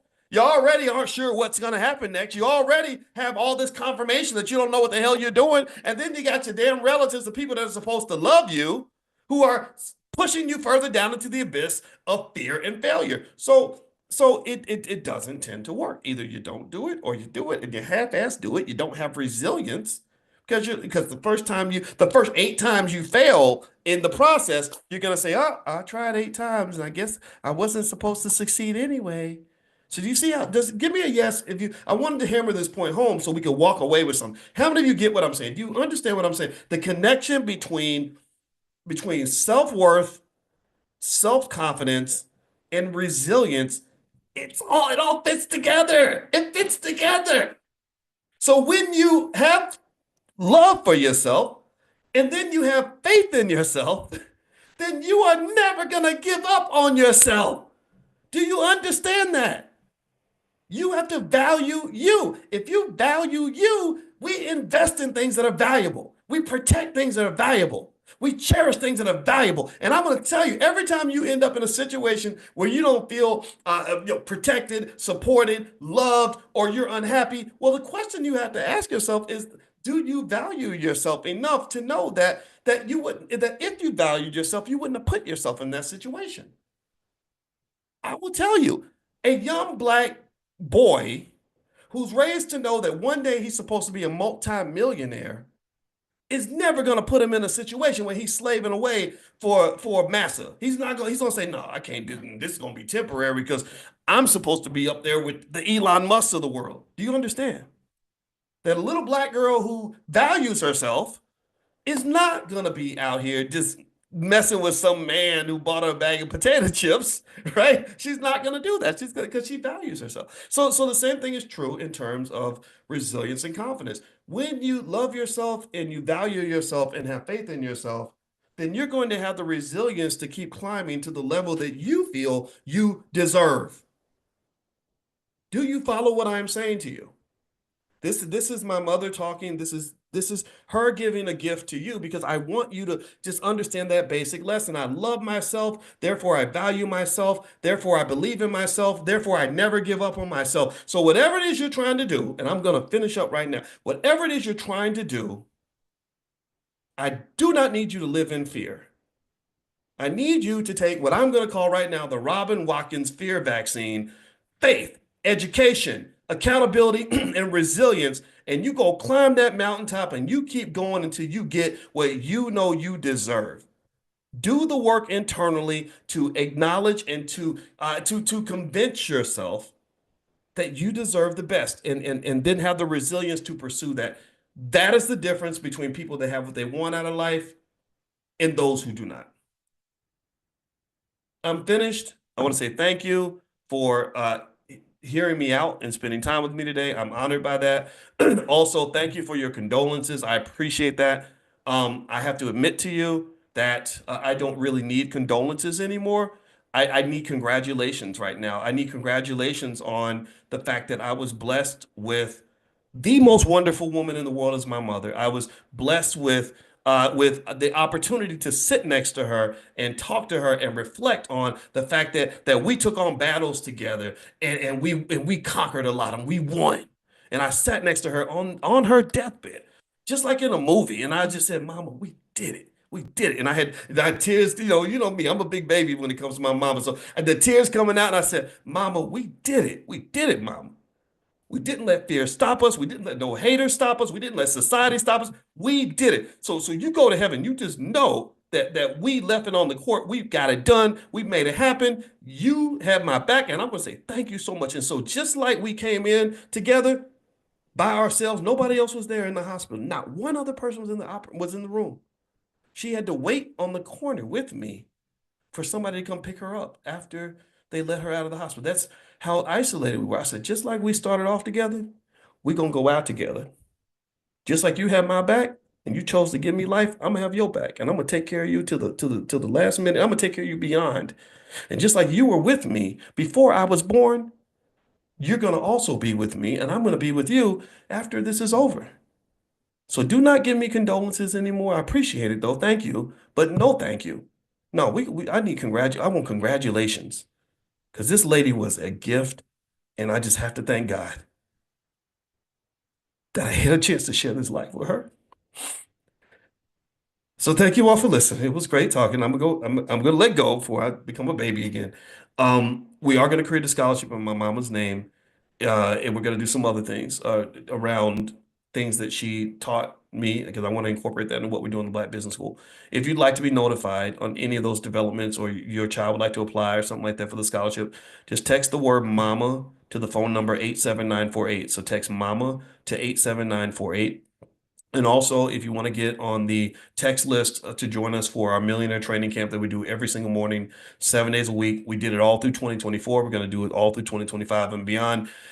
Just pull out your phone, text the word morning, MORNING, to that same phone number, 87948. So text morning to the phone number 87948, and I'll send you notifications every morning when we go live, and you can join us every day. Anybody who's new, you're certainly welcome, because we're getting this thing done, and we're going to do it unlike it's ever been done before. We are better on Earth. We're better at this than anybody on the planet, and we are winners. So God bless you. Thank you for sharing your Christmas with me. If you're listening live, I hope you guys have a wonderful day. I'll see you guys soon. Take care. Bye-bye.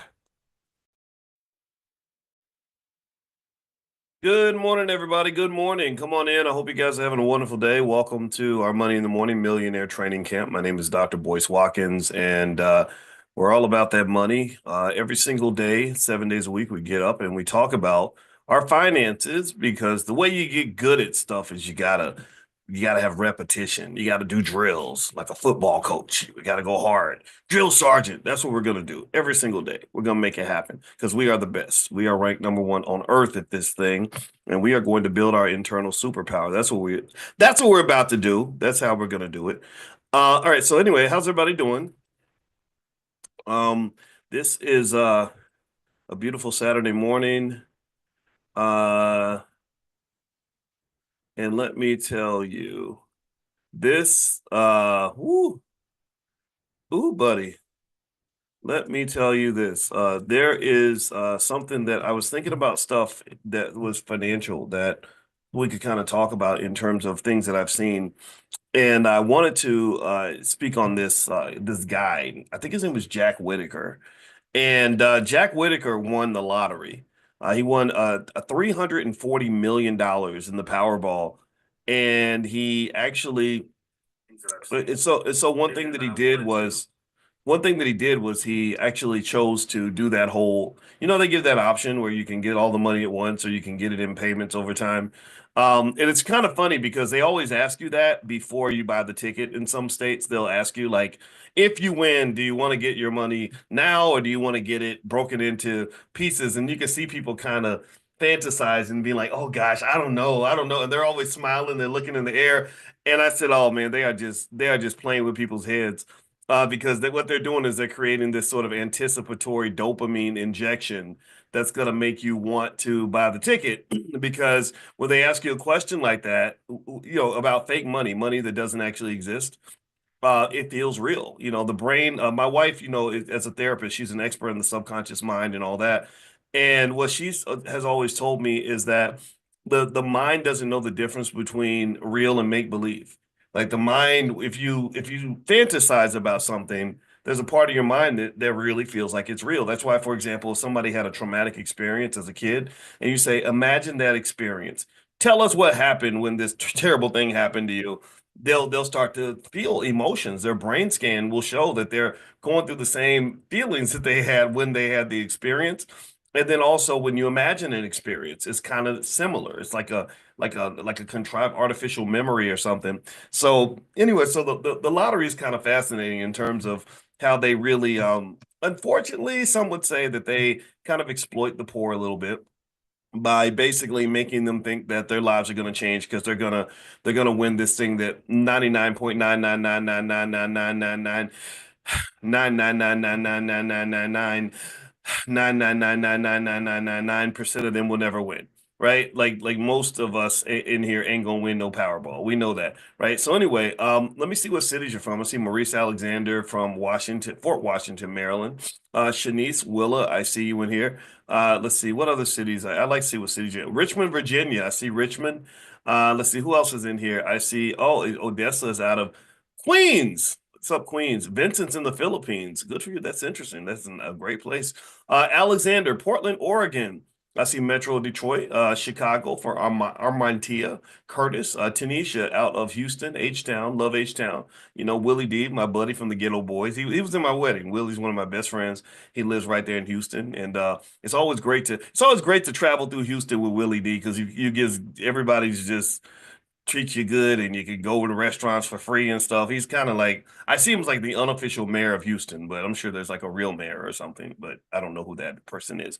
But anyway, so let me get back to it. All right, so let's see. Cassandra, Cincinnati, good to see you. Cassandra, Mary Floyd out of Tallahassee. Let's see, Darnay out of Atlanta. Charlene, good morning to you as well. And out of Philadelphia. I love Philadelphia. I just talked to my friend from Philly yesterday. All right, so anyway, let me get back to it. Okay, so I was mentioning to you guys the lottery winner. Again, I think his name was Jack Whitaker. I could get it wrong, but it doesn't matter because he had a real hard time. So let me tell you the story, and then what I want to do is I want to link this to a couple of financial theories that you should be aware of as you make economic decisions going forward. In fact, my one of my big dissertation topics was financial psychology, behavioral finance. I've always been intrigued with psychology, and I because I just really think that mindset makes a big difference in your life. And the reason I became intrigued with mindset and psychology is because I had an issue with depression as a kid. And I was very depressed coming out of high school. It was really hard. There wasn't much to be happy about. And it wasn't until 25 years later or 30 years later that I realized part of the reason I was depressed is because my parents were depressed. You know, that I didn't know this. I just figured out. I said, "Oh, that's why I suddenly became happy and the sun came out when I moved out of the house because my parents were both dealing with their own type of depression. My father was a police officer for 25 years, and a Vietnam veteran who probably has some PTSD and things like that. He'd actually overcome a heroin addiction from when he was much younger. He was a very disciplined man, but troubled. You know, when you're a cop, it's a very disturbing job. You know, that's why I refuse to criticize all cops because I don't believe all cops are these terrible people that wake up wanting to hurt black people every day.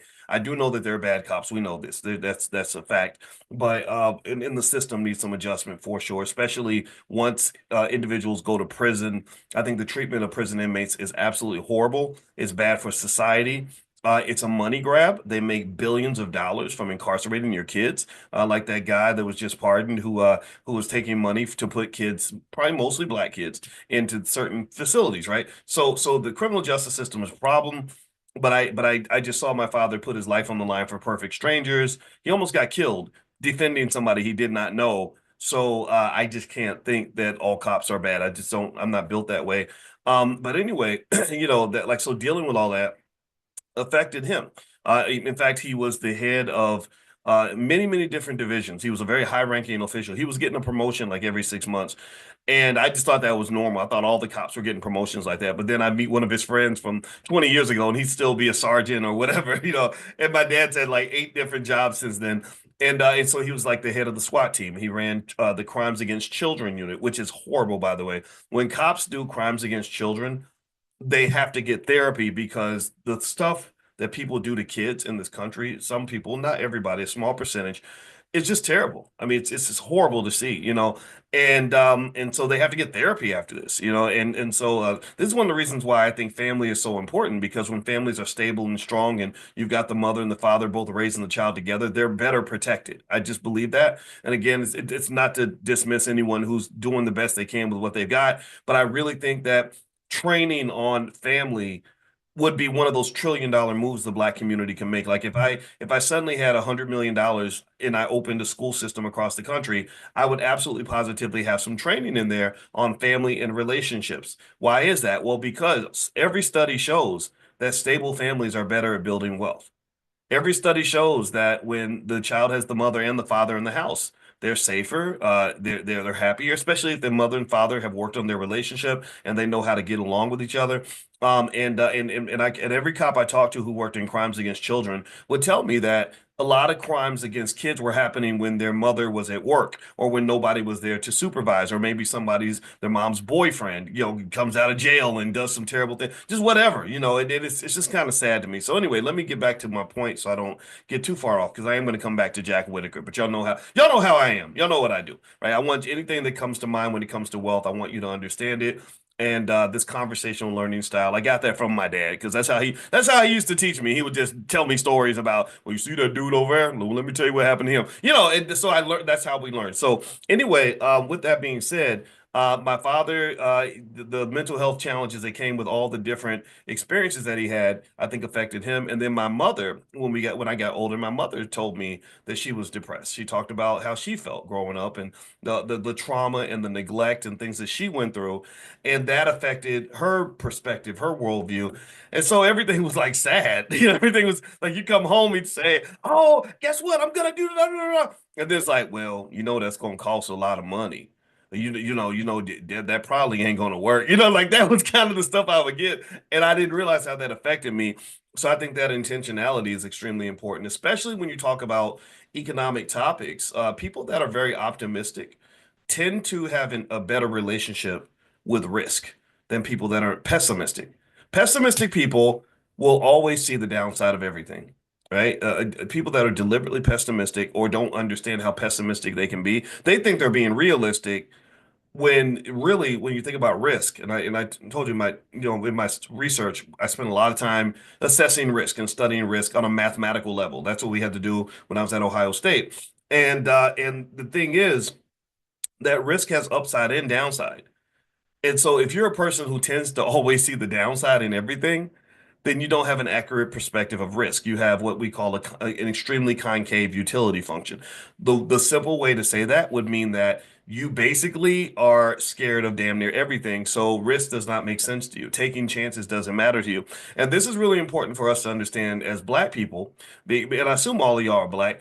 How many of y'all, is there anybody who's not Black up in here? All the not Black people, say something in the chat. Say yes. Say yes in the chat. We love you, by the way. We don't hate white people. I just love Black people. They think if I they some people naturally think that if you love Black people, then that means you got to hate white people. Man, this ain't got nothing to do with y'all. You are not that important in my world. So stop thinking I'm gonna waste my energy trying to hate on somebody. No, I want love. Love is what I lead with. Period. I lead with love. Okay, I see some yeses. All right, Ken and Lauren and Kimberly. All right, so we got some white folks. So that's all right, and that's cool, Susan. Susan, we love you, by the way. Everybody say hi to Susan. She's Black. Oh, Black British. Okay, so you're well, Black British is Black. Come on now. But anyway, so anybody who's not Black, it's cool. You're welcome to be here. But because everybody can learn. I taught lots of people that are not Black through the years, but people are just scared of me because I'm pro-Black. When you become pro-Black, people are like, "Oh my God, you must be dangerous." Or I'm not dangerous. I'm a dad. So anyway, with that said, your perception of risk is distorted to some extent because Black people have been through a lot of stuff, right? We went through this massive thing called slavery that no most other people haven't gone through. We went through things like the Middle Passage and the slave dungeons and Jim Crow and all kinds of stuff, where people were killed and incarcerated for the smallest things. So fear kind of became a way of life. That became something that was essential for survival. Well, the problem is that fear and wealth don't really mix. You know this because you've probably heard people say scared money don't make money. So if you're scared all the time and you're scared of your own shadow and you lead with fear and you make every decision out of fear, then chances are prosperity will evade you. But safety, you might have security and safety for sure, but you might OD on security. Like again, like if for example, if I'm afraid of dying in a car crash, and I just say I'm gonna stay in my house for the rest of my life so that I don't die in a car crash, well, congratulations, you'll never die in a car crash because you didn't leave the house. But look at how much life you're going to miss because you were sitting in the house, scared to go outside at all for any reason. So a lot of this, when you link that to trauma, intergenerational trauma, post-traumatic slave disorder, things like that, as well as just the environment that you're in, that can really affect your ability and desire to take risks. So because I dealt with the depression I felt as a kid, I mean, I was really depressed. It was really it was a very sad time for me. I'm not gonna lie about that. But just don't feel so bad for me because everything got better once I started to have equity in my own life, right? I was able to get up in the morning and decide what kind of man I was going to be. I could decide how I was going to view the world. I could decide how I was going to look at things. And once I understood that science, once I gained that consciousness to become self-aware, once I kind of elevated my thinking to be able to see myself from the outside and say, okay, Boyce, it's your decision. What kind of man you going to be right now? that was the best thing in the world to experience. I no longer felt like anybody's victim. I didn't feel like anybody controlled my stuff but me.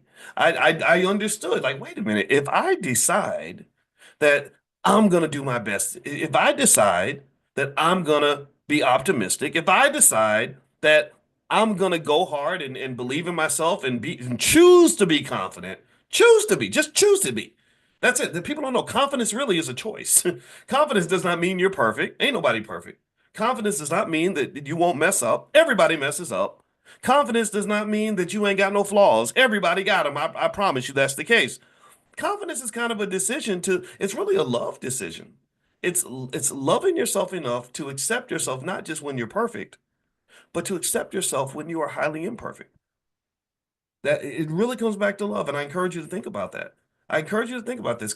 Confidence that is sort of this type of unconditional love where you say, "I'm all I got, and I'm gonna ride or die with me till the wheels fall off. I'm going down with the ship." So I'm not scared of the bad outcomes because I'm gonna be there whether it's good or bad, sunny or rainy.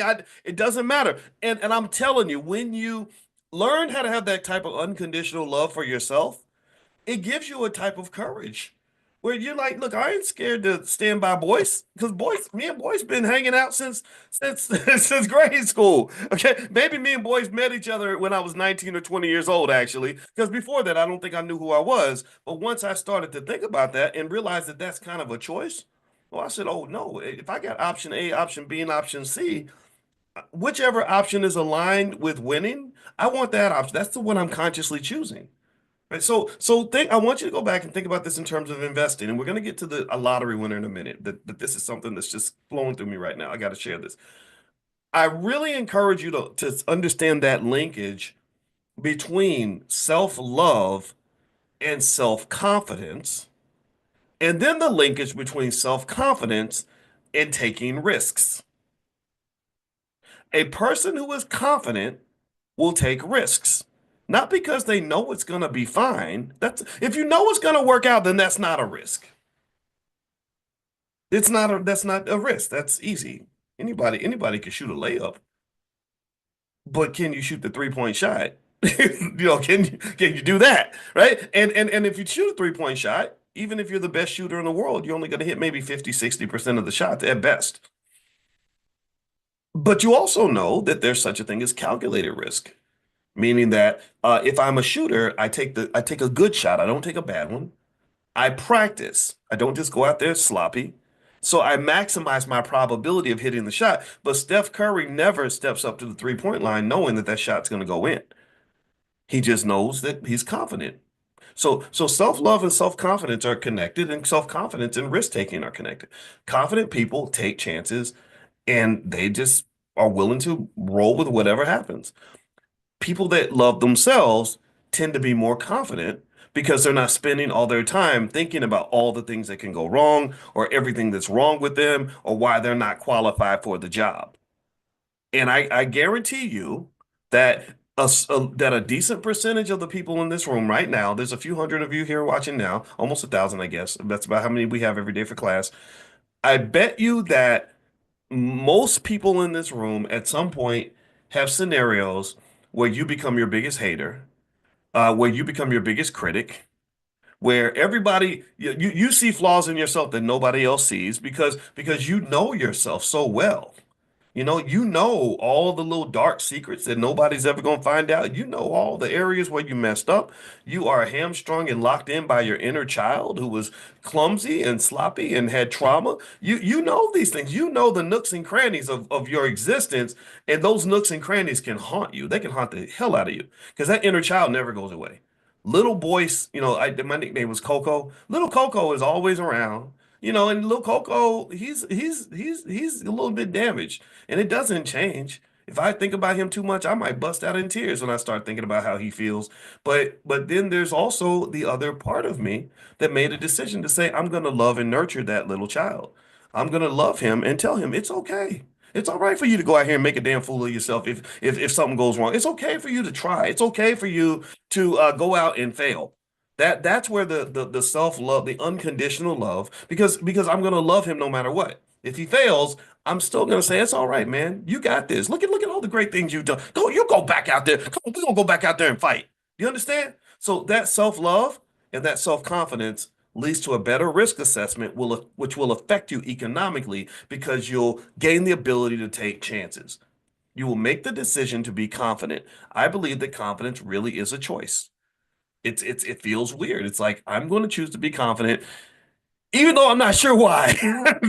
But I love myself and I'm all I got, and I'm going to maximize my probability of success.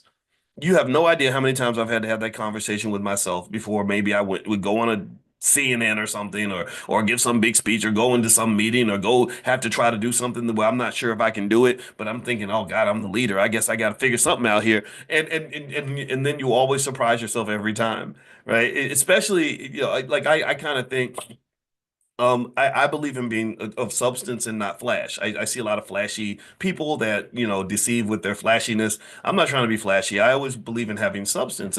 And so sometimes if you don't see the substance that's there, it can cause you to hesitate a little bit, where someone else will go and take something that you could have gotten if you'd simply been more confident. So don't let that happen to you. That those are some of my biggest regrets in life, and I encourage you to love yourself enough to take the chances you need to take so you can have the life that you want. And I don't know what that looks like for you, but I encourage you to do that. All right. Now, before we move on, I want to mention really quickly. Later on, I'm going to send out some stuff on some stocks and crypto that I just saw. There's really some interesting things happening in terms of investing, and I know that quantum investing's kind of been taken off lately. A lot of those quantum computing stocks that we talked about last week are doing really well right now. And I'll probably send that out to you again in case you didn't get that. And also, I had that list of real estate investment trusts as well. And so, all that, if you are on the text list, you'll eventually get a chance to receive all that stuff. So make sure you get on the text list for this class. The way you can do that is on your phone, text the word morning, MORNING, to the phone number 87948. So text morning to 87948. And we got some other stuff coming up for you in the Black Business School. In fact, Thursday, we are doing a meeting of our crypto club. And so we're going to bring in an expert that's going to talk about what's going on with crypto, where the opportunities are, things like that. So if you'd like to participate in that, I'll send you guys a text and invite you in if you'd like to try it out. Okay, so here is the story about Jack Whitaker. Jack Whitaker was this guy who won the lottery, and he won 340 million, but I guess they give you the option of getting it all at once. So he chose to get his money in a lump sum, and he got $113 million. Now, the interesting thing about Jack was that Jack seemed like a really cool guy. He would give massive amounts of money away. First thing he did with 113 million was he gave $14 million to a local charity. I love the generosity of that, but I would be deeply concerned that you would give away 10% of the money just right off the bat. I think that was a little bit much. But anyway, in addition to that, what Jack would do is he would just give like 10, 20, 30, $40,000 to people just for whatever reason. Like if you met a waiter that he liked their personality, he would give them $50,000 or whatever, which I love that because he was really changing people's lives. But as you can imagine, that's not really sustainable.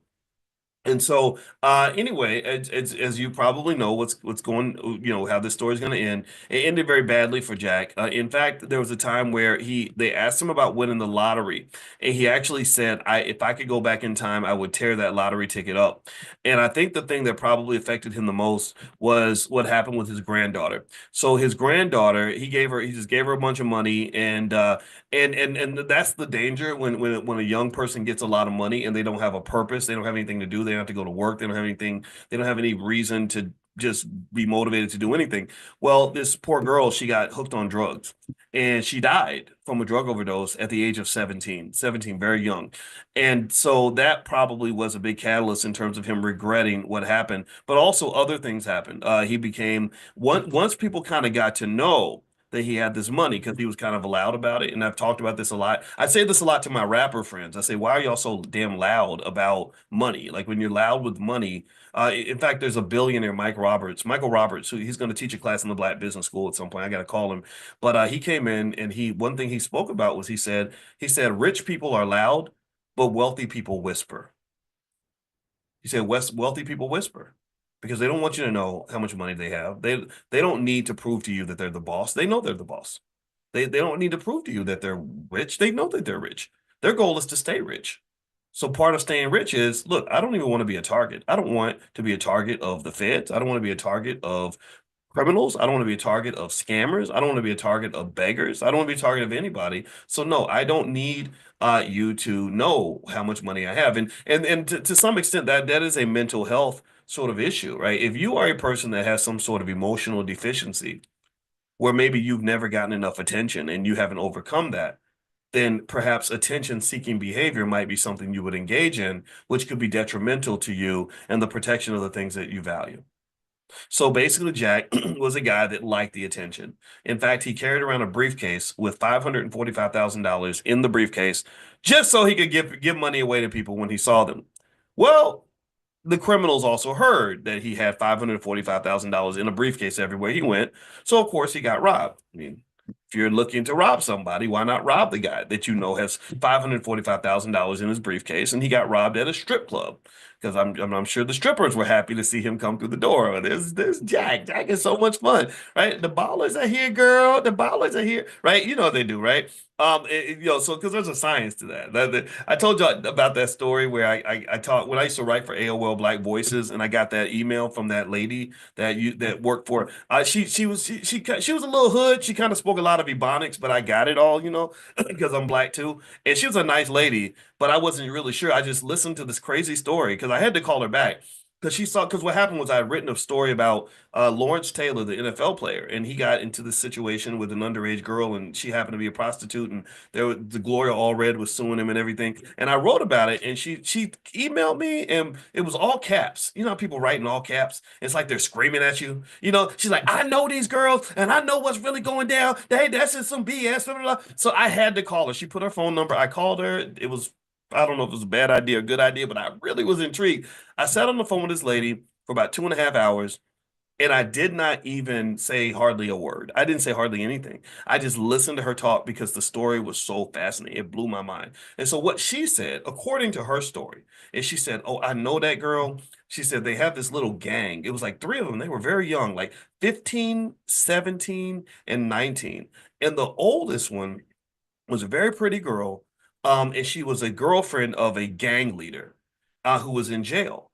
And I said, well, how do and she's telling me all this deep inside information. I'm like, well, how do you know all this? Are you a criminal too? Like, what are you? And what she said was, she said, I'm a butt doctor. I work for a butt doctor. I said, what? What did you say? She said, I work for a butt doctor. I said, what? She said she worked for this doctor in Brazil that would come and give butt injections to the strippers. That's what she. So I'm talking to this lady who works for the butt doctor, and we're on the phone, and she's just giving me this crazy, fascinating story. So of course I was like, tell me more. This is really interesting. So she's telling me that these three girls had this little gang, and she said the oldest girl was her boyfriend was a big drug dealer who was in jail, and she said they're in love, so they kind of see it's each other like a Bonnie and Clyde type thing. And she said the reason she knew the girl was because the girl looks really sweet and innocent, and she thought she was just a troubled youth that kind of needed a role model. She said, so I moved her in my house.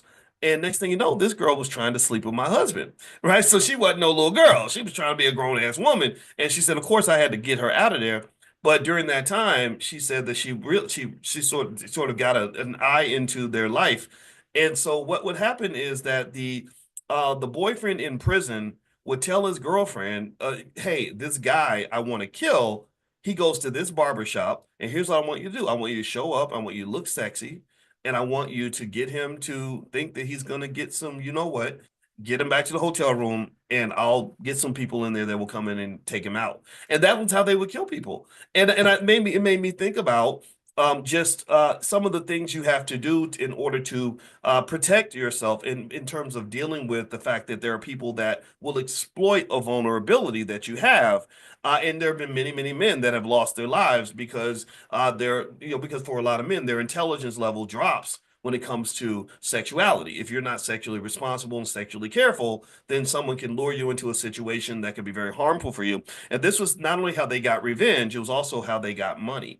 So one of the things that they would do to get money, so this is what makes it a money conversation. I want to make sure you don't think I'm just talking about strippers and butt doctors for nothing. All right. So anyway, so what they would do is they would study the different rappers and athletes, and they knew which ones like to, just love the ladies, like to just mix it up with any pretty girl that came along. So they would figure out, what they like to talk about, and where they were going to be, and they would show up and looking all good and everything with fake IDs and stuff in case you asked them if they were of age or whatever. And the 19-year-old didn't need one, but the other two did. And they would get the man back to the hotel room, and then they would give him a date rape drug. They would give him like the Diddy drug, right? So men are not the only ones who've used these things. It's been women too. Cardi B talks about this actually. She's very honest. She's really interesting to listen to. And so when the man goes to sleep, they would then put the 15-year-old girl in the bed with the man and take pictures of him sleeping with this 15-year-old. And then they would blackmail the man with the pictures. And she told me that their dream was they wanted to save up $20,000 so they could go to, or 30 or something, so they can move to California and become adult film stars. That was their dream. This is very sad, right? That this is the dream for, it's sad, right? But it's true. It's a true story. So anyway, so the athlete would wake up and he would be like, what the hell's going on? And they would show him the pictures and they would say, we got these pictures of you in the bed with this underage girl. And so if you don't give us $10,000, we will send these pictures to your wife. We'll send them to your team. We'll also send them to the media. And that was the hustle, right? And so what was also interesting was that one of the little girls, I think the oldest one, she was sleeping with probably about 10 men a day or something, and wasn't protecting herself or anything. So she went to, this isn't funny, this is tragic, but it's might as well. I mean, I don't know, you can laugh. I'm not going to judge you. So she goes to get a test, like an HIV test, and they ask like, well, how many partners have you had in the last month? And she's like, I don't know, about like 150 or something. And so they literally told her, they said, y'all need to stay in the house and do not leave the house for until we get your test results, because we're calling the Centers for Disease Control. And that's how crazy it was. And of course, they didn't listen because kids don't listen. But anyway, this was interesting to me, mainly as a financial story, because what it spoke to is how some of the things that we think are cultural norms, like wealthy men being very promiscuous, is not necessarily the most logical way for you to live your life. Because if you have money and you are engaged in the intimate act of sleeping with a person or whatever, letting your hair down a little bit. I can't let my hair down. I don't have no hair, but you get the point. Then you're making yourself vulnerable. That's the point. You're making yourself vulnerable. And I think as men, we feel like we're invincible. We feel like, I'm the dominant one here. If anybody's gonna get victimized, it would be you, but it ain't gonna be me because I'm a man. And that's not how the world works. Lots of people get victimized, male and female. And in this case of Jack Whitaker, he's going to the strip club with $545,000 in his briefcase. That makes him the talk of the town. He's getting all this attention. And the thing about attention is that all attention is not good attention. Like, so for example, even in my life, what I do publicly, it does get attention. I go to cities all around the world, even cities I've never been to. People recognize me on the street.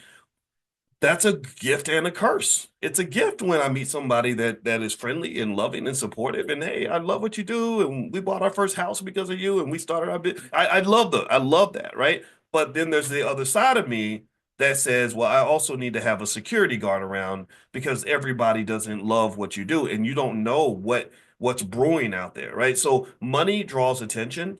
And if you notice, I've never gone out and bragged about how much money I make. I don't do that because you get that attention and you don't know what the intention is behind the attention. So with Jack Whitaker, he's newly rich. He's walking around going to the strip club with $545,000 in a briefcase. Of course, he's going to get robbed. Of course, the strippers are going to try to scam him. Of course, these things are going to happen. So all these things occurred, and it ruined his life. It made him say, "I wish I had never won the lottery because now my life is worse because of the money than it was before I even had the money." And don't ever think that money always makes your life better. Money is powerful, right? Money has the ability to accelerate the direction of whatever you're already doing. So if you're already doing stupid stuff, then money gives you the ability to do more stupid stuff.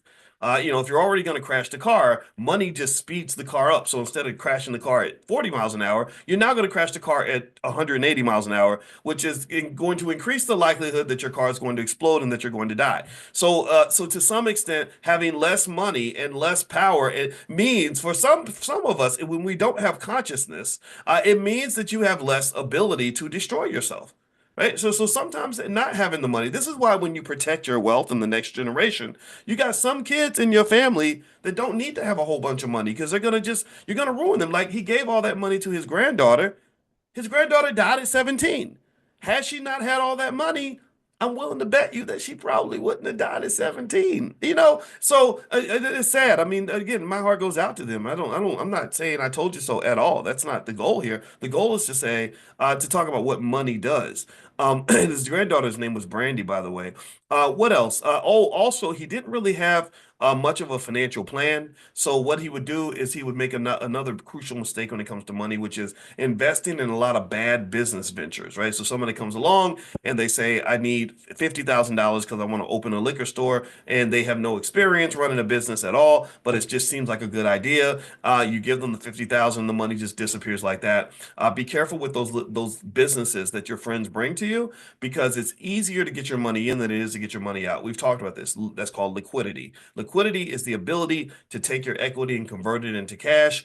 What I have found is that when you put your money into something, typically it's very hard to get it out. That's why I like the stock market because I can put my money in and I can pull my money out, and it only takes a matter of seconds. Now, a couple of things you want to consider here is there are various financial theories that this relate to. I'm not going to cover them all because I don't want to make your head spin. Let's see, who's it? Tammy says, "What's a butt doctor?" Oh, a butt doctor gives you the injections if you want to get the silicone. The strippers got they got the unnaturally big, you know, things. You know what I'm talking about. I'm not trying. It's Saturday morning. I ain't trying to gross you out, but you know what I'm talking about, right? You got something to shake back there, and so they get the injections, and that makes me sad. Just as a side note, I mean the health effects, Lord Jesus, and I don't know. I just wonder how that's going to feel and what that's going to look like when you're 65 or 70 years old. But I'm not judging. God bless you. Whatever you choose to do, I support that. All right. So anyway, there is something that people talk about called the lottery curse or a type of or the impact of what they might also refer to as sudden wealth syndrome. And basically, this says that people they have sudden wealth and they get this massive dopamine injection. Remember, money affects the same region of your brain as cocaine, so it feels like a drug. You're going through this high. You feel like it's going to last forever, and it doesn't. It never lasts forever. When I was in grad school, I was broke. I was flat broke. I didn't make that much money. I made about minimum wage. My first job at Syracuse, I made $115,000 a year. I could have got more if I knew how to negotiate. I was mad because I literally got exactly what I asked for, and you should never get exactly what if you ask for like they offered me 100, and I said I that's not enough. That's not enough for me to leave my program early and all that because I was hot stuff. I was the only black person on the planet to get a PhD in finance that year, so I was the only one. If you wanted a African American, I was the only one, male or female. But I underestimated my value, right? So this guy, his name was Howard, and he came and he offered me 100, and I said, I don't know if that's enough for me to leave early because I was going to the league, like the NBA athletes leave and stuff, and I was like, I think I need more, and he said, well, how much? I said, I don't know, at least 115. And so the next day he calls and he says, guess what? I got you 115.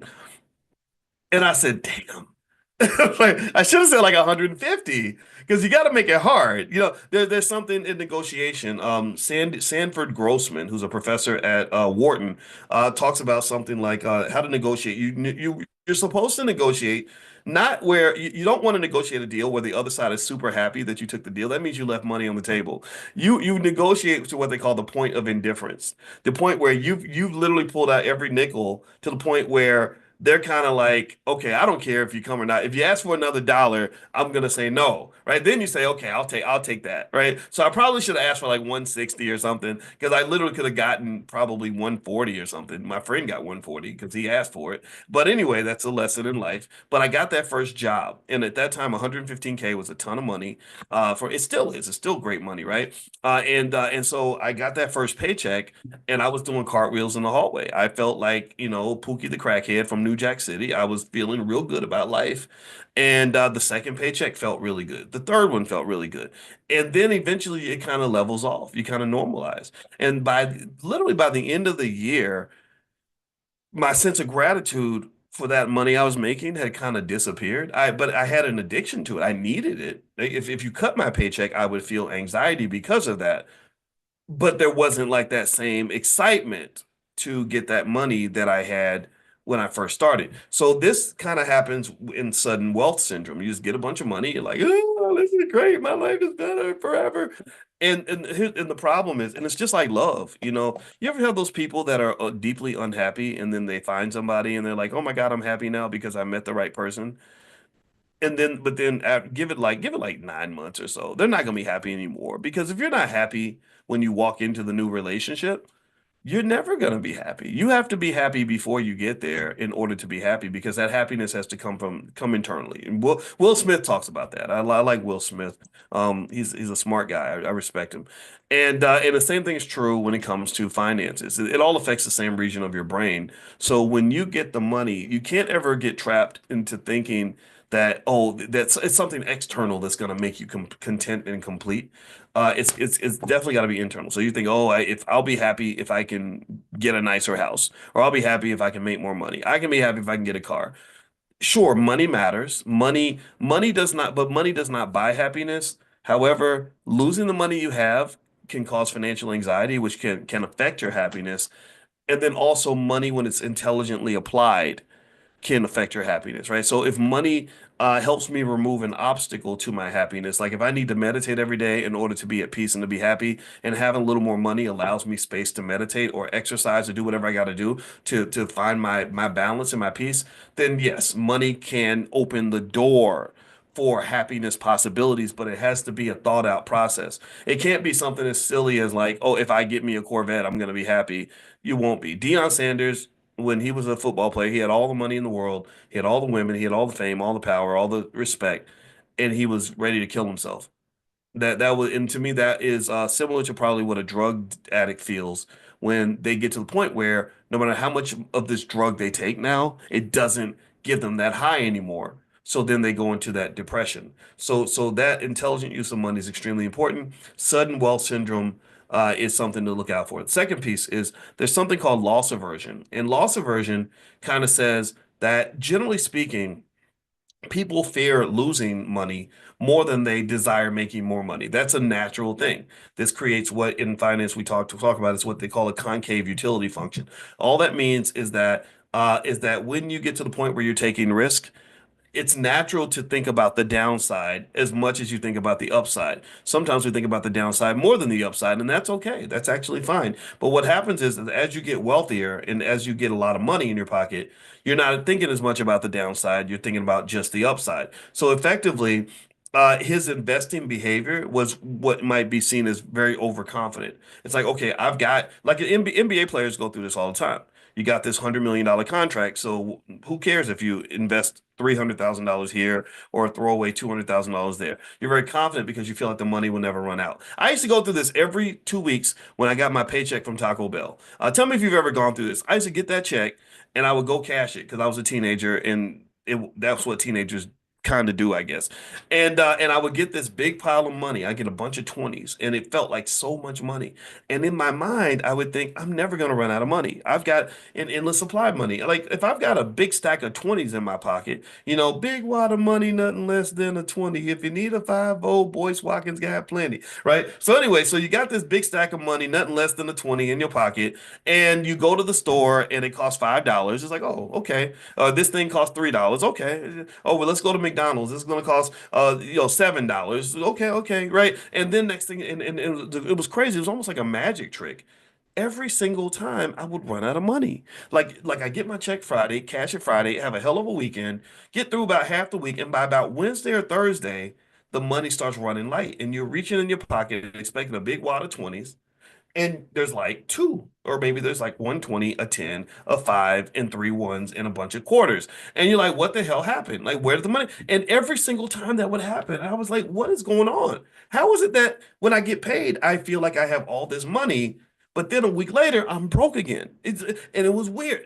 And what that really comes down to is that money makes you high. Money is like dope.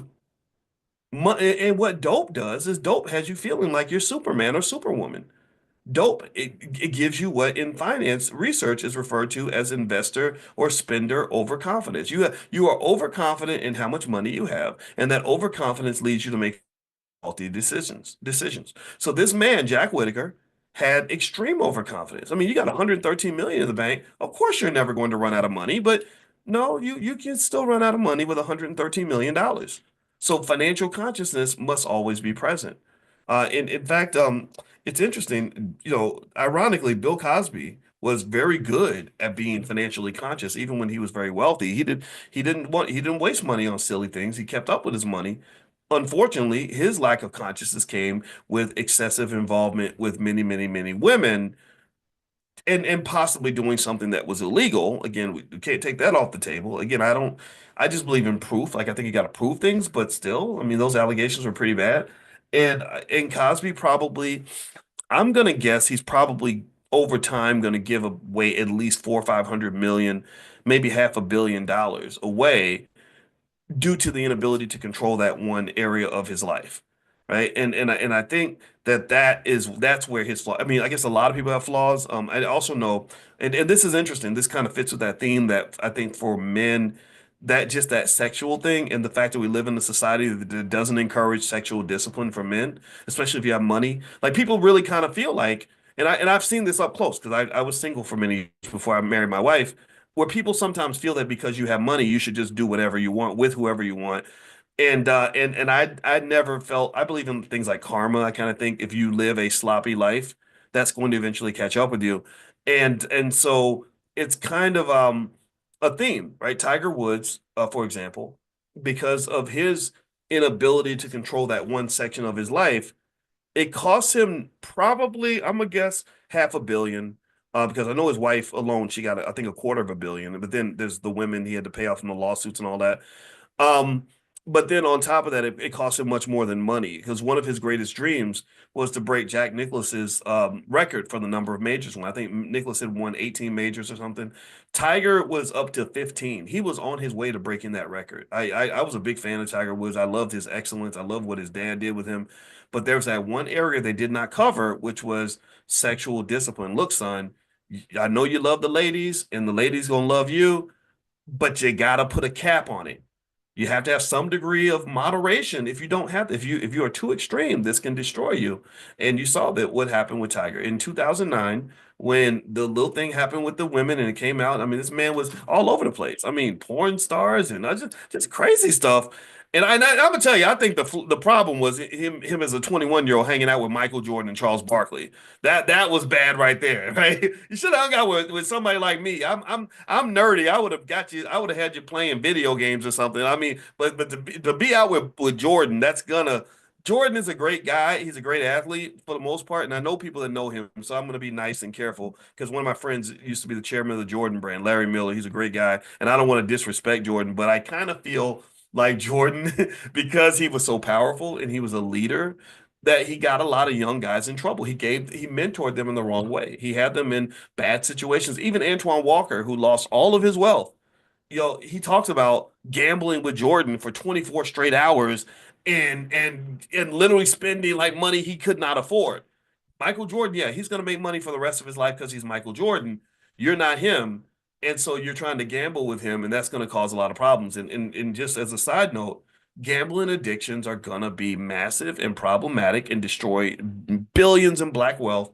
I want you to pay attention to how when these companies, the DraftKings and stuff like that, when they're marketing, they're using black men in these ads a lot. A lot. A lot of these ads will use black men, black comedians. Jamie Foxx over here. You got Kevin Hart over there. They coming to get your money, man.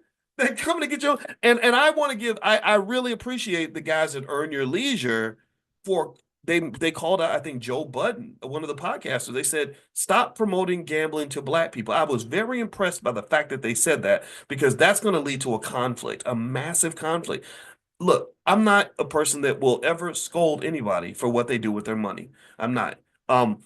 I've bet on games before. I think I bet on the Super Bowl and I didn't win. And then every now and then it's fun. But I'm not really in that target demographic. The target demographic they're really trying to destroy is men between the ages of say 20 and like 35. Because there's something about that testosterone, that overconfidence that will make them just trick away all their money and then looking crazy when you are 100,000 in the hole and you're only making 40,000 a year. And then that leads to a whole bunch of other cascading problems. People have taken their lives because of how much their gambling losses were, the hopelessness that can occur when you're looking at this massive debt and your income is like this. Then at that point, the only way you have a chance to solve this problem, it's like you're in a basketball game where you're 40 points behind and there's 10 minutes to go. You're not going to be able to close that deficit without taking a whole lot of chances. Now, if you're playing football, you got to throw the ball down. You got to throw in Hail Marys constantly. If you're playing basketball, you got to shoot nothing but 3 pointers. And if it doesn't work, it's going to just increase the deficit. So what happens with the gamblers? This is the trick. They get deep in the hole, and then they calculate mathematically the only way I can get out of this hole is to take even more risk, and then it doesn't work. And then next thing you know, you went from 100,000 in the hole to 250,000 in the hole. And then you got this wife and kid at home who are gonna now suffer. Who your wife has no idea that y'all about to lose the house. Your kids don't know that daddy is about to get killed by a bookie.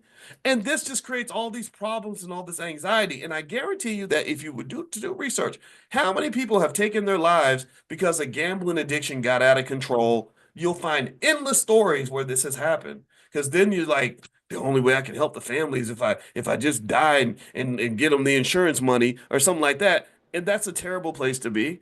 And I just beg anybody that's listening to warn your sons, protect yourself, because this has happened before. We've allowed this kind of we've allowed sports betting before, and it was tragic when they did it the first time. They've had games, the World Series, I think 1919, the World Series got fixed. Pete Rose got a lifetime ban. There are so many. Art Schlichter was one of the greatest quarterbacks in the history of Ohio State. That's my alma mater. Well, I think Art Schlichter, I think that was his name.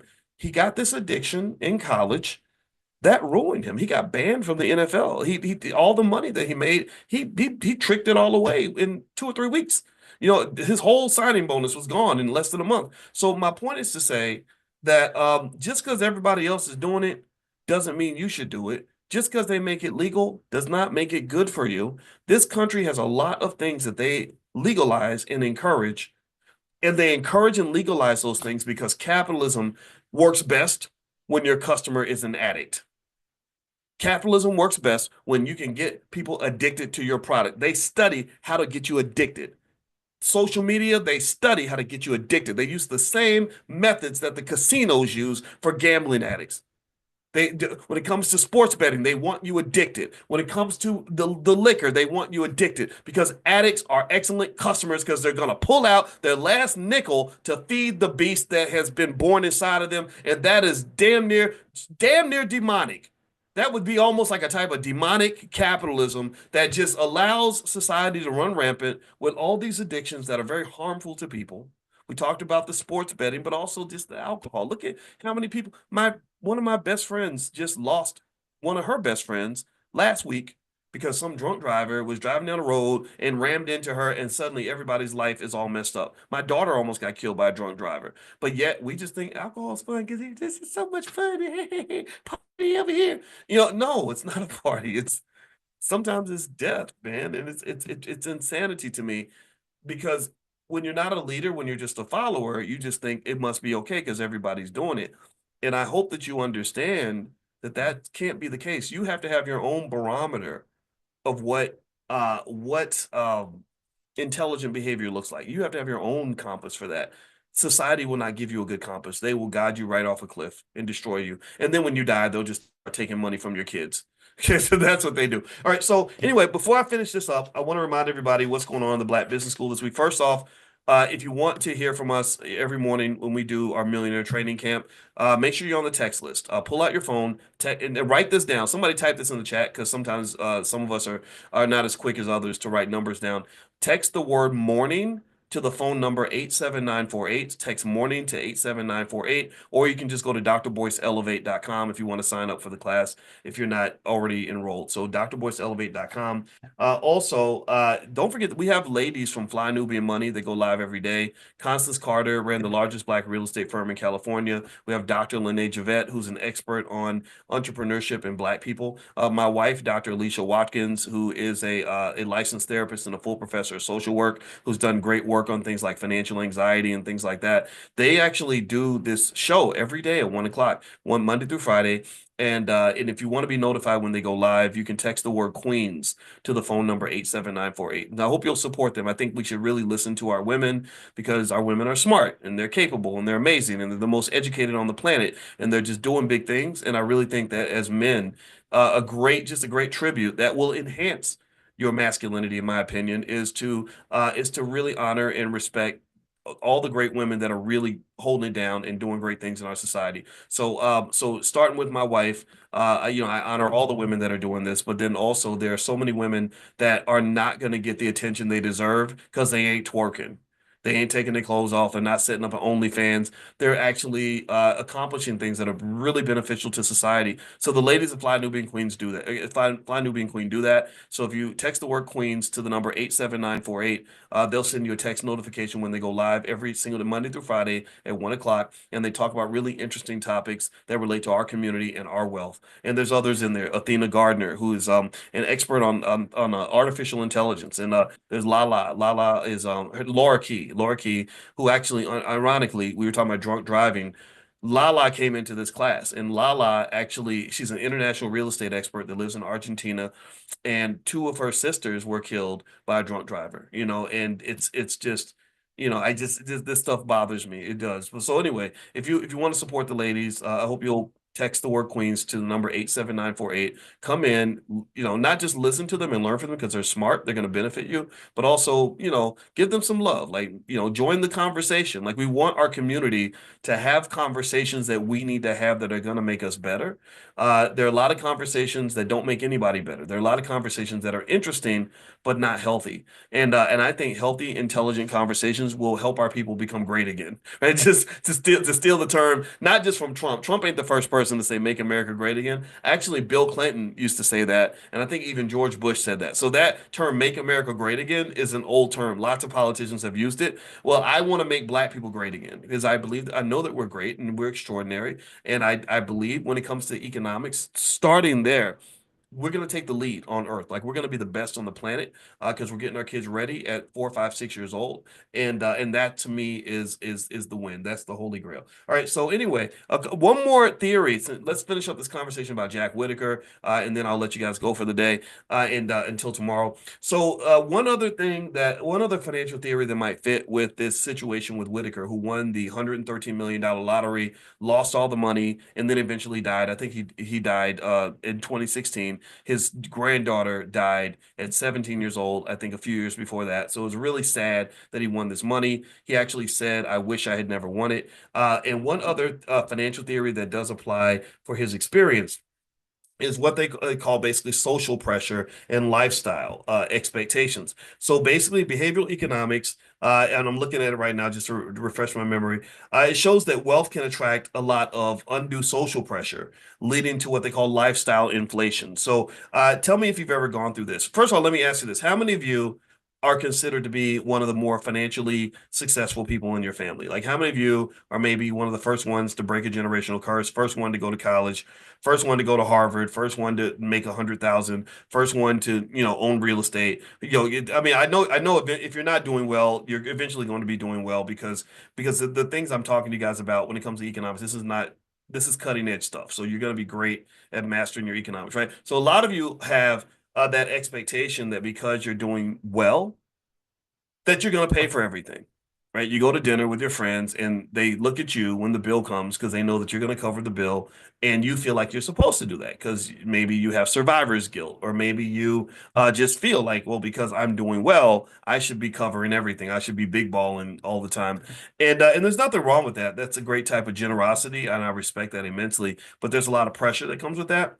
And there was a great TED talk I saw from a Black lady who was she said that she had an MBA from Harvard, And she said that her finances were so bad that literally she'd have like $1.50 in her bank account, but yet she's sitting, at dinner with these other, established, distinguished Harvard alums, and she's feeling like she's supposed to show up in a certain financial condition, but yet she's sweating and hoping that she doesn't have to pay the bill because she can't pay the bill. So the bill arrives and she'd have to sneak away and go to the bathroom, things like that. And a lot of her pressure came from the fact that people would just assume, well, you're an MBA from Harvard, so of course you have all the money. Of course you're doing quite well. And that's just a lot of pressure there.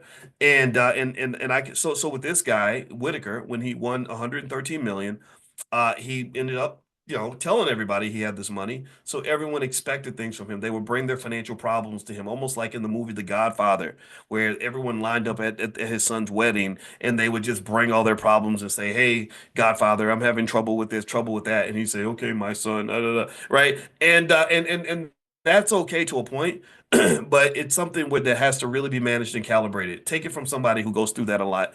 My family knows that I'm not broke.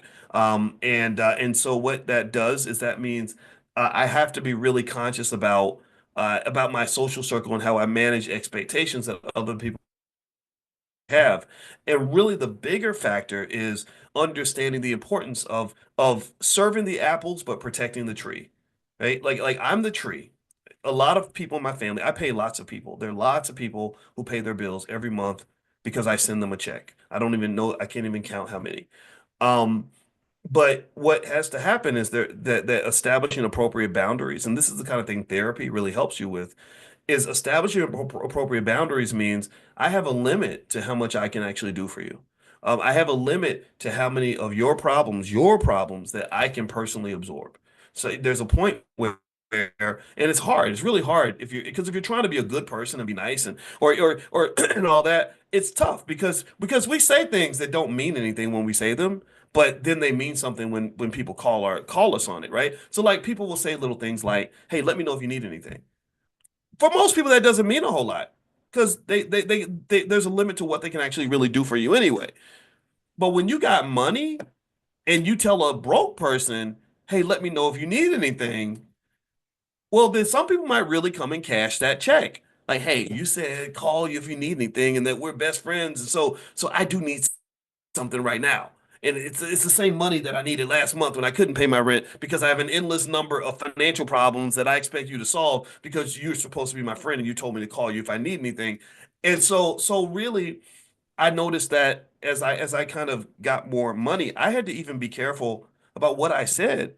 It's like, okay, how do I really let you know that I care about you or I'm your friend without making you think that there's an infinite pool of requests you can make of me because we're supposed to be friends. Because if I say no, then maybe you interpret that to mean, oh, well, you said you cared. You don't really care. You're a blah blah blah, right? Because I'm gonna just tell you, I will just say my opinion. It seems to me that's very, very hard to have money or success without somebody calling you a bastard or saying you're greedy or oh you think you better than everybody else or uppity. You have eventually I just had to learn to ignore that and have an internal compass of whether or not I was being a good person or not. Like I know what I can do for you. Like I can't do other little things like say it's like sometimes, for example, one little trick I used to use when I didn't when people didn't know as much about how much money I had is if I knew that I had a cousin that was going to ask me for money, I would start talking about my money problems before he did, right? So I would just say, "Oh man, shoot, I'm broke, man. I ain't getting nothing, man. It's hard out here." Like they're just flat out. I ain't gonna lie, just flat out like just going with it. Like okay, yeah, man. It's true. And then most if it worked, it would be like, yeah, yeah, I'm struggling. My car's broke down. Blah blah blah. I'm like, yeah, man. My car too. I just had to pay, blah, right? But then when people know you're lying, like they know you got it, that's really hard. Like it's easy to say, "Well, I'm sorry, I don't have it. I can't do anything." But it's different when you say, "I could do something, but I just don't want to. I'm not going to." Right? That's a delicate kind of dance, and it does create paranoia. It does. It makes you very like, gosh, if I become your friend, are you going to start asking me for a whole bunch of stuff and stressing me out because I don't know how to deal with that. And then you could just say no. And there are people that are good at that, but that's hard to do too, right? So there's a balance, right? So anyway, ultimately, those expectations What I would say to you is the best way I've seen to kind of deal with that is number one, goofy things like trying to flex and brag and show off how much you have. I think that that's immature. It shows that there's some sort of inadequacy within you. That's a self-esteem issue. I don't think you have to show people how much you've got or put it on Instagram or show your new Mercedes with a big bow on it and put a hashtag blessed, where you're doing these like humble brags. Nobody want to see that crap. It's only going to make people feel worse about their lives and they're not going to like you because of it. Um, then the other piece of that too is living below your means. I think that's the ultimate flex. I think living below your means is an amazing flex for you and for the world. I think that it shows you to be a person of substance and character who doesn't define themselves by how much money you have. It also keeps you financially safe, right? You just, I met one of our kids' friends and they came to the house and I guess for them, it was a big deal that Dr. Boyce Watkins lived at the house. The kids, the parents found out and they were like, "Oh my God, I didn't know, this is cool." So I met the dad and we were sitting on the porch talking and he's a cool guy. And he said, and we were talking to, there's somebody else there. I don't remember who was there. And he said, "Yeah." He said, "I was really surprised that you lived in my neighborhood." And I was like, "Well, why is that?" He said, "I don't know. I kind of thought you lived on a house on a hill somewhere, like on a mountain or something. I knew you lived somewhere, but I didn't think it would be here." And I was like, in my mind, what I'm thinking is, I love this house. This is a nice house. We got 6,000 square feet. This is pretty cool. This is balling to me. I don't want to live flashy and gaudy, but I want to be comfortable. I want to be happy, right? And I'm very happy with what I have. Like, why would I, and I kind of felt good about that. I was like, okay, good. Let's not get caught up in the material stuff because I don't think there's any value there. But the material is important in terms of giving you security and giving you peace. I think peace and contentment go so much further than showing off to other people. And so living below your means, not being flashy or gaudy, and not definitely not bragging about how much money you have. That brings a lot of pressure. That one time that I did have that conversation with Tyler Perry a long time ago when he called me, and I asked him. I said the day before he was on the cover of a magazine because he made $100 million that year, and everyone was surprised by that. I said, "How does that feel to be on the cover of a magazine for how much money you made?" And he said, "I hate it." And I said, "Really?" He said, "Yeah." He said, because people see how much money you make. They see the top line. They see the 100 million. He said, they don't understand how much it cost me to run this business. He said, they don't know that I just paid Alan Payne $2.5 million dollars or that I just had to pay another 800,000 for this and another $1 million for that. They just see the 100 million and they literally think you have $100 million in your bank account. So, so as you kind of climb the ladder and become successful, I encourage you use your money in a way that's going to allow you to have positive influence on the world. Use it in a way that's going to give you the peace you deserve. Protect the tree because by protecting yourself, you're protecting other people. So I know that even though I have a lot of people that depend on me, the reason I have to pull back and draw a boundary and say, okay, this is for Boyce. This is Boyce's time. Boyce is going to sit over here and work and not be disturbed. Boyce is going to reserve resources for himself. It's not me serving myself. It's not selfish. It's me serving everyone. Because if I stress out and die, or I go broke trying to save everybody like MC Hammer, then a lot of people would suffer. So in conclusion, because wealth in economics is an ecosystem, I give to you, you give to me. Everything's recursive. What I put out, I'm getting that back. That means that I can't take care of you if I'm not taking care of me. And I can't take care of me if I'm not taking care of you. So understanding that about economics and how that works, I think will go a very long way in building your family wealth. We're all connected. We're all connected. So keep that in mind. I hope that that was beneficial and helpful. I didn't mean to overtalk that, but that's a point that I really believe in. So anyway, we're going to meet again tomorrow, 10 a.m. Eastern. So I look forward to seeing you. We're going to do a session with Prime. Those of you that are members of the Prime class, where we make income with stock options, there is a recording of the last Q&A that I did. If you log in at drboyceprime.com, you can take a look at that, and it talks about what's going on with this market and the opportunities that are there. So feel free to go to drboyceprime.com if you're interested in joining us. And also, we're going to do Stock Market Tuesdays on Tuesday, of course. So you can go to drboycestockmarket.com and do a free trial if you'd like to join our stock market investing club. So have a good day, everybody. God bless you. Thank you so much for listening. It was great talking to you, and you'll hear from me very, very soon. Take care now. Bye-bye. Hey, what's going on, guys? I hope you guys are having a wonderful day. Welcome to Dr. Boyce Daily Stock Market. This is where we talk about what's going on in the stock market every day, as well as some other financial tips and information and news that will help to improve your life.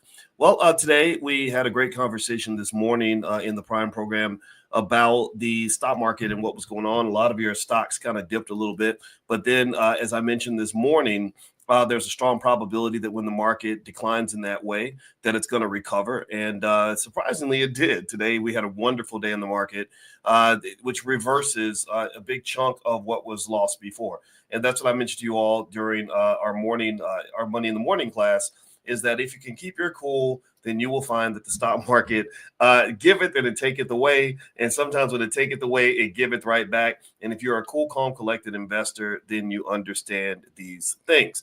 So anyway, don't forget, if you want to join us for class every single morning, just pull out your phone, text the word morning to the phone number 87948, text morning to 87948. And I guarantee you that you will learn more from me for free than you learned in 4 years of college that cost you $250,000. I guarantee you that much. So anyway, come on in, hit the thumbs up button, thumbs up, share, subscribe. Hey, Rain and Relaxing Music and Beverly Jones, I see you. I want to share something with you all that's really, really important for you to understand in terms of protecting your money in case something happens. Now, give me a yes in the chat if you know that you're going to die at some point. Give me a yes in the chat. Everybody who is going to die at some point, give me a yes in the chat if you understand this, if you've thought about this, if you've realized life is short, if you are willing, if you are interested in doing the absolute best you can with the life that God gave you while you're here. Give me a yes. If you're going to max out that time, max it out like a credit card, go hard, go 100%. And also you are fully acknowledged and you understand that humans don't live forever, right? That there's a point where we die. And sometimes the thing about death is that death doesn't always make an appointment. Sometimes death does not fit into your schedule. Death does not let you know, hey, I'm going to be there Tuesday at 4 o'clock. So make sure you're well dressed and pack your suitcase because that's when I'm going to come get you. Death don't always do that. Death just sort of pops up like surprise, and then next thing you know, you're in the pearly gates and you're screaming like, "Hey, wait, the bank account number is this, and the login for that is that." But you can't do that. You can't go back and fix anything because once it's done, it's kind of done. That kind of sucks. And what happens is what people don't think about is that when you pass, there are all these little things that have to get done that you were doing because you were Superwoman, you were Superman, you were doing everything for everybody all the time, but you didn't tell anybody else how to do it. You didn't give anybody else the passwords. You didn't tell anybody else how to get into the bank account so they could pay the rent by next Tuesday. You didn't tell them anything. So unfortunately, you got a bunch of people going through all your stuff, trying to solve problems, trying to figure things out. A lot of people can't get your stuff because they're not you. They're not you, right? So here's what I wanted to share with you that's really important. If you stick to the end of the video, I'm also going to I'm going to give you a stock that I like right now, a stock that I'm going to buy. I told you I was going to give you a profit alert. I'll do that as well. Well, there are these things that imagine this. You imagine if we all died right now. Let me ask you a question. How many of you have somebody that depends on you to pay some bills? Anybody, give me a yes if there are people that depend on you to come up with some money to help support the household, or maybe you are the loan provider for the household. Give me a yes if the money in your account is the money that's going to be paying a bunch of the bills in the house. How many bill payers we got? Okay, so and me and my wife, we both pay bills. I pay a lot. I send her money. She pays some stuff, and it's cool, right? It's not 50-50 because we don't keep tabs on each other like that. But it is a joint effort. Running a household is a joint responsibility, in my opinion. I don't know who taught us that we want to have a house, a community full of broken families. That's not a key to wealth. That's actually a key to poverty. So that's why you see so much poverty out here. So all right, so if you are paying the bills, just ask yourself this question. If something happened to you right this very second, who would be able to get that money out of your account so they could pay the bills? Can anybody do it? Well, for many of us, nobody can come get your money. Nobody can get the money quickly. They would actually have to go through something called probate. And probate is terrible. It's like getting your teeth pulled out of your neck. It's really, really painful and irritating. And it takes a long time. And there's a timeliness to money. Money and time are deeply connected. There's a deep, meaningful, heavy-duty relationship between time and money. And maybe I just think of it this way because I'm a finance professor, and all of our math equations always that explain money always had time in those equations. Time is a really important factor when it comes to wealth. They have a really powerful connection to one another, almost like Kool-Aid, good Kool-Aid and water. Like imagine trying to make some really good Kool-Aid, but you have no water. What would that taste like? Imagine what that would taste like if you had a bunch of powder and threw in even some sugar, but you have no water in the Kool-Aid. Can you make Kool-Aid without any water? The answer is absolutely not, unless you're crazy. Black people don't do that, right? And maybe some people can eat it out of the packet, but it's real nasty. Well, building wealth without time is a puzzle to me. I don't understand when people think they're going to make that fast money, that quick money, and I'm like, but you're trying to make Kool-Aid with no water. That does not work. What you gonna do? Spit in it? You're gonna pee in the bucket? Like, how you gonna get water for your? Either way, it's gonna be some nasty Kool-Aid. You got to just put some water in that jug, and then it'll be all right. But without water, you're struggling. So time and money are deeply connected. That's the point. We talk about the relationship between time and money a lot during stock options class, things like that. Because in the options, actually, you can sell time and you can buy time. It's pretty powerful. Now, with that said, the timeliness of money comes into play when you talk about what's going to happen to your account if something happens to you. And so where timeliness comes into play in that space is that if you passed away, someone may need money from you and they can't wait to get that money. They may have to pay a bill by Tuesday, or they may have to pay the credit card by the 1st, or it's going to ding the credit report, or they have to pay the rent, or they're going to get an eviction notice. They can't wait for probate to happen, which might take weeks or months to get the money. They need the money now. They need it tomorrow. Okay. So here's what solves that problem. Write this down if you haven't done this yet. Banks have something called payable upon death, PODs, or sometimes it's called a transferable upon death, TOD. All that is you designating a beneficiary on your bank account such that person can come into your bank and get your money out in case you die. They can show up with a death certificate or some proof of death and an ID, and they can get access to your money right away. This would be a lifesaver for a lot of people. This is extremely important. Also, this allows easy transfer of funds without having to go through probate. In fact, I believe that this wealth transfer will be exempt from most taxes, not all taxes. Maybe estate taxes, if you're talking about millions of dollars, or sometimes different states may tax that person, but at the very least, they have quick access to the money. Also, your brokerage account. A lot of you are investors. How many of you are buying stock? Please, everybody, raise your hand. Please, everybody, give me a yes that you're buying stock. If you're not buying stock, then I need you to start investing in this market. There is so much opportunity out here. How many of you own stock? If you own stock, most brokerage accounts also have a POD, payable upon death, or it's called a TOD, transferable upon death. So just remember that. Just ask for POD or TOD, and just talk to customer support. Say, hey, I just want to make sure that somebody can come get this money in case something happens to me. And then maybe you can even designate more than one beneficiary. That way, if you're in a car together and something both happens to you, tragically, because these things happen, you'll be safe. Remember, I'm gonna tell you like this. I told our youngest child, I said, my job as your bonus dad, she has a dad, and her dad is a great guy. We work together to protect the kids. I said, my job is to protect you in life and in death. I said, my goal is to make sure that if I'm gone, you're still going to be protected by me long after I'm gone. And really, I extend that to anybody who leans on the things that I've taught you, the things that I've shared with you, the things that I've helped you with over the years. Some of you have been around for many, many years. I'm going to be here after I'm gone. I spend most of my life thinking about what happens after I'm here. And part of the reason that I'm so eager to make sure we share as many ideas as possible is because I know that Black men die all the time.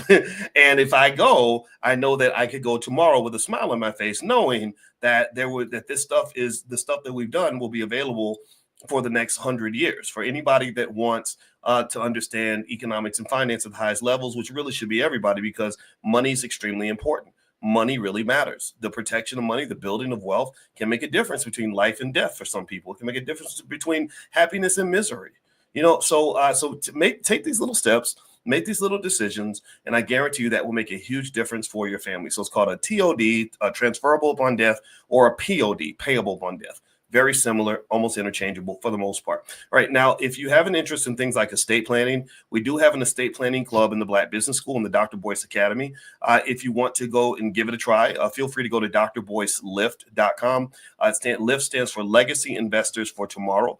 and it's for any and everybody who has an interest in preserving their generational wealth, preserving the generational legacy, learning all about estate planning. There's a full curriculum in there. We bring a guest in once a month, and we get together and we fellowship and talk about how we're going to build for the next generation. So if you have an interest in joining Dr. Boyce Lift, feel free to go to drboycelift.com and give it a try. All right, now I told you guys I was going to give you a stock that I like right now. So let me go ahead and do that. And I'm gonna go see my mama. And the stock is Micron, M-U. That's the tick. So M as in McDonald's, U as in university. Somebody type MU in the chat. So Micron is the stock that I like right now. Micron actually makes these chips.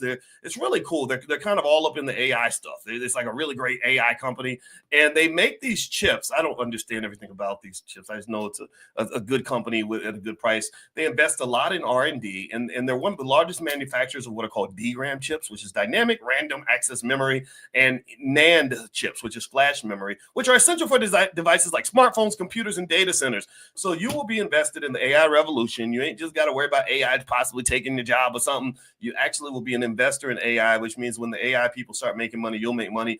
They also have a lot of R&D investment where they focus on things like 3D NAND chips. I don't know what that is exactly. HBM, high bandwidth memory. Whatever it is, I know that they work for me now because I'm going to buy some shares of the stock. So feel free to take a look at Micron. This is not investing advice. You guys know I don't give that ever, but that is something that Dr. Boyce is going to buy. And if you want to dig deeper into stock market stuff and join us in our stock market investors club, you can go to drboycestockmarket.com. That's drboycestockmarket.com and do a free trial. We're going to meet on Tuesday for Stock Market Tuesdays, and we'll continue the conversation there. All right, guys, I'm out of here. It was great to see you. I hope you guys have a great day. And I will reach out to you very, very soon. So if you get a text from me, feel free to hit that text link, and I'll send you stuff, and we'll talk. And in fact, if you're not on the text list already, and you want to know about stock markets and stuff like that, or you want to be notified, text the word stock to the phone number 87948. So text stock to 87948, and I'll let you guys know when I have a profit alert. So have a good one. I'll see you soon. God bless you. Take care. Bye-bye.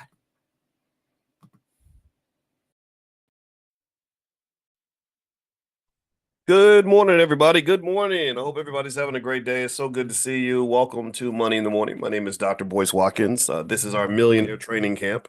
This is where we get together and we just act real black and talk about wealth and make ourselves amazing and have an extraordinary day, which converts into an extraordinary life. And I'm here to say that I proudly was not a member of the 5 a.m. club today. I was a member of the 7 a.m. club, or the 6:45 a.m. club to be exact. So, we made it happen. And actually, I'm not going to keep you guys very long today because, in case you don't know, the Fly Nubian Money Club, they have an investment club that's taught and run by women. There are men and women in the club, but it's run only by women. We won't only want to hear women's voices. And as far as teachers in that particular space, we have spaces for men as well. And they're actually doing something today where Laura Key, who's an international real estate expert, is actually showing everybody how to buy property. She's really good at it, and everybody in the black community should own property. Everybody should teach their kids to own property. So she's doing that today, and I'm gonna give you guys the link. You guys can get free access today to go check it out and decide if you want to be a member of the club. So just remind me before we go, I'll give you the link and you can join. They actually started now, which is the same time as this class. But I'll give you guys a link where you can go over there because you're in this class. We'll let you take a look for free and hang out and see what you see and see if you like what you see. All right. So what I'm gonna do here is I'm sending out a text message also to everybody that is a member of this class and letting them know that we're getting started now. And if you're not on the text list, then just pull out your phone, text the word morning, MORNING, to the number 87948. Text the word morning to the phone number 87948. Do that on your phone. Don't do that on the computer. Do that on your phone, and you will get notifications when we meet for class. We meet for class 7 days a week at 10 a.m. And also remind me also, I decided that I'm going to buy a certain stock today, and don't let me forget to share that with you. So if I sound like I'm all over the place, just blame it on my ADHD because I really was thinking about all the things I wanted to share with you guys today. So I'm gonna write this down so I don't sound like a lunatic because literally my brain gets a million ideas at once. So I want to make sure I tell you guys about the stock that I want to buy and why. And then after that, we'll go to Lala's class. And then also I want to talk about why I think Jay-Z might go broke. That's that to me is an interesting topic because I was thinking about that this morning, and whether he'll go completely broke or not is one thing. I don't know if that's going to happen or how what that's going to look like, but I can just tell you that he's in financial jeopardy. He's in significant financial risk, and I personally think that rappers, in general, if you kind of think about financial culture and economic culture the way I do, you can see why the world is not designed for rappers to keep their money. Because one thing that we talk about a lot in my book, The Ten Commandments of Black Economic Power, is that wealth preservation is just as important as wealth accumulation. That the ability to protect the ball, so to speak, and to keep your money is just as important as making the money.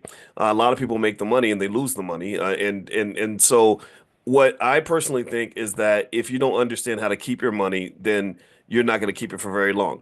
So let me explain this so that I don't sound half crazy. I think Diddy, um, you know, I think Diddy is definitely going to have some financial challenges. I think his legacy's in jeopardy. You're talking about a cascade of lawsuits, just like literally dozens, if not hundreds of lawsuits that pop up. The burden of proof in these lawsuits isn't very high either. It's not as if they do a deep dive CSI investigation on every claim. Sometimes people just get paid just to make it go away because reputational wealth is very fragile, especially for a black man. Reputational wealth, meaning that people want to do business with you because they think you're the coolest guy on the block and because they loved your last album. That's very fragile because the minute that somebody says that you might have done something bad, even if there's not a lot of evidence, that's still going to make people not want to do business with you because business inherently is very conservative. Corporations are very conservative. And I observed that actually back in 2013 when Lil Wayne said something that was just racially terrible and it was very insulting to the black community. The way I was able to get Wayne's attention was I didn't address Wayne directly. I addressed Mountain Dew, the corporation that was sponsoring him. And I said, you can't be putting money in the pocket of a black person who is disrespecting the black community. I don't care what race he is. You're not my ally if you disrespect black people. I'm sorry. I don't care what your skin color is. And it was because of that economic pressure that he folded. He ended up apologizing, and unfortunately, he ended up losing. He had a world tour. I think they were sponsoring a tour. He and Ti and stuff like that were going to go on a tour, and it got canceled. Because I was like, no, this is BS. You can't go out here. I don't care if you're making your money. You don't have to contribute to the cause. You don't have to support what the community's doing. We forgive you for that. But when you're undermining that by sharing by getting paid to harm the community, then I can't co-sign on that. And I don't care how great your music is. That's those are disconnected things. So my point is to say that with hip hop, with rappers, the thing about rappers, unfortunately, is that because we've allowed people to pay some of our most talented black men and women to promote a culture that encourages criminality, the culture that encourages the sexualization of little girls, a culture that encourages financial irresponsibility, a culture that encourages ignorance, a culture that cheers on the death of black people. What you really have is a space that is anti-health, anti-wealth, anti-family, anti-relationships, anti-happiness. It's a space that produces lots of trauma. It's a space that produces long prison sentences. There's a long list of rappers that have gone to prison because rappers are easy to arrest. It's weird. The culture is so crazy that they will kill somebody. Some of them will kill somebody and then go make an album about who they shot. Because the culture tells them to keep it real. Or the police, they used to have what they called the hip hop squad or the hip hop police squad or whatever they called it, and they would just follow the rappers around because they said, okay, these guys are goofy and dumb. They're going to eventually do something illegal, so we're going to just wait for them to do something illegal so we can lock them up. And so my point is to say that Jay-Z was kind of unfortunately a leader of that culture. And we live in a world now where even things that you did when you were very young can come back and haunt you when you're very old. I believe now Jay-Z's almost a grandfather. He's not in the shenanigans like he used to be. This is not 1998 anymore. But the thing is, in my opinion, a lot of the things that he might have done, participated in 1998, 1999 are coming back full circle now. For example, just little stuff like, oh, well, why were you messing around with Foxy Brown when she wasn't 18 yet? What was going on with you and Aaliyah? What was going on with, and I told you I was friends with Dame Dash, and he told me a lot. I got a front row seat to a lot of Aaliyah stories, and and so I think that there are questions people are going to ask, and it's unfortunate, because you have this very public track record that people are going to lean into when they start to question other things that you might be accused of doing. And for him, unfortunately, it's going to be financially costly because there's something called Bayesian priors, where basically people, this is in statistics. Bayesian priors means basically that people will make assumptions about you based on what they already think they know about you. Right? That's not exactly the only application, but that's one application. So it means that if you're accused of stealing, and I know you went to jail for theft, then that means anybody can come back and accuse you of stealing, and people will believe it because you stole something before.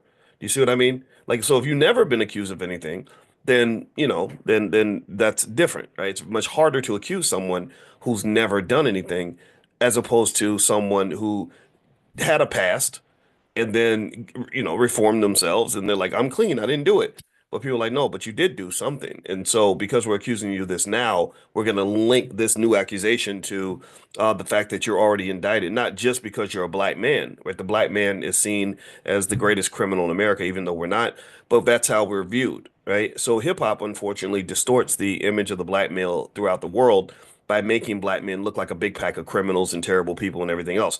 So my point is to say that this creates financial jeopardy.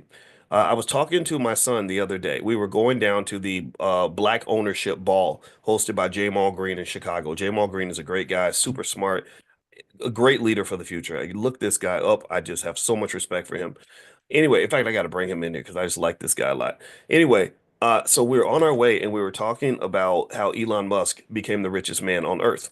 And Elon Musk right now has a net worth that is higher than Jeff Bezos and Bill Gates combined. He's now considered the richest human being to have ever lived.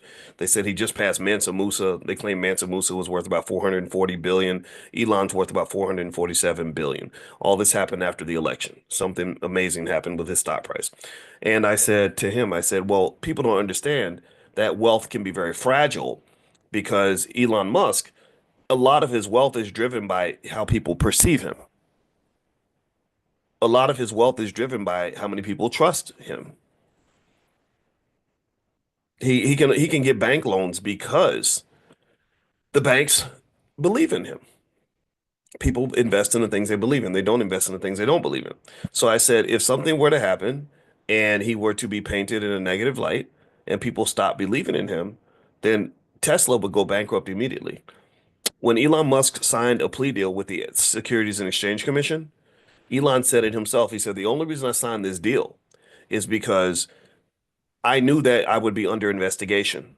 I didn't do anything wrong, but I knew you guys would be investigating me. And he said, according to my bond covenants with the bondholders, the money, the financing, basically the banks and the debt holders, the bond covenants basically said that if he's ever under investigation or seen in a suspicious way, then all debt that he owes to them would be payable immediately. He would have to pay all his debt back immediately. And here's the thing, as rich as Elon is, he could not pay back all the debt that Tesla has, all the debt that SpaceX has. Most of these companies are funded by debt. Debt is driven heavily by belief and perception in the individual that receives the support. So going back to a Jay-Z, Jay-Z's disadvantage would be that he's a black man, right there, which already means that either people don't believe in you or their belief in you is very, very fragile. It can easily be tripped up. If someone makes an accusation, doesn't matter if it's true, then suddenly all that belief and support goes away.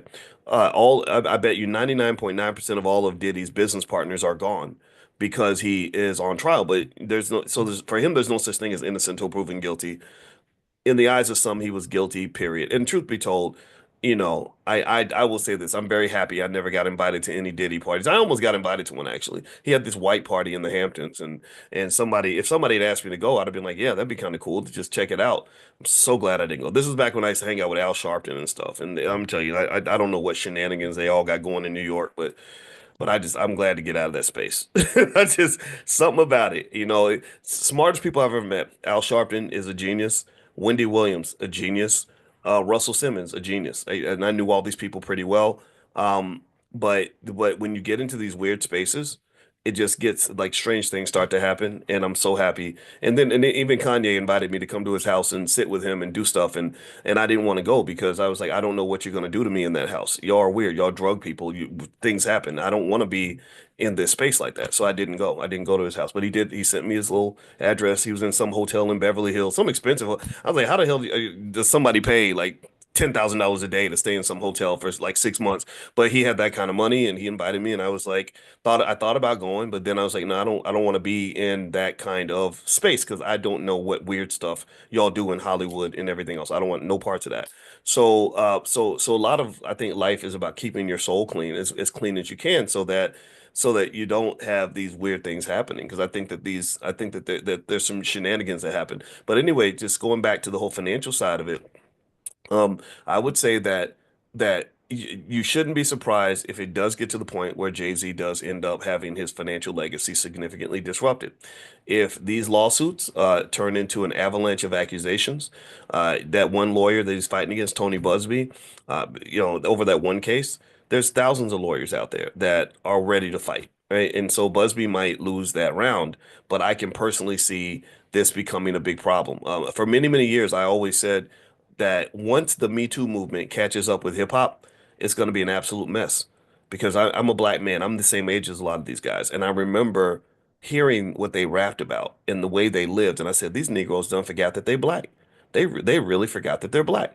They literally are openly talking about doing things that are illegal, unethical, harmful to other people, and are going to get them sued. And the thing about a civil lawsuit is you don't really have to have a whole lot of proof to win a civil lawsuit. You just need what they call a preponderance of the evidence. That means that somebody listening, a jury member, just has to say, do I think that there's a 51% chance that you did this? Do I think that if I was a betting man, would I bet that you did it or didn't do it? I think you probably did it. Okay, that's $50 million. Pay the man, pay the lady, right? And if you have hundreds of these people, then it becomes a problem. And so I personally think that Jay-Z's wealth is in jeopardy. I think that every single gangster rapper or anybody who's ever been involved in that side of hip hop, their wealth is in jeopardy and their life's work could easily be destroyed. And a lot of it's because the hip hop in itself, not all of it, but some of it, the toxic side is in direct violation of everything that protects and preserves your wealth. So how does that translate to regular people and on the rest of us? It means really that the rules of wealth go deeper than just putting money in your 401k, buying the right stocks and everything else. It goes into like a point where you kind of have to keep your nose clean. You kind of have to think about risk management as not just remembering that you're black, but also remembering that if you are in the wrong spaces with the wrong people at the wrong times, bad things can happen. I know a lady who was a professor who was high flying. She was kicking butt, taking names, getting all these promotions and all these raises and doing really well in her career. And she married a loser. She married a bum. She married a guy who was jealous of her, who couldn't succeed in anything. So he got resentful of the fact that his wife was doing so much better than him. And so this guy just decides, he wanted to kill his wife and kill himself. He did a murder suicide. And they had two young children. So now her two children are growing up without a mother and a father because her father was a punk. And this is something that she probably never would have guessed this would have happened to her in a million years because sometimes we think that what we do professionally is disconnected from what we do personally. When we think about risk, we're always thinking about risk as, well, what if the stock market drops? Or what if the real estate market declines? Or what if something bad happens with my portfolio? No, risk is anything that jeopardizes your wealth, including lawsuits, because you were wrong place, wrong time. Lawyers love to sue rich people. They always look for a wealthy person connected to a case because wealthy people are going to pay up sometimes. And if it's a wealthy person, if it's a black man with a stellar reputation that's making money from that reputation, and he's even remotely associated with some shenanigans, a fight happens at the club and somebody says, well, he spit on me or he punched me or whatever, they're going to throw him in the lawsuit in the hopes that he will write a check just to make the lawsuit go away. That's considered to be a cost of doing business. The cost is very, very high when you're in when you already have a pre-designated perception that society has of you as a black man. And so I think that when you're talking to kids about wealth, your children and your grandchildren and your nieces and nephews, talk to them about these things. Talk to them about like, look, you have to you have to try your best to be as strategic as possible, almost like you're operating with a halo around you, like where you have to say, okay, who's in my space? Now, what woman did I pick to be by my side? What kind of friends do I have? How do I respond to conflict? And if you are connected to a culture that says, you got to get ghetto, somebody talk crazy about you, you got to go punch them in the face because you want to keep it real because you're from the street. Well, just get ready to be sued. You're gonna lose millions of dollars. And rappers love to talk about that. A lot of guys like to prove how tough they are. Because something happens in the club, so they pull out a gun, they want to start punching people or whatever. Well, those are lawsuits. You're going to get sued, and you're going to get sued for millions of dollars. So if I'm a sinister person that wants to take your money, all I do is I tap into your ego. Like Denzel said to Will Smith when Will Smith went up there and slapped Chris Rock, and he said to or Will said that Denzel had said to him that right when you hit the mountaintop, that's when the devil shows up. And so the devil might be your insecurities. And so the devil's going to show up and somebody's going to poke you. They're going to poke you right where it hurts, right where you're triggered. And if you haven't healed, if you're not smart enough to be balanced as a human being, and gone through the therapy, knowing how to kind of manage things, learning how to be conscious and strategic about your next move, then guess what? Somebody pokes you, pricks you, poop, you get triggered. Next thing you know, you don't put yourself in some shenanigans that destroys everything you've ever worked for. So how would I summarize this? Let's go back to hip hop then, since we were talking about Jay-Z. I'm going to lay this out because I want to make sure I organize this thought properly so that you can really get this. So remember, I was telling you that the problem that I have with some segments of hip hop, I love hip hop, by the way. That's why I talk about it. It's because I love it so much. I know a lot of rappers that I admire and respect, from D1 to Killer Mike, Immortal Technique, all those guys. Even Kanye, I think, is very talented. He's just a little bit troubled. And so this is not anti-hip hop. This is pro hip hop, actually, because I think hip hop was taken from us. I think that it was ruined. I think that they deliberately used it to destroy us from the inside out. That's what I truly believe. But remember, I was telling you that some segments of hip hop are bad. Why? Because I put up a tweet about it. And my Twitter is Dr. Boyce Watkins 1, Dr. Boyce Watkins 1. So feel free to follow me on Twitter. I'm gonna read my tweet so I can be clear on my thought, and I'm gonna link this to economics. And this is something that you'll never learn in any finance class that I've ever seen anywhere. But then I have a PhD in this, so I'm qualified to chop up this conversation in this way. So I'm gonna go ahead and go out into a space that it may seem disconnected, but you'll connect the dots. All right, so here's what I put on Twitter. I said, when people talk about the culture, you ever hear people say, well, we're doing it for the culture. We're doing it for the culture. We're part of the culture. You turn your back on the culture, right? It's the culture, the culture, the culture. You have to be really careful about what you mean when you say the culture. Because when people talk about the culture, they're usually talking about something that relates to hip hop and rappers. Now, here's the problem with hip hop culture. Not all of it, but a big chunk of it. It promotes the death of black people. Okay. It promotes drug addiction. It promotes going to prison. It promotes the sexualization of little girls. It promotes financial irresponsibility, and it promotes ignorance. Now, let's connect that to wealth. Black death. When people die in your family, is your family going to be better off financially or worse off financially? If you have the head of a household, a mother or father, or even the kids, and somebody gets hit by a stray bullet, or somebody gets into some gangster shit and it ends up in the morgue, or the provider, one of the providers of the household, is now deceased, is the household going to be better off or worse off financially? Are they going to run into more financial problems or less? Answer me in the chat, especially when you talk about, people that maybe die with no insurance and your kids are in front of the church begging the church to donate to the GoFundMe account because daddy didn't handle his business before he went out in the street. He was handling his business in the street, but wasn't handling his business at home. Number two, let's talk about drug addiction. Um, does a drug addiction enhance your ability to make money or reduce your ability to make money? If I decide to go out and get hooked on Molly Percocet. There's a whole song with a chorus like that, by the way. You should be put in prison for making a song like that because you're marketing drug addiction to children whose brains have not been fully developed. I talked to a black DEA agent who was pissed off and angry because he said, I don't understand why my people don't get the fact that these drugs destroy your brain. They eat your brain like a brain-eating bacteria. So he said, when you get hooked on some of these drugs, these kids, they never come back. It's not like they can say, yeah, I used to use all this stuff when I was 16 and now I'm okay. No, no, your brain, a big chunk of your brain is fried.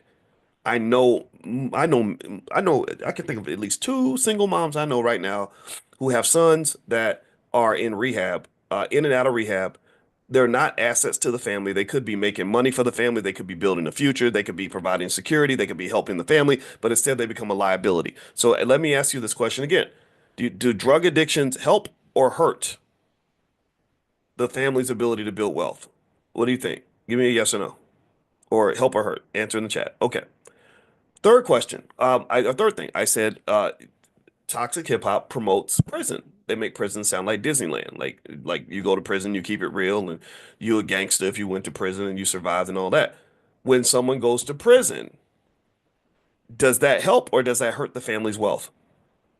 When you are locked away and you're paying $5 $5 a minute for a collect phone call or whatever they charge, or a dollar per email that to eat, or $5 an email, whatever, and working for 25 cents an hour or maybe $5 a day, does that help or hurt your family's ability to build generational wealth? Let's keep going. It promotes the sexualization of little girls. What am I talking about? Well, I'm talking about that stripper rap that's out here. The stripper rap is very popular. It's very popular. It's a very simple message. Just if you look good and you're a freak and whatever, then men will like you. Men will give you attention. It's worthless attention, but they'll give you attention. And so you can get money, you can get, a Gucci bag or whatever, but you might get an STD with the Gucci bag and an unwanted pregnancy, and you're going to become a single mom or whatever. So do you think that the sexualization of little girls helps or hurts their ability to have a wealthy life? Do you think that a little girl that is introduced to Cardi B and memorizes Cardi B lyrics instead of learning her ABCs and learning math is going to be better off long term financially or worse off? Is she more likely to build generational wealth or less likely?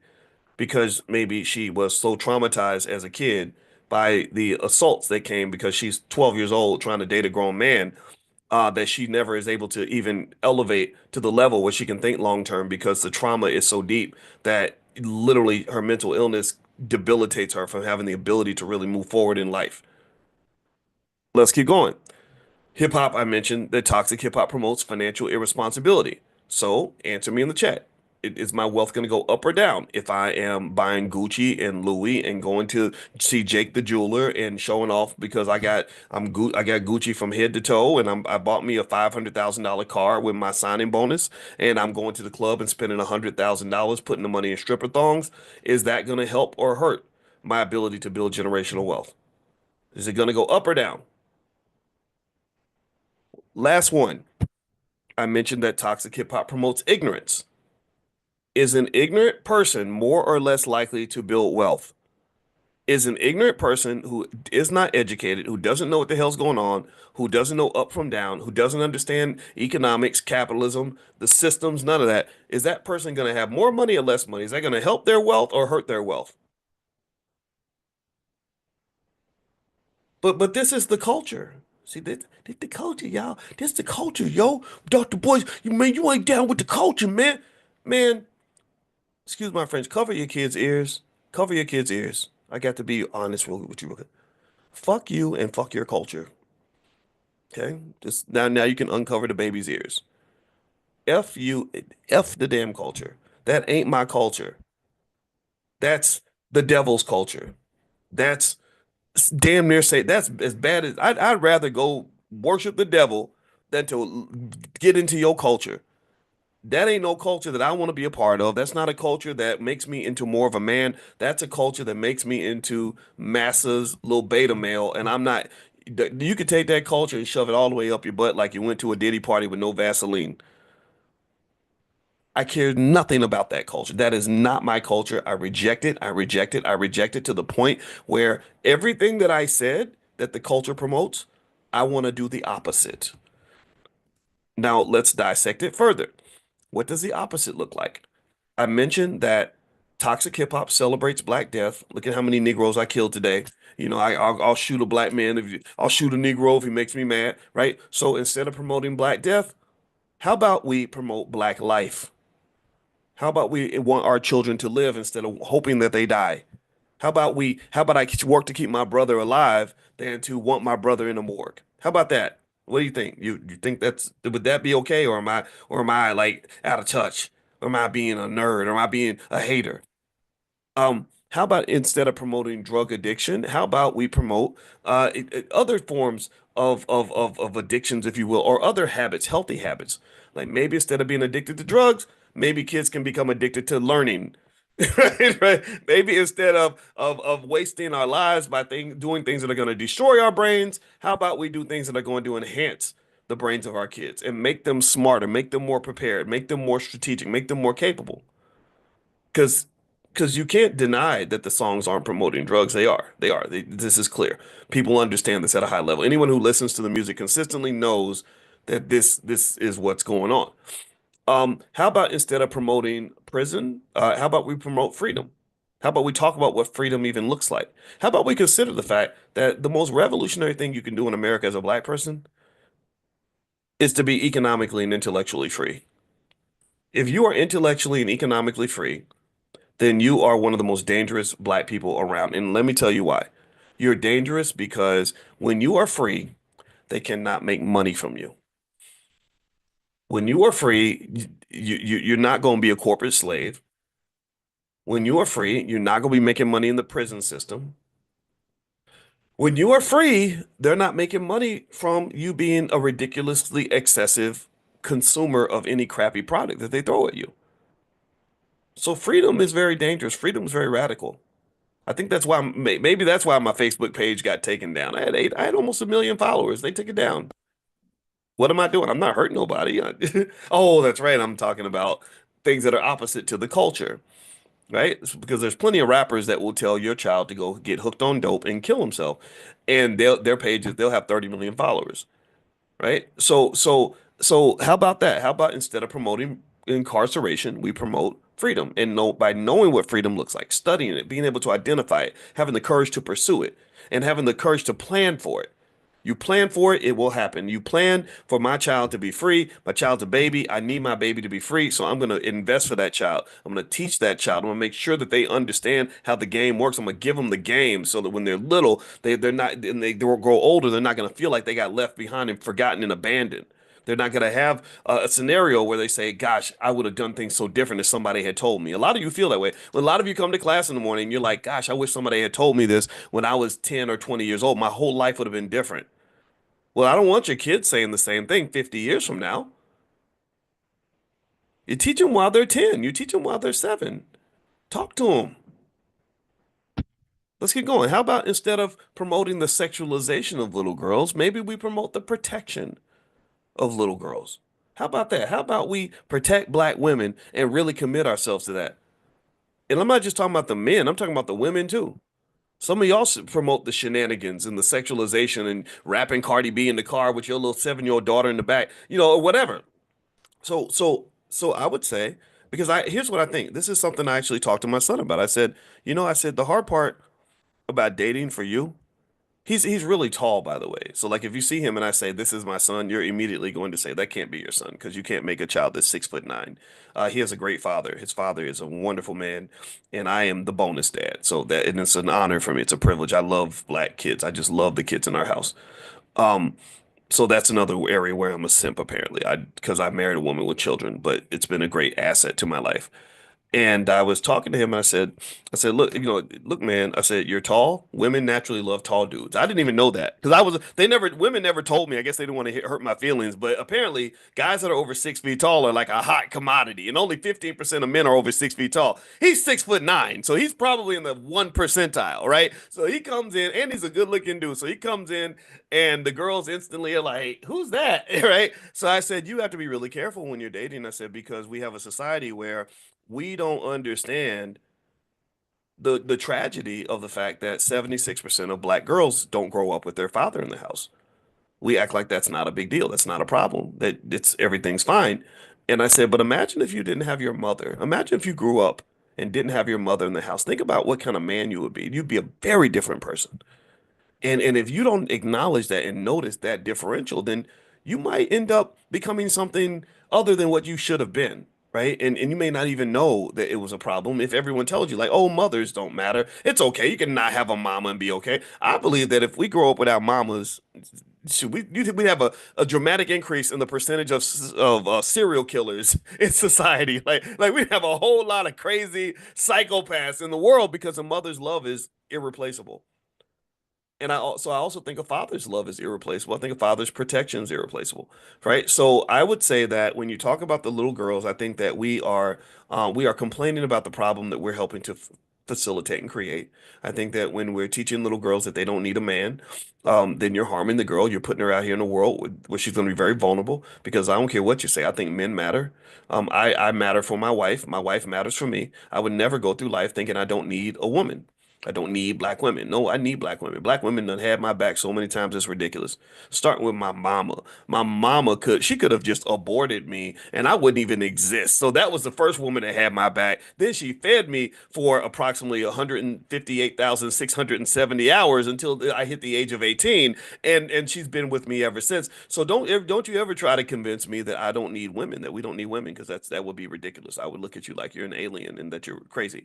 So men matter. We matter. So I think that with little girls that go into the world and bad things are happening, and sometimes at the hands of predatory men, like you see all these allegations that are out there and stuff like that. It makes me very sad because I think that we've forgotten what that looks like to really protect black girls. And I don't think it's men's fault, women's fault. I think it's everybody's fault. It's all of our fault. So anyway, let's keep going. Next, how about instead of promoting financial irresponsibility, we relentlessly and just almost vehemently promote financial intelligence? How about that? How about instead of encouraging ourselves to be extreme consumers, we encourage ourselves to be extreme investors. That literally, because we can do this. We've got everything we need. Literally, just with 1/10 of what I've taught you all in this class so far, you could take 1/10 of that and financially dominate 60, 70% of the earth. I guarantee you. Like Americans are so horrifically financially unprepared. It's ridiculous. And I don't, you can't tell me that that's an accident.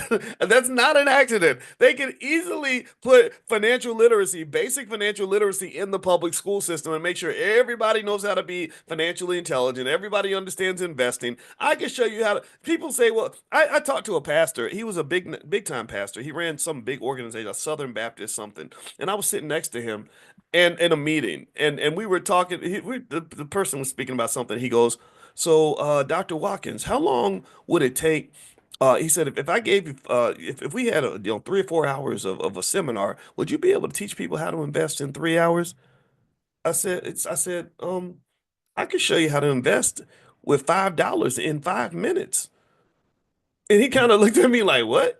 I said, yeah, it's easy. I've told you all about the monkey experiment. They taught monkeys how to invest, and monkeys made more money than the investors on Wall Street. Burton Malkiel, look it up. Random Walk Down Wall Street is a book written in 1971. So it does not take long to teach someone how to invest. And the biggest mystery of my life that still baffles me is how is it that you have a child from the age of 0 to 18, they have 157,680 hours in your custody, and nobody took 10 minutes to teach them how to buy a share of stock, which is the number one wealth driver in America right now.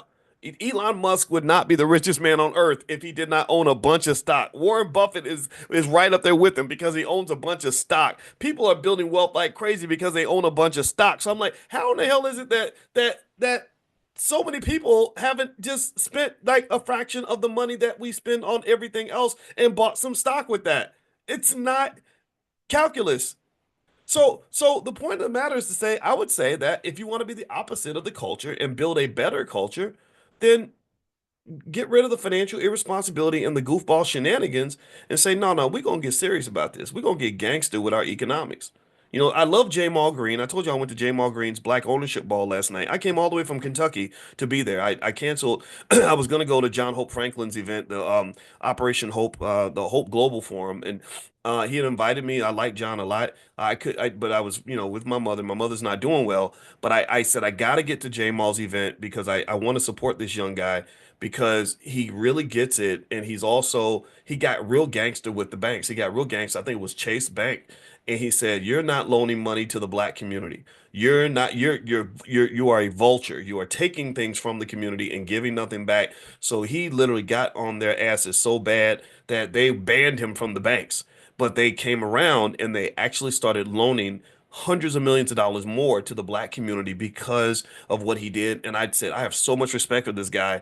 So I wanted to go there. So anyway, at the Black Ownership Ball, that was one of the things that I just thought about. Is I said, God, if we had more people doing this kind of thing, just really being gangster about our economics, and not trying to be politically correct, not trying to make friends with your so-called fake ass allies, not trying to fit in, not trying to just be a good boy all the time or a good girl all the time, just being radical when it comes to the protection of our community, protection of our children, because the protection of our kids is our job.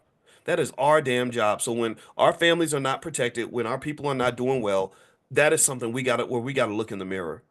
I get it. I know that there are other people that don't want you to be successful. Well, so the hell what? Join the damn club. Ain't nobody gonna want you to really win like that. People don't give trophies away for free. What you think this is? You think this is back in the 90s when we started giving the fat kid in the back of the room a trophy? Even though he didn't practice, he didn't stay in shape, he chose to eat the chocolate candy bar, he chose to show up unprepared, but yet you gonna give him the same trophy that you gave to the kid who did the work? Life don't work like that. Y'all know this. Life don't work this way. So to me, I think that us really tapping into the best of ourselves and turning inward and really just saying, okay, how do we really make sure we're ready for this thing? How do we really get out here and get ready to fight a little bit?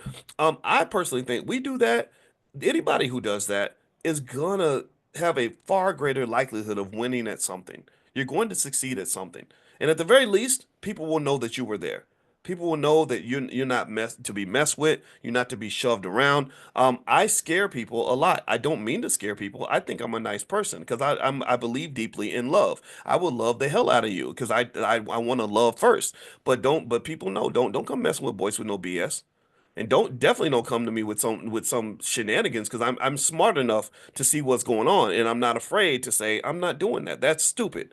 That's bad. Why would you even expect me to go for this nonsense? So when people tell me that this is the culture, I want to just tell you, you come up to me because I've had people call me and say, I told you, rapper friends who are like, "Hey Doc, we don't want people to think that you don't like all the rappers." I said, I love the rappers, but that son of a bitch, oh, he's an enemy to the black community. You don't see it?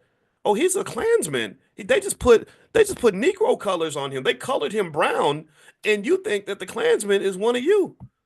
We know that all skin folk ain't kinfolk. We know this. So why are you trying to tell me that somebody whose actions are harmful is somehow my brother or my ally? I can't make you my ally. I don't hate you, but I'm not going to let you come up in my house with no shenanigans because if something bad happens to the people that I'm supposed to protect because I decided to let you come in there and do that to my children, then that is my fault. That is on me. So last thing I would say is we talked about, how the culture, promotes ignorance. So how about instead of promoting ignorance, we promote intelligence? How about we make intelligence cool again? How about we stop making or letting people make the smart black kid feel bad or feel embarrassed or let people say, well, you acting white because you reading books and stuff and you speak in a certain way and you just that stuff like that should make us violently angry. Not to the point where you're ready to fight somebody for real like that. I don't want to promote no violence, but really, it's insanity. It's insanity to me. See, here's the thing. Okay, let me tell you about dumb people. See, dumb people can't be blamed for being dumb because when you're dumb, you're too dumb to know how dumb you are, and that's okay, right? That's all right. It's dumb. I forgive you for you know not what you do. But you know what pisses me off? You know what drives me crazy?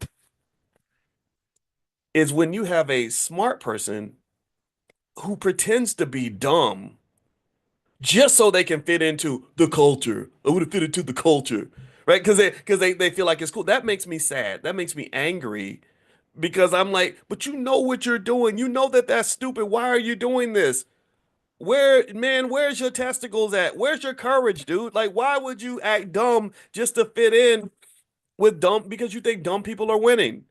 And I get it, right? There's peer pressure and all that, but I hate that because that's a wasted resource. That smart person could have been as smart as they could have been really smart and done some really smart stuff and really solved some important problems. But instead, they're like, duh, duh, duh, you don't do it. Like, okay, we don't need more dumb people. They've already flooded the market. There's already too many. There's an oversupply of stupid people. Let's take the smart ones, the hardworking ones, the intelligent black people, the people that really know what's going on, the ones that really want to learn, the ones that want to grow, and let's elevate them. Let's hold them up like Simba and the Lion King and be like, this is who we are. This is the culture. But instead, I got to go to a damn political rally and see Megan the Stallion twerking and all this other nonsense. Or some comedian up there telling jokes, hey, because a black man is a clown. In case you didn't know, they love it when we show up as clowns, rappers, or athletes. That's pretty much it. Very childlike demeanors. Because athletes they play a game. Children play games, right? Comedians tell jokes. You're a clown. That's why they like you. That's why they feel comfortable with you, right? And then unfortunately, many rappers have been trained to degrade themselves and degrade their community. They love that. Oh, they'll clap for that. They'll give you all kinds of money. And because we don't understand the power of money in terms of how money can shape perceptions in an awkward and terrible way, we think that you're successful because you have money when that is not success. That money is not a symbol of success. That money is a symbol of an epic failure. That's what that money is symbolizing. It's not symbolizing anything great, anything successful. It's symbolizing the fact that you sold out more than anybody else, and that's why you got paid. And if I don't tell you anything else about money, I need you to understand that all money is not good money. Some money is poison. So with that said, I want to see the smart people. You know, I want to see the black man or black woman that's like trying to build rocket ships like Elon Musk. I want to see the black man or black woman that specializes in quantum computing and can explain to me what a qubit is, right? And how quantum computers are going to dominate the world one day. I want to hear from those people. I don't want to. I don't. I'm tired of hearing about the rappers and the comedians and the athletes. And God bless them. Some of them. I mean, I'm not saying they're all stupid. I'm not dismissing them at all. Some of them are cool. Some of them are growing and all this. I respect that. But man, some of this stuff. It's like, Lord Jesus. Let me tell you a story that really made me angry. This happened in, I guess I need to stop. I guess a lot of stuff makes me mad. But I went on the Breakfast Club one time, and there was this rapper named Trinidad James. And anybody remember Trinidad James? In case you don't remember, Trinidad James had a whole mouthful of gold teeth, and he had a whole bunch of chains. He'd wear like 40 chains, and he had that song, "Gold all in my chain, gold all in my ring, gold all in my watch. Don't believe me, just watch. Igga, igga, igga, don't believe me, just watch." Right? You remember that? I mean, the song was so bad that I saw it and I put it on Facebook. I said, "What is this crap?" And people were making fun of me. They were like, "Doc, that's a spoof. That's not a real music video." And I was like, "Oh, I'm sorry. I got it. I must have messed up. I must be getting old. I thought it was real. I thought it was a real song." Well, guess what? It turns out that they were wrong and I was right. This was a real song. He became a real rapper. He was famous for about 25 minutes. And so I went on the Breakfast Club and he came in the day before me. And I was like, oh God, I'm so glad that guy didn't come in the same time I did because I just can't take it. It's too much. And somebody said, no, Doc, he's actually really smart. He just acts dumb, because he wants to, make his song popular.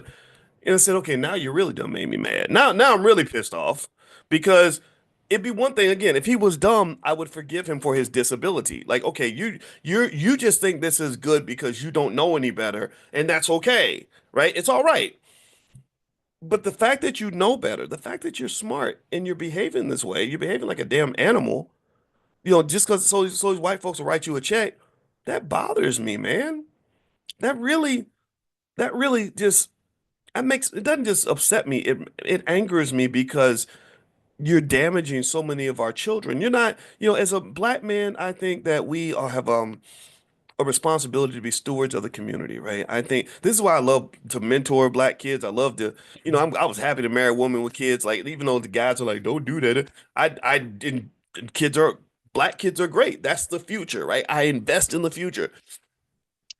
And to me, when we don't uphold that responsibility and we give them just horrific examples and don't try our best to at least try our best to set a good example for them, that makes me sad. I think that that's a dereliction of duty. I think that we have not met our responsibility.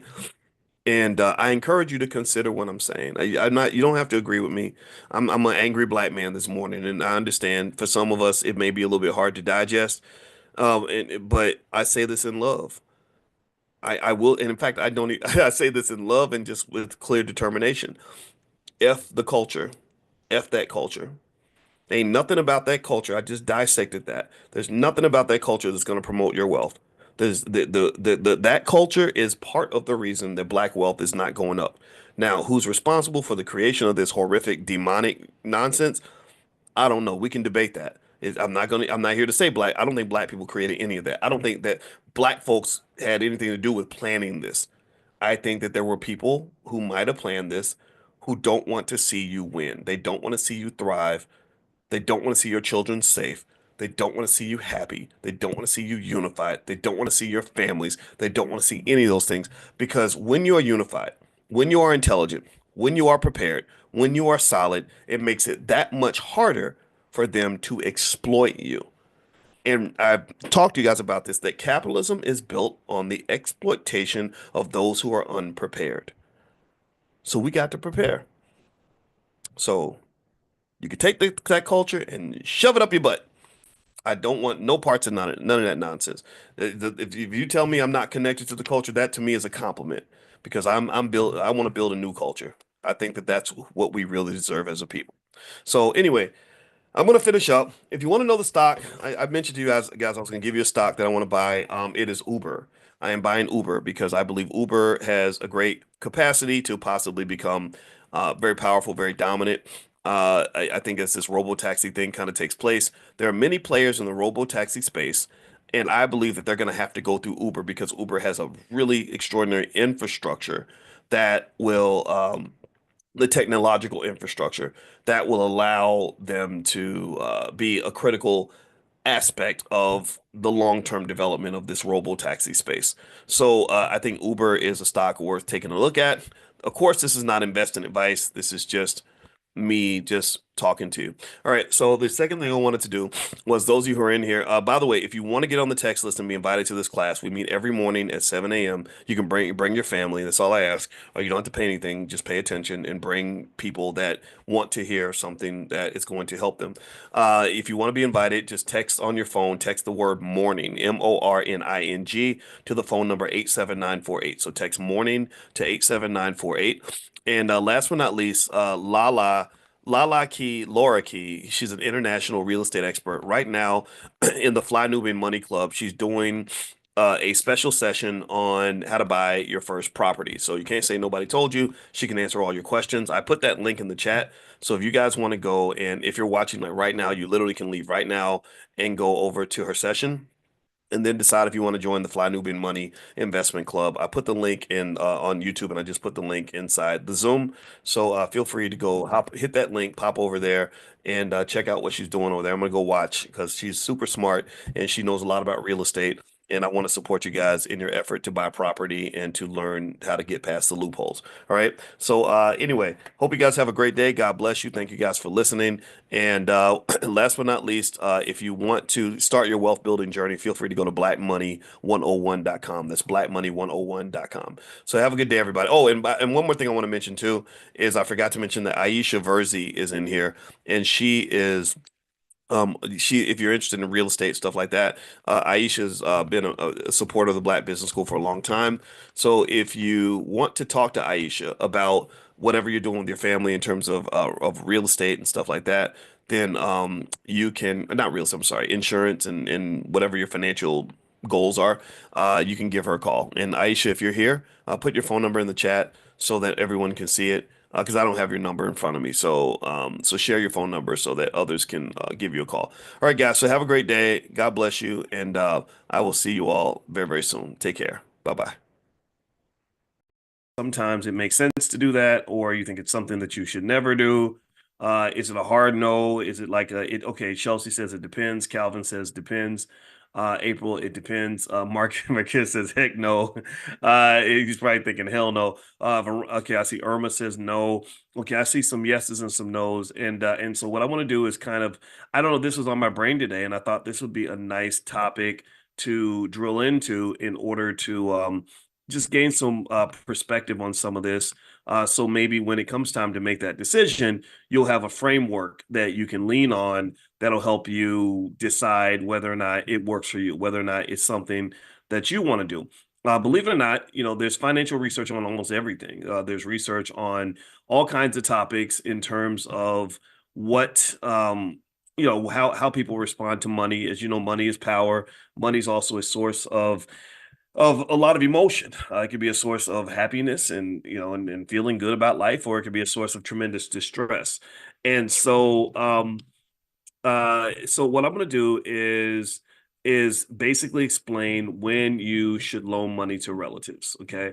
And not so much tell you that you should or should not do it, but just to say that if you ever thought about doing it, there are ways to do it safely, and ways to do it in a way where you're not going to end up hating your cousin for the next 40 years because they didn't pay you back.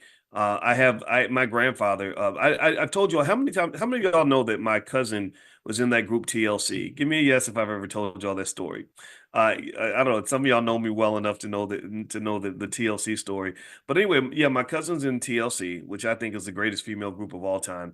Her name was T-Boz, aka Tiana Watkins, and like I felt kind of awkward when I realized she was my cousin because I always thought she was the prettiest one in the group, and but you can't be looking at your cousin like that. That's just weird.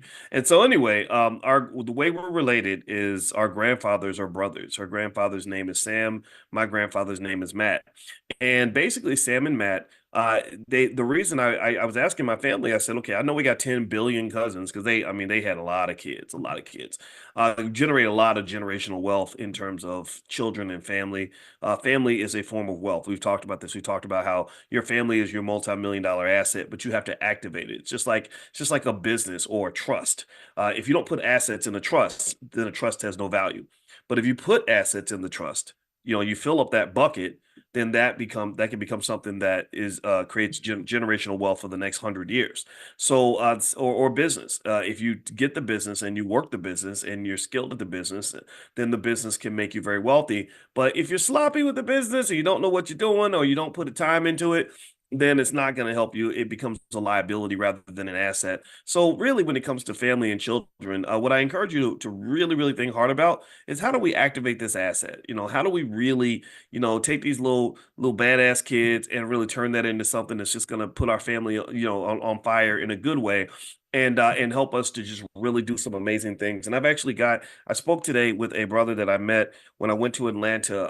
I forget, I don't have his name in front of me, but he was a black man that he happens to be a member of the Nation of Islam, which I told you all, I think that you should study the nation in terms of their philosophies on family structure, on economics, education, things like that, mental health, because there's a lot to learn there. Anyway, he had 3 kids. He homeschooled all of his kids because he didn't want them to be harmed by the school system. And now a lot of his kids, I think at least 2 of his kids work for him, and he has a very successful construction company that's doing really amazing work.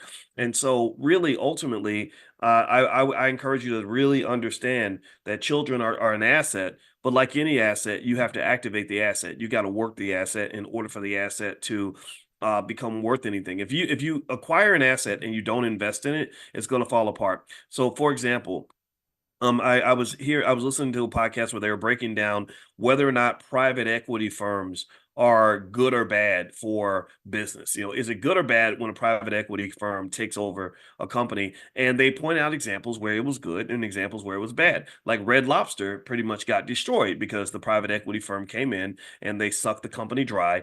It's kind of crazy how they do this. They do these things called leverage buyouts. It's crazy, right? So what they'll do is they'll say, "We want to go buy Red Lobster." And they'll say, well, we got to borrow $3 billion to buy Red Lobster. So we'll put up, three hundred million, and the rest, the 2.7 billion, we're gonna borrow from a bank. But then what you tell the bank is you say, after we borrow this money, Red Lobster is gonna have this debt. Red Lobster is going to go into debt. Not the person who's controlling the asset. The company I'm acquiring is going to take on this debt. So again, these are not specific numbers. The numbers vary from, situation to situation. But basically, Red Lobster is now in debt. Not you, Red Lobster, but you're able to control the company. So they're milking the assets. They're making all these crazy deals where they're just basically sucking the company dry. And then next thing you know, Red Lobster, which was a great business before the private equity firm came along, is suddenly saying, "Oh, we got to shut our doors," and they're saying it's because we gave endless shrimp, and it wasn't because of the endless or bottomless shrimp or free shrimp, all you can eat shrimp. That wasn't what brought it down. It was basically some moves by the private equity firm that allegedly caused this company to have so many problems. Okay. So ultimately, I think it's like, in a way, you can think about that like with children, where or any asset that you have, if you invest in the asset in a relevant way, where you are pouring something into it consistently, you're not just sort of milking it dry.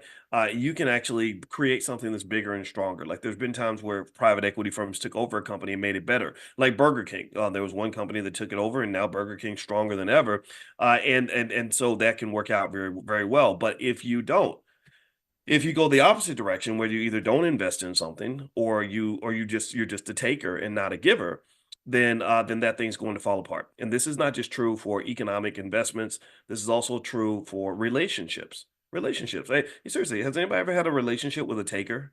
If you're a giver, or a pleaser, or whatever it is, however you might be defined by your therapist, has anybody ever been in a relationship with somebody who takes? How many of y'all have gone through that? It is the absolute worst feeling in the world. It's terrible. It's not fun. You don't like it. And takers tend to know they know who to go after. Believe me, take it from a man who's had money for quite a while. I can spot a gold digger from a 50-mile radius. I can pick up on it. I can pick up on the women that suddenly thought all my jokes were hilariously funny, and that I was the most interesting man in the world, and all this other stuff. And it's not, I mean, I don't have a problem with it, right? Because the studies show that the women are naturally attracted to resources and stuff. And I get that. But when I get a sense like, okay, that you're literally looking at me like fresh meat, and you kind of know, like, okay, because this guy has this money, I can buy this, and I can buy this, and I can buy this, and I can buy this. That's not interesting to me, right? And so when I married my wife, I specifically was happy to marry somebody where money isn't that important to her, and also she had her own money, so it wasn't as big of a deal, right? So ultimately, when you're talking about relationships, it has to be give and take. It has to be reciprocal. Some of you have relatives that take. You have people that you've had relationships with that take. And those sorts of interactions don't tend to work. They're not sustainable, because you can't take from something forever without replenishing what you take. You can't, you, I'm gonna stop right there. You can't just keep taking and then not replenish. It's okay to take. See, this is the thing. People think that it's bad to take anything. I had a whole conversation when I spoke at UPS yesterday. I spoke to a young lady, 27 years old. She was a single mom, and she was an airplane pilot. So we kind of really had a good conversation about airplanes and flying, because I got my pilot's license, but she's a real pilot. I'm just a student pilot. And she was saying that she said, I really want to fly more, but it's expensive. I said, yeah, it is expensive. And she said, but I said, you're around all these airplane pilots. I just met with all the black UPS pilots the other day. They would love to help you. They would take you up. It wouldn't cost you anything. And she said, yeah, but I really don't know. I really don't like asking for help. And I said, no, no, no, no, no. See, don't think like that. It's okay to ask for help. It's okay to take things. You deserve support. You're doing great things with your life. I'm really proud of you. People will want to help you. I said, but if you want to make yourself feel better, make it reciprocal. If you feel guilty about taking, just give. Just make a rule. Give twice as much as you take. Right? So if somebody offers you help, it's not charity. It is mutual support. So when they come in and they say, "Hey, I'll help you fly. It won't cost you anything. We can take my airplane and whatever," then what you do is you say, "Okay, anything you ever need, I got you." Their birthday comes up, you send them a gift. They have a problem, you step up and you help them as much as they help you, and then it becomes a great relationship. Then you have a web and a network of people around you where everything is beneficial for everyone. It's a win-win-win-win-win. Right? And so taking is not the problem. Taking is not the issue. Taking is only a problem if you're not giving as much as you take. It's only a problem when it's not reciprocal, right? And this is the issue that you run into. This is why a lot of athletes go broke, why a lot of celebrities lose money, is because they're giving, giving, giving, but nobody's giving anything back. Nobody, and part of that is built around how you frame yourself. Some people frame themselves as charity cases. If I have a brother who goes off and becomes a rap star and he's making lots of money, maybe I define myself as a person who can do nothing for him except be a part of his entourage and just sort of hang around him and wait for him to pay my bills. Right. And that's not effective. What has to occur is that I got to say, okay, how can I help? Maybe you need security.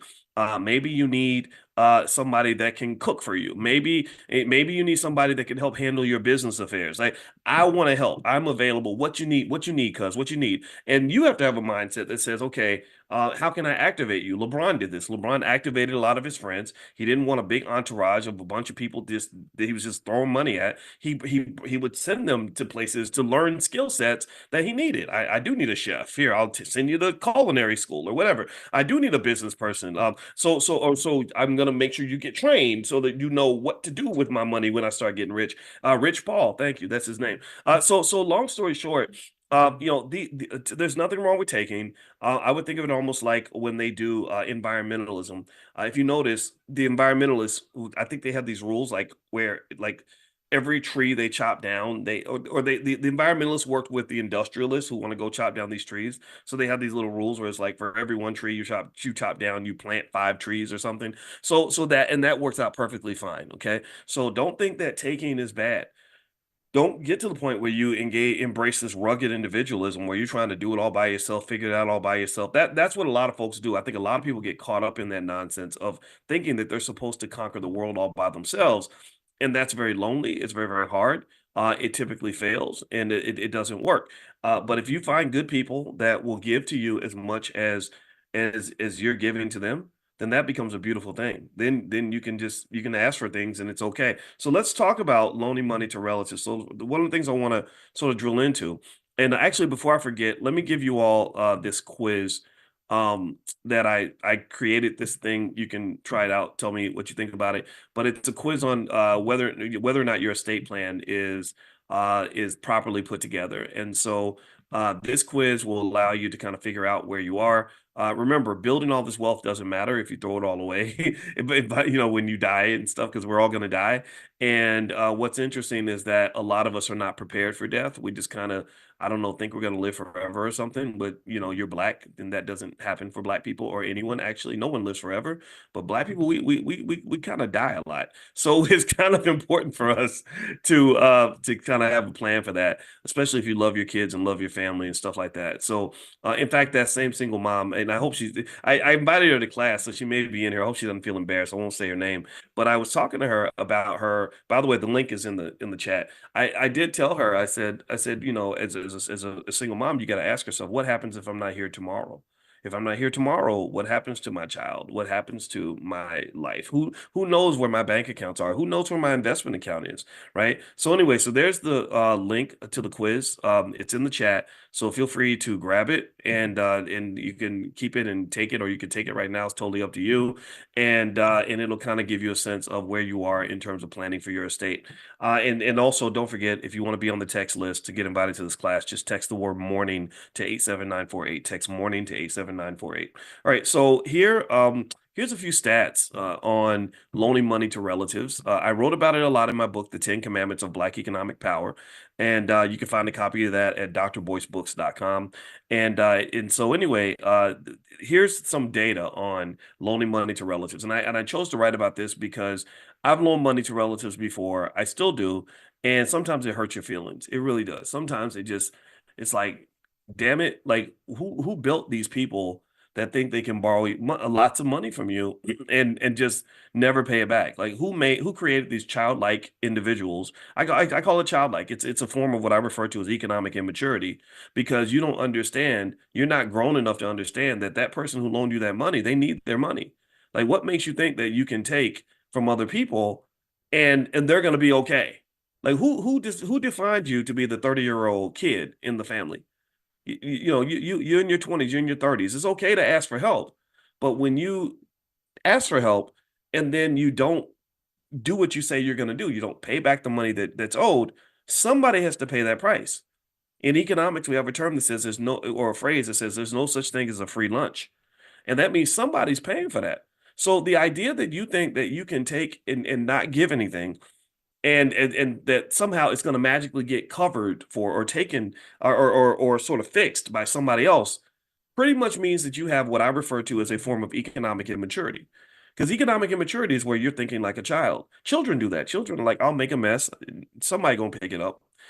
Children think like, oh well, I need new toys. Somebody's gonna buy it. Not me. Not me. I mean, I just a little kid. And you get these like 35-year-old versions of little kids. Like, I just a little kid. I gonna borrow money. I just gotta pay. I can't pay it back. I don't have no money. Right. So when you don't solve the problem, you're handing the problem to somebody else, and part of what creates challenges in a lot of our families is that again you got these grown ass kids 45 years old. Hey, yeah, I can't, I'm just struggling, cuz I can't come up with nothing. No, that's not appropriate. Because if everybody thought the way you think, then everything would fall apart, everything will fall to shit. It really goes deeper than that. Even goes to the point of somebody making a baby and just being like, oh well, my baby's mamas, they got it covered, they holding it down. They're holding it down because your weak ass can't hold nothing down.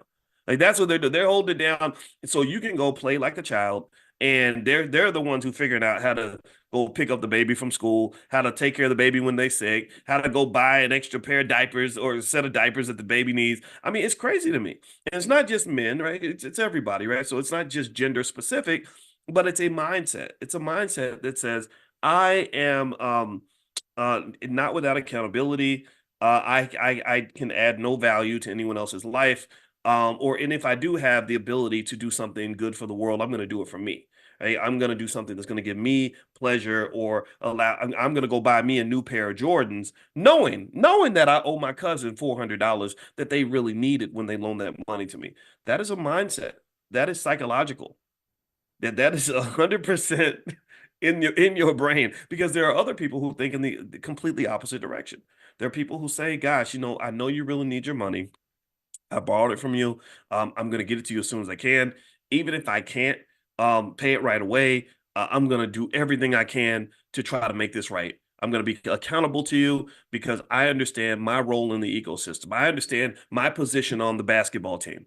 If I don't get the rebound, if I throw the ball out of bounds, or if I can't hit the open shot, then the team is going to lose. You understand? Because remember, your family is your team. Your family's your team. And a lot of your teams are losing because your players don't understand their position. They're not playing their position. They're not playing their role. You're passing the ball and they're asleep on the bench. Or you're waiting for them to play defense with you. You're playing defense all by yourself because they at the club getting high or something, right? So ultimately, this all is a mindset, and this is something that is detrimental. It costs the Black community trillions of dollars. There's so many different reasons that this horrific ecosystem does come into existence because it's one of these things where you can't sort of isolate the blame. You can't say, well, it's because of these men or it's because of these women. Because remember, a lot of these men were raised by women. So you can't say it's just the men, and you can't say it's just the women because a lot of the women are abandoned by the men, right? And so and I believe that men, we have a certain type of power and we do set a standard. So if we don't set the standard the right way and show up in the best way we possibly can, then guess what? Everything falls apart. This is where I become the old school Southern black man. I'm not politically correct. I don't give a shit about being politically correct. I believe that the man is the tent pole of the tent. I believe that the father, the man, you got this thing in your body called testosterone. You've got these big muscles and all this, and these other things that give you special skill sets nobody else has. And I believe that you set the standard. You are the tent pole of the tent. So if the tent pole falls down, the whole collapses on everybody. If the tent pole is flimsy, then the tent cannot withstand the storm. If the tent pole is short and tiny, then the tent's not going to be very high. So one of the things that I talk to our son about all the time is I say, look, man, you're the tent pole. You're the leader. You set the standard.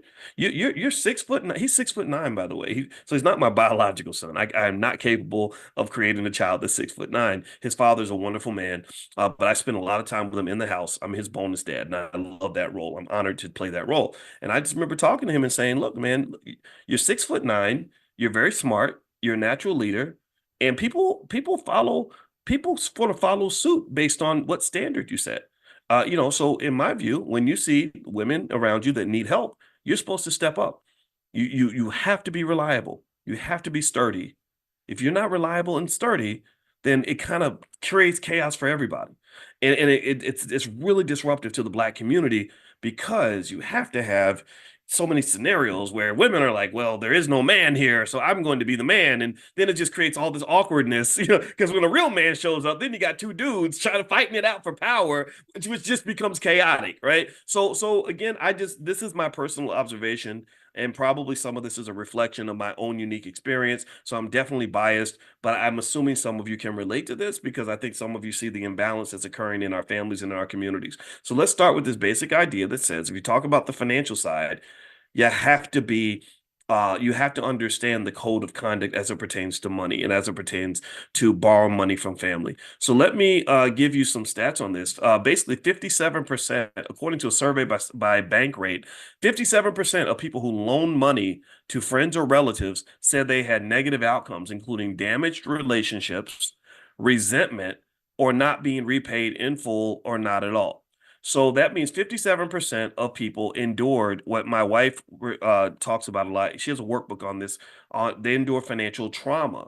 You endure financial, it's very traumatic when you loan a lot of money to somebody and you have this, this loving, touching, bonding moment where they're like, oh, thank you for coming through for me, cuz I appreciate it. Oh, it's all right. I got you. I love you too. And I just make sure you get the money to the landlord because I don't want you and the baby to get evicted. And then next thing you know, the person disappoints you.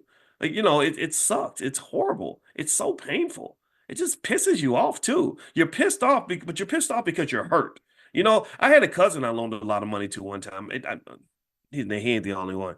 And I remember that I like came through for him. Like it was like this triumphant moment of like, yeah, we're gonna elevate. We're gonna really do this together. We're gonna really, I want to see you do better in your life. And then the Negro disappeared.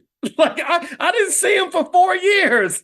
And when I saw him again, part of me was like, I want to knock you out right now. You sorry ass piece of shit. Excuse my French. It's too early to be cussing. That's how I felt. I was like, wait, we had this bonding moment, and you just lied to me. You just completely just fed me a whole fairy tale. I don't know if you own dope or something, because drug addicts are good liars.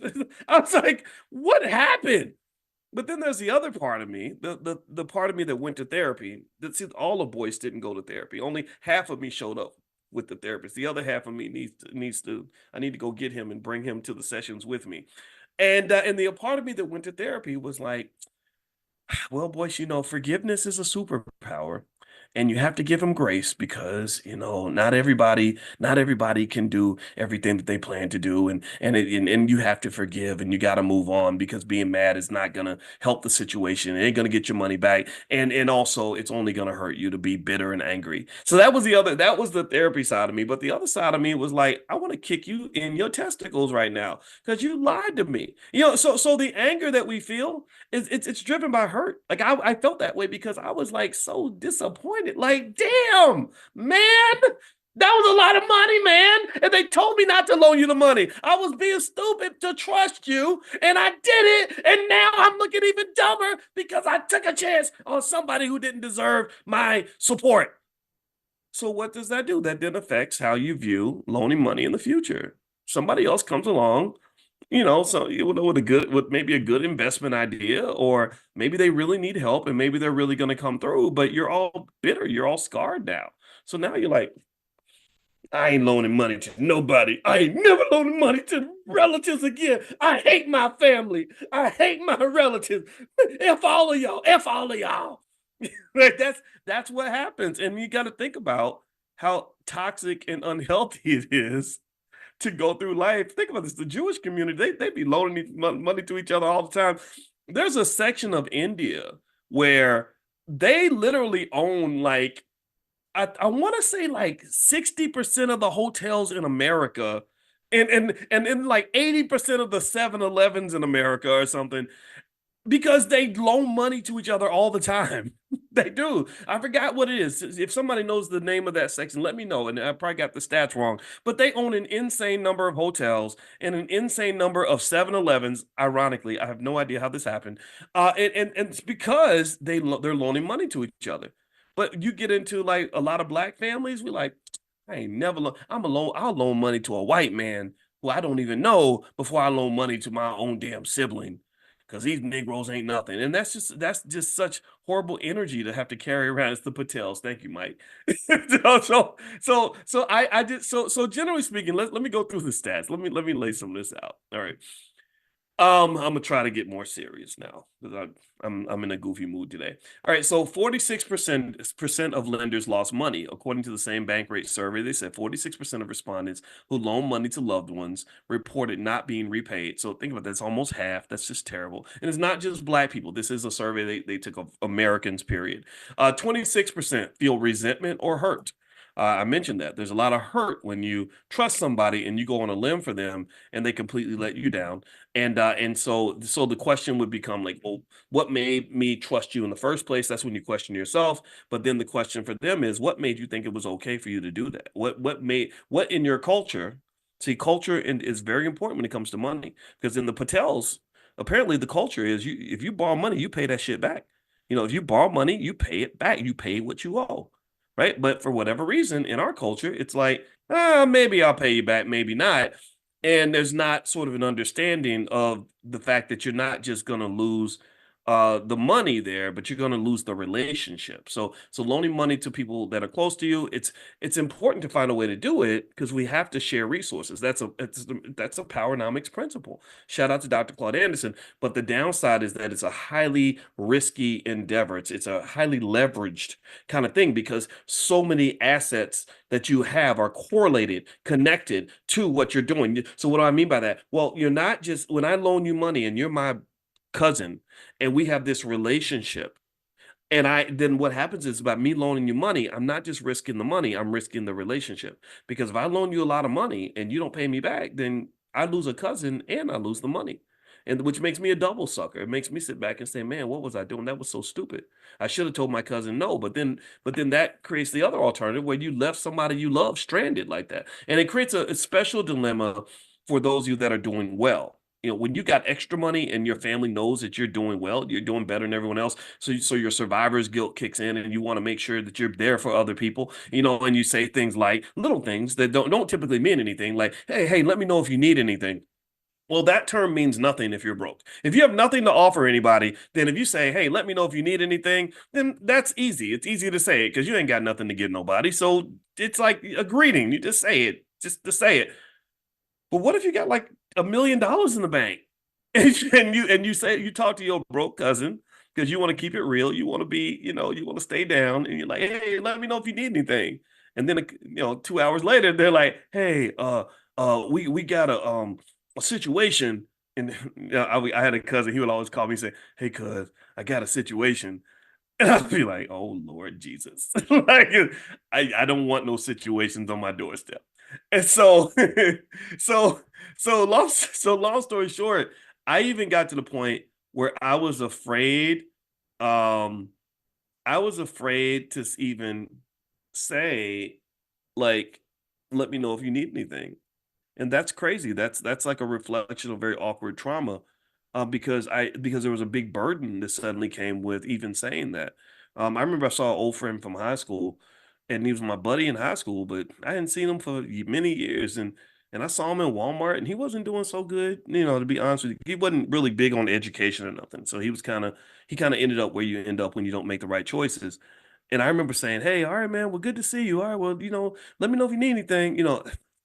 Why did I say that? He literally called me 2 hours later. He needed me to. He got in a fight with his wife, and he was trying to move out that day from the house. It was something crazy, something really weird. I was like, I don't want to be in the middle of your drama. I don't even know you like that. But it was like that was an example of where even that little statement, like, let me know if you need anything, that can be kind of weird. So anyway, let me read more of the stats, and then I'm actually going to give you a solution. You guys know we I want to be solution oriented and not just talk about the problem. So another thing is that family loans often lead to unspoken expectations. Research from the Pew Charitable Trust in 2019 highlighted that people often struggle with unspoken expectations when they loan money to relatives. The absence of formal contracts or repayment terms tends to exacerbate misunderstanding. So that means that if you don't have something written down, maybe a contract or at least something written on paper, then you can have misunderstandings. Misunderstandings are literally the trigger for a lot of broken relationships. But then also sometimes people loan you money and they expect more than just the money. Right. So all money isn't good money. This is a general principle that you have to be really thoughtful about who you take your money from, because when they give you money, many cases there's something else that they expect. So for example, that's why with the All Black National Convention, we don't take any money from corporations. We don't take any money from the government. We don't take any money from the Democrat or Republican parties, because I know money well enough to know that you're not going to write a big fat check without having some sort of expectation that comes with that check. Like, oh, hey, Dr. Boyce, we want to put this person on a panel, or we'd like for this politician to come speak at your event. No, I don't want to hear all that. And I'm not going to be on stage, thanking Walmart for black liberation. That's not something I'm interested in doing. So it's like, you know what? I'll pass on that money. We'll get the money some other way.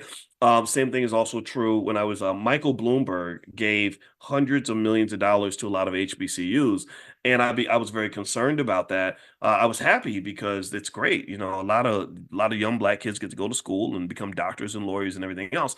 But also Bloomberg is a strategic person. He moves in a certain way. He's very, very political. So you don't even have to tell me. It doesn't have to be revealed to me that there are going to be certain expectations that come with this money.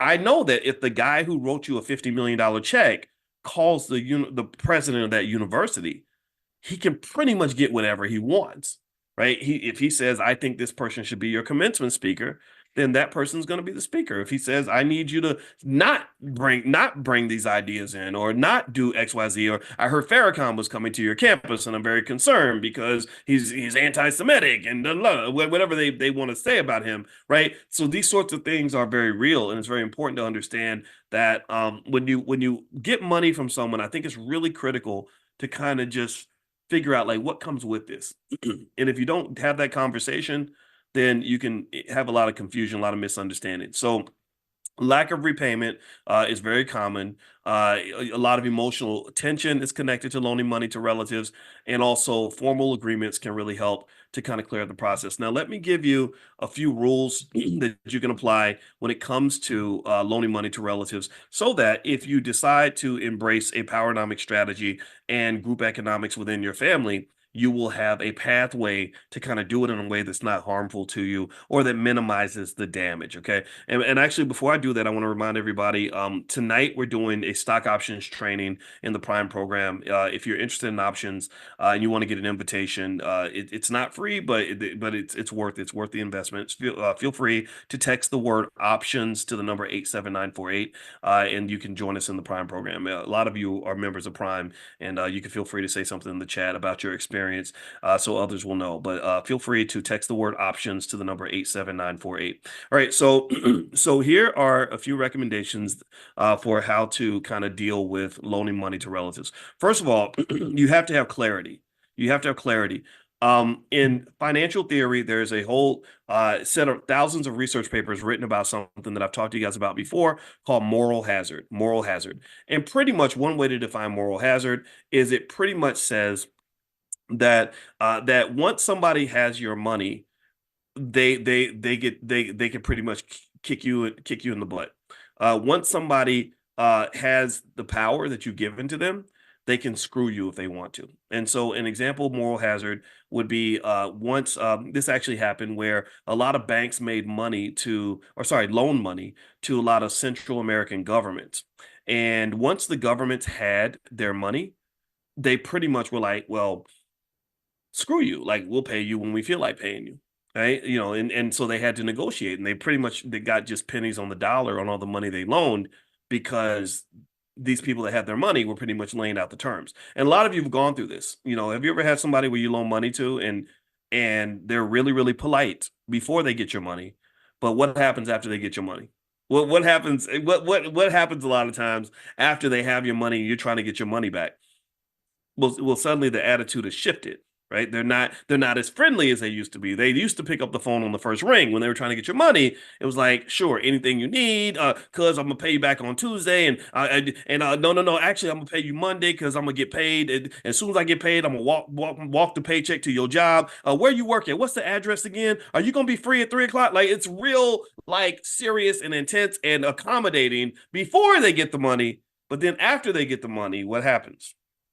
They kind of slack off because you're generally, when you're loaning money to relatives, typically the people that are coming to you to borrow money, they're not your sturdiest relatives. They're not the ones who are typically on top of everything, because if they've been on top of everything, they wouldn't have trouble paying the rent this month, right? If they've been on top of everything, they wouldn't be behind in their finances every month. So they're already kind of, or before they ask you to co-sign for the loan because their credit's so bad. Well, if they'd been on top of everything, they wouldn't have bad credit needing someone to co-sign for their loan. My father used to cuss about that. My father used to get really pissed off when people would ask him to co-sign for stuff, because he was like, "Why in the f?" I'm not going to cuss. I'm going to repeat what my dad said to me, but he said, "Why in the f would you think that I believe you're going to protect my credit when you didn't even protect your own credit score? You didn't even protect your own credit score. So I know you ain't gonna give a damn about mine." So you got to remember that sometimes those people, I'm not talking about people who need help every now and then. A lot of us need help. I've borrowed money before, so I'm not talking about you if you're the person that comes through for other people. That's that. Let's make that clear. But those people that sort of chronically have one disaster after another in their life haven't yet figured out that the number one variable in their life is the person in the mirror. I really feel sorry for people who have one problem after another, and every single time they somehow believe that it's always someone else's fault. That's kind of a hell to be trapped in, where your life is screwed up and you feel like you ain't got nothing to do with it. I got 4 kids and I ain't had nothing to do with it, but you did. You made the kids. Like, those are yours. You were there when the sex happened, right? Were you conscious and you were there, right? Nobody did anything inappropriate, right? So basically, generally speaking, the moral hazard issue, let's go back to that, pretty much says that once you let go of that money, you're letting go of power, because money is power. So same thing happens even in dating. You have a guy that's super nice to a lady in the beginning, because even the worst men can be very, very nice. Even the worst women can be super nice in the first 3 or 4 weeks, and then when they get whatever they want from you, sometimes the attitude changes. That's what moral hazard is. Well, the solution to moral hazard is something they call optimal contracting. And what optimal contracting means is, it means that you want to set everything up properly before the problems arise. Before you give away the power, you make sure that you put safeguards in place to ensure that they cannot screw you. That's why banks ask for collateral, right? That's why, if you're trying to get married or something and you're afraid of what might go wrong in a divorce, well, that's what prenups are for. My wife and I got a prenup, but it wasn't because I thought she was a crazy gold digger, and it wasn't because she thought I was going to take what she had. It's because she's like, I got what I got, you got what you got. Let's just go ahead and make an agreement now, so that we're not trying to figure it out when we're angry at each other in the event that we did choose to get a divorce, right? It's very hard to go back and make that contract with someone you hate. It's easier to make the deal with somebody that you love, right? So while the love is flowing, you go ahead and say, okay, well, you know what? Can we go ahead and just get something on paper? That way we can preserve our relationship and make sure everything's clear. So one of the rules of loaning money to relatives is you got to set clear terms. You got to be super clear about exactly who's going to do what, and what each party is going to do and by when. That's really important. Two, loaning, that a lot of people believe you should never loan more money than you can afford to lose. I don't care how bad the situation is. I don't care what promises are made. or how sure you are you're going to get paid back. Loaning more money than you can afford to lose typically is a losing strategy. If you consider the fact that half of all the people who loan money to relatives don't get their money back, you're taking a huge financial risk by loaning money that you actually need. And that's just not a healthy thing to do in general. So generally, I've seen people where they understand, like, look, the relationship is more important than the money. I want to not hate you as my cousin, so I'm only going to loan you an amount of money that I can afford to give away. In fact, some people do it just in advance. They say, "Look, don't, no, don't. It ain't a loan. Here, just take this, because just." Or sometimes what I might do is put a condition on it. I might say, "Here, I'm not gonna loan you the whole 3,000 that you want, but I'll give you $400, and the agreement is that you cannot ask me for money again for 2 years or something, right? Or a year or whatever." And that would be my way of saying, okay, now when you come back to me and I tell you hell no, or I say, hey, don't forget what we agreed on, then we're not going to have a further conversation. I don't want to have and I think that's okay, because here's the thing. I like being generous. I think being generous is more natural to the human spirit. I don't like being an asshole. I don't like being stingy. That's not fun. It's stressful. It's like, and think about this. You can ruin the relationship also by being the person who says no to everybody. There are lots of people out here. There are lots of people that are successful or maybe celebrities who cut off their whole family because they're like, I'm tired of people asking me for stuff and da da da. And that's not a healthy energy either. That's a sure, you're protecting you, you're taking care of you, ain't nothing wrong with that. But the world is bigger than just you. You're part of a group. You are part of a team. And I do believe that it's okay to conclude that the star of the team has an obligation to the team as well. Like Michael Jordan can't just say, "Well, screw everybody else. It's all about me," when he was trying to win championships with the Chicago Bulls, because he needed his teammates. Michael Jordan could not win championships by himself. He tried for 7 or 8 years, and he realized, "Dang, I need more." So he needed a Scottie Pippen. He needed somebody getting the rebounds. He needed a Dennis Rodman. He needed those other people, in order to fill in that void, because he never would have won a championship if he tried to do it all by himself. So ultimately, I would say to you that finding the balance is probably the healthiest approach, as opposed to going to one extreme or the other. The extremes would be where you're loaning money to a bunch of people that are screwing you financially. The other extreme would be where you become such a traumatized miser that you completely cut off everybody and just say no to anybody, even the people that have really been there for you, in ways that are far more important than money. Like, I'm never going to say no to my parents. I'm never going to say no to my siblings. I don't say no to my children unless it's like a matter of discipline, right? With kids, it's a little different. With kids, you got to kind of make sure they don't get too dependent on things. But balance is the key. And I think every decision can be made independently. And by putting optimal contracting in place and safeguards in place, you can make these investments knowing there's a reasonable amount of risk. I mean, there's no such thing generally. Well, there's rarely such a thing as a risk-free investment. There are technically investments that will be considered risk-free, but for the most part, most investing is gonna have some risk, and some of that risk you cannot eliminate. And so just sort of understanding that this risk is going to occur and these ups and downs can happen is also part of being a healthy human being. It doesn't mean you go through life where nothing bad ever happens to you. It's like, for example, if you never want to ever be in a car crash, then stay home for the rest of your life. Never get in a car. But that's not a healthy life. That's an extremist life, right? So what happens is maybe you get in the car and you drive safely, you put on your seatbelt, and you minimize the risk, but there's still risk out there, right? So in accepting that as a part of life. So also, a lot of experts believe you should discuss the consequences. Like, look, if you don't pay me back, I'm gonna let you know like what's gonna happen. My grandmother, rest her soul, she's right behind me, by the way. That's our Panther. Our Panther's name is Felicia in the Black Business School. My grandmother, her rule was straight up. It was real simple. It was like, if you don't pay back the money I loan you, then I will never loan you money again. And she had people in the family that would come to her to borrow money, and she would say, "You didn't pay me back in 1972, so don't ask me for nothing. Don't ask me for money ever again." And that was her rule. Whatever your rule is, pick a rule, stick to it. Also, a lot of people believe you could consider alternatives to loaning money. Money is not a final solution to every problem. Money may be part of the issue, but sometimes it's deeper than just the money. There's a way I can help you without necessarily giving you money. Or maybe I use that opportunity, so now that I've got your attention and you want money from me, I'm also going to give you some advice on certain things, or maybe some connections, or share some alternatives that may not involve me giving you a whole bunch of money. So you want to really look at the alternatives, because sometimes when you do get to the point where you have a little more money than the other people around you, it's very hard for a struggling person to hang out with a person who's not struggling and not see that they have resources that they can actually use. And I think it's really, when you, as you get more money, I think you have to be careful about sort of how you engage with other people. You just do. If money's not a thing to me, and I take my buddy on a trip and we spend $20,000, but he can't raise $1,000 for the rent, that's going to create awkwardness when we get home and he says, "Hey, cuz, can you loan me money to pay the rent?" And he knows I got the money. I can't lie. I can't say, "Well, no, nah, man, I'm broke. I don't have the money."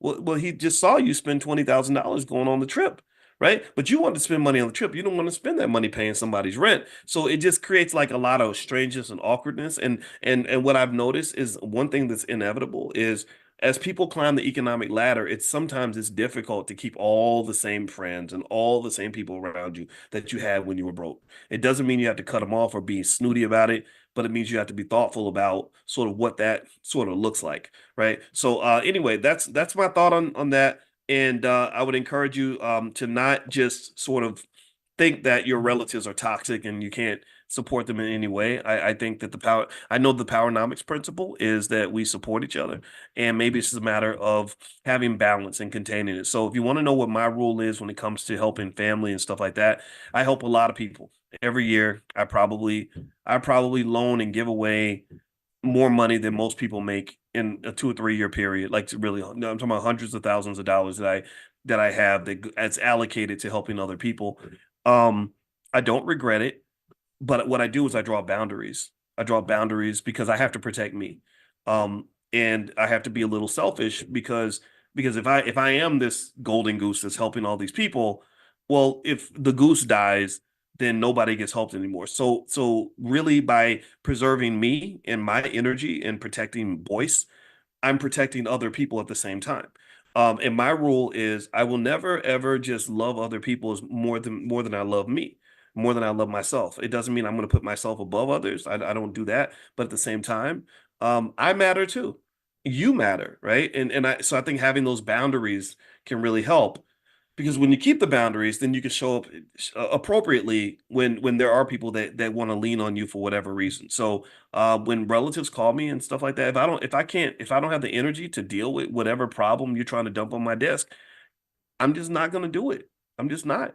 But hey, when I got a little extra energy and a little space, and I'm able to handle the capacity, then I'm all in, right? So and I love that. I really like doing that. I think that that's okay. It doesn't make you stupid or weak, or a user. And I get advice all the time. Like, boy, you got to stop letting these people use you like that. And I'm like, no, I know so and so is using me, but it's okay. I want them to use me, and actually, me and Dr. Claude Anderson have that relationship too. It's very interesting. That's why we became so close. He's like a dad to me. I love this man, and I love him because he's very sturdy. He's very consistent. So, for example, there would be people that would say, well, Dr. Boyce is just using you, and he's doing this, and he's like, number one, Boyce has actually helped me in a lot of ways, and he said, number two, I want him to use me. He said, because I use him, we use each other, we help each other. That's a powernomics principle. This idea that somehow somebody's always getting screwed and exploited and all that to some extent, I think, comes from us sort of having this victim mentality. It's like if I go to a record label, right? And the record label signs me to a deal. And let's say that we sign the contract and they agree to give me 10% of all the records that I sell. And so we sell $10 million worth of music, and I make 1 million, they make 9 million. The simplistic way to look at it is to say, damn, they just used me, they exploited me. I only made 1 million and they made 9 million, and I'm the star. I'm the one that everybody comes to see. But that's not seeing the whole picture. The whole picture is that, remember, they were investing $1 million in you before anybody knew who you were. So they had to take a risk. And if that $1 million investment had not worked out, I wouldn't have been paying them back. I wouldn't be giving them their money back. Right. And so they had to take a chance. They had to make an investment. They had to, so you could argue that I used them. because without that record label that signed me, nobody knows who I am. I'm singing on the street corners because I don't have any distribution. I don't have any marketing. I don't have any promotion. I can't get on Ticketmaster by myself. I can't perform at Madison Square Garden by myself. So really, again, it's not to say that the exploitation can't occur. It does occur. It occurs all the time, right? But it does mean that sometimes a lack of balance or very short-sighted, selfish thinking where I did this all by myself and I'm the only one who matters here can just cause people to say things that just don't make any damn sense. So I would encourage you form a good relationship with the world, a good economic relationship with the world where you matter and they matter and you all matter. Form it with the right people, and that'll take you to the moon. I got some people that I work with on a regular basis where we don't get caught up in the minutia of who got the most out of the deal, or you made more money than me. We don't get into that. We're just like, hey, how can I help you? Let me figure out how I can support you, because I know that you're going to come back and support me when I need it, and because you're part of my ecosystem, you're part of my team, and I need my team to be strong. I'm going to pour into you because I know that even if I don't get it back right now, eventually eventually it's going to circle back. Eventually what goes around is going to come around, and you're going to be there for me too. But that only works with the right people, because there are people out here that will take and give you nothing back at all. So that's where discernment really comes into play. So generally speaking, I would use my relationship with Dr. Claude Anderson as an example. There are many, many times where I have written very big checks. We just wrote another big check to help to buy more of their books, and you hear me talk about Dr. Anderson all the time, and it's not just as a favor. It's because I believe in the man. I love the man. His legacy. Everybody needs to know Powernomics. Everybody needs to know about this man.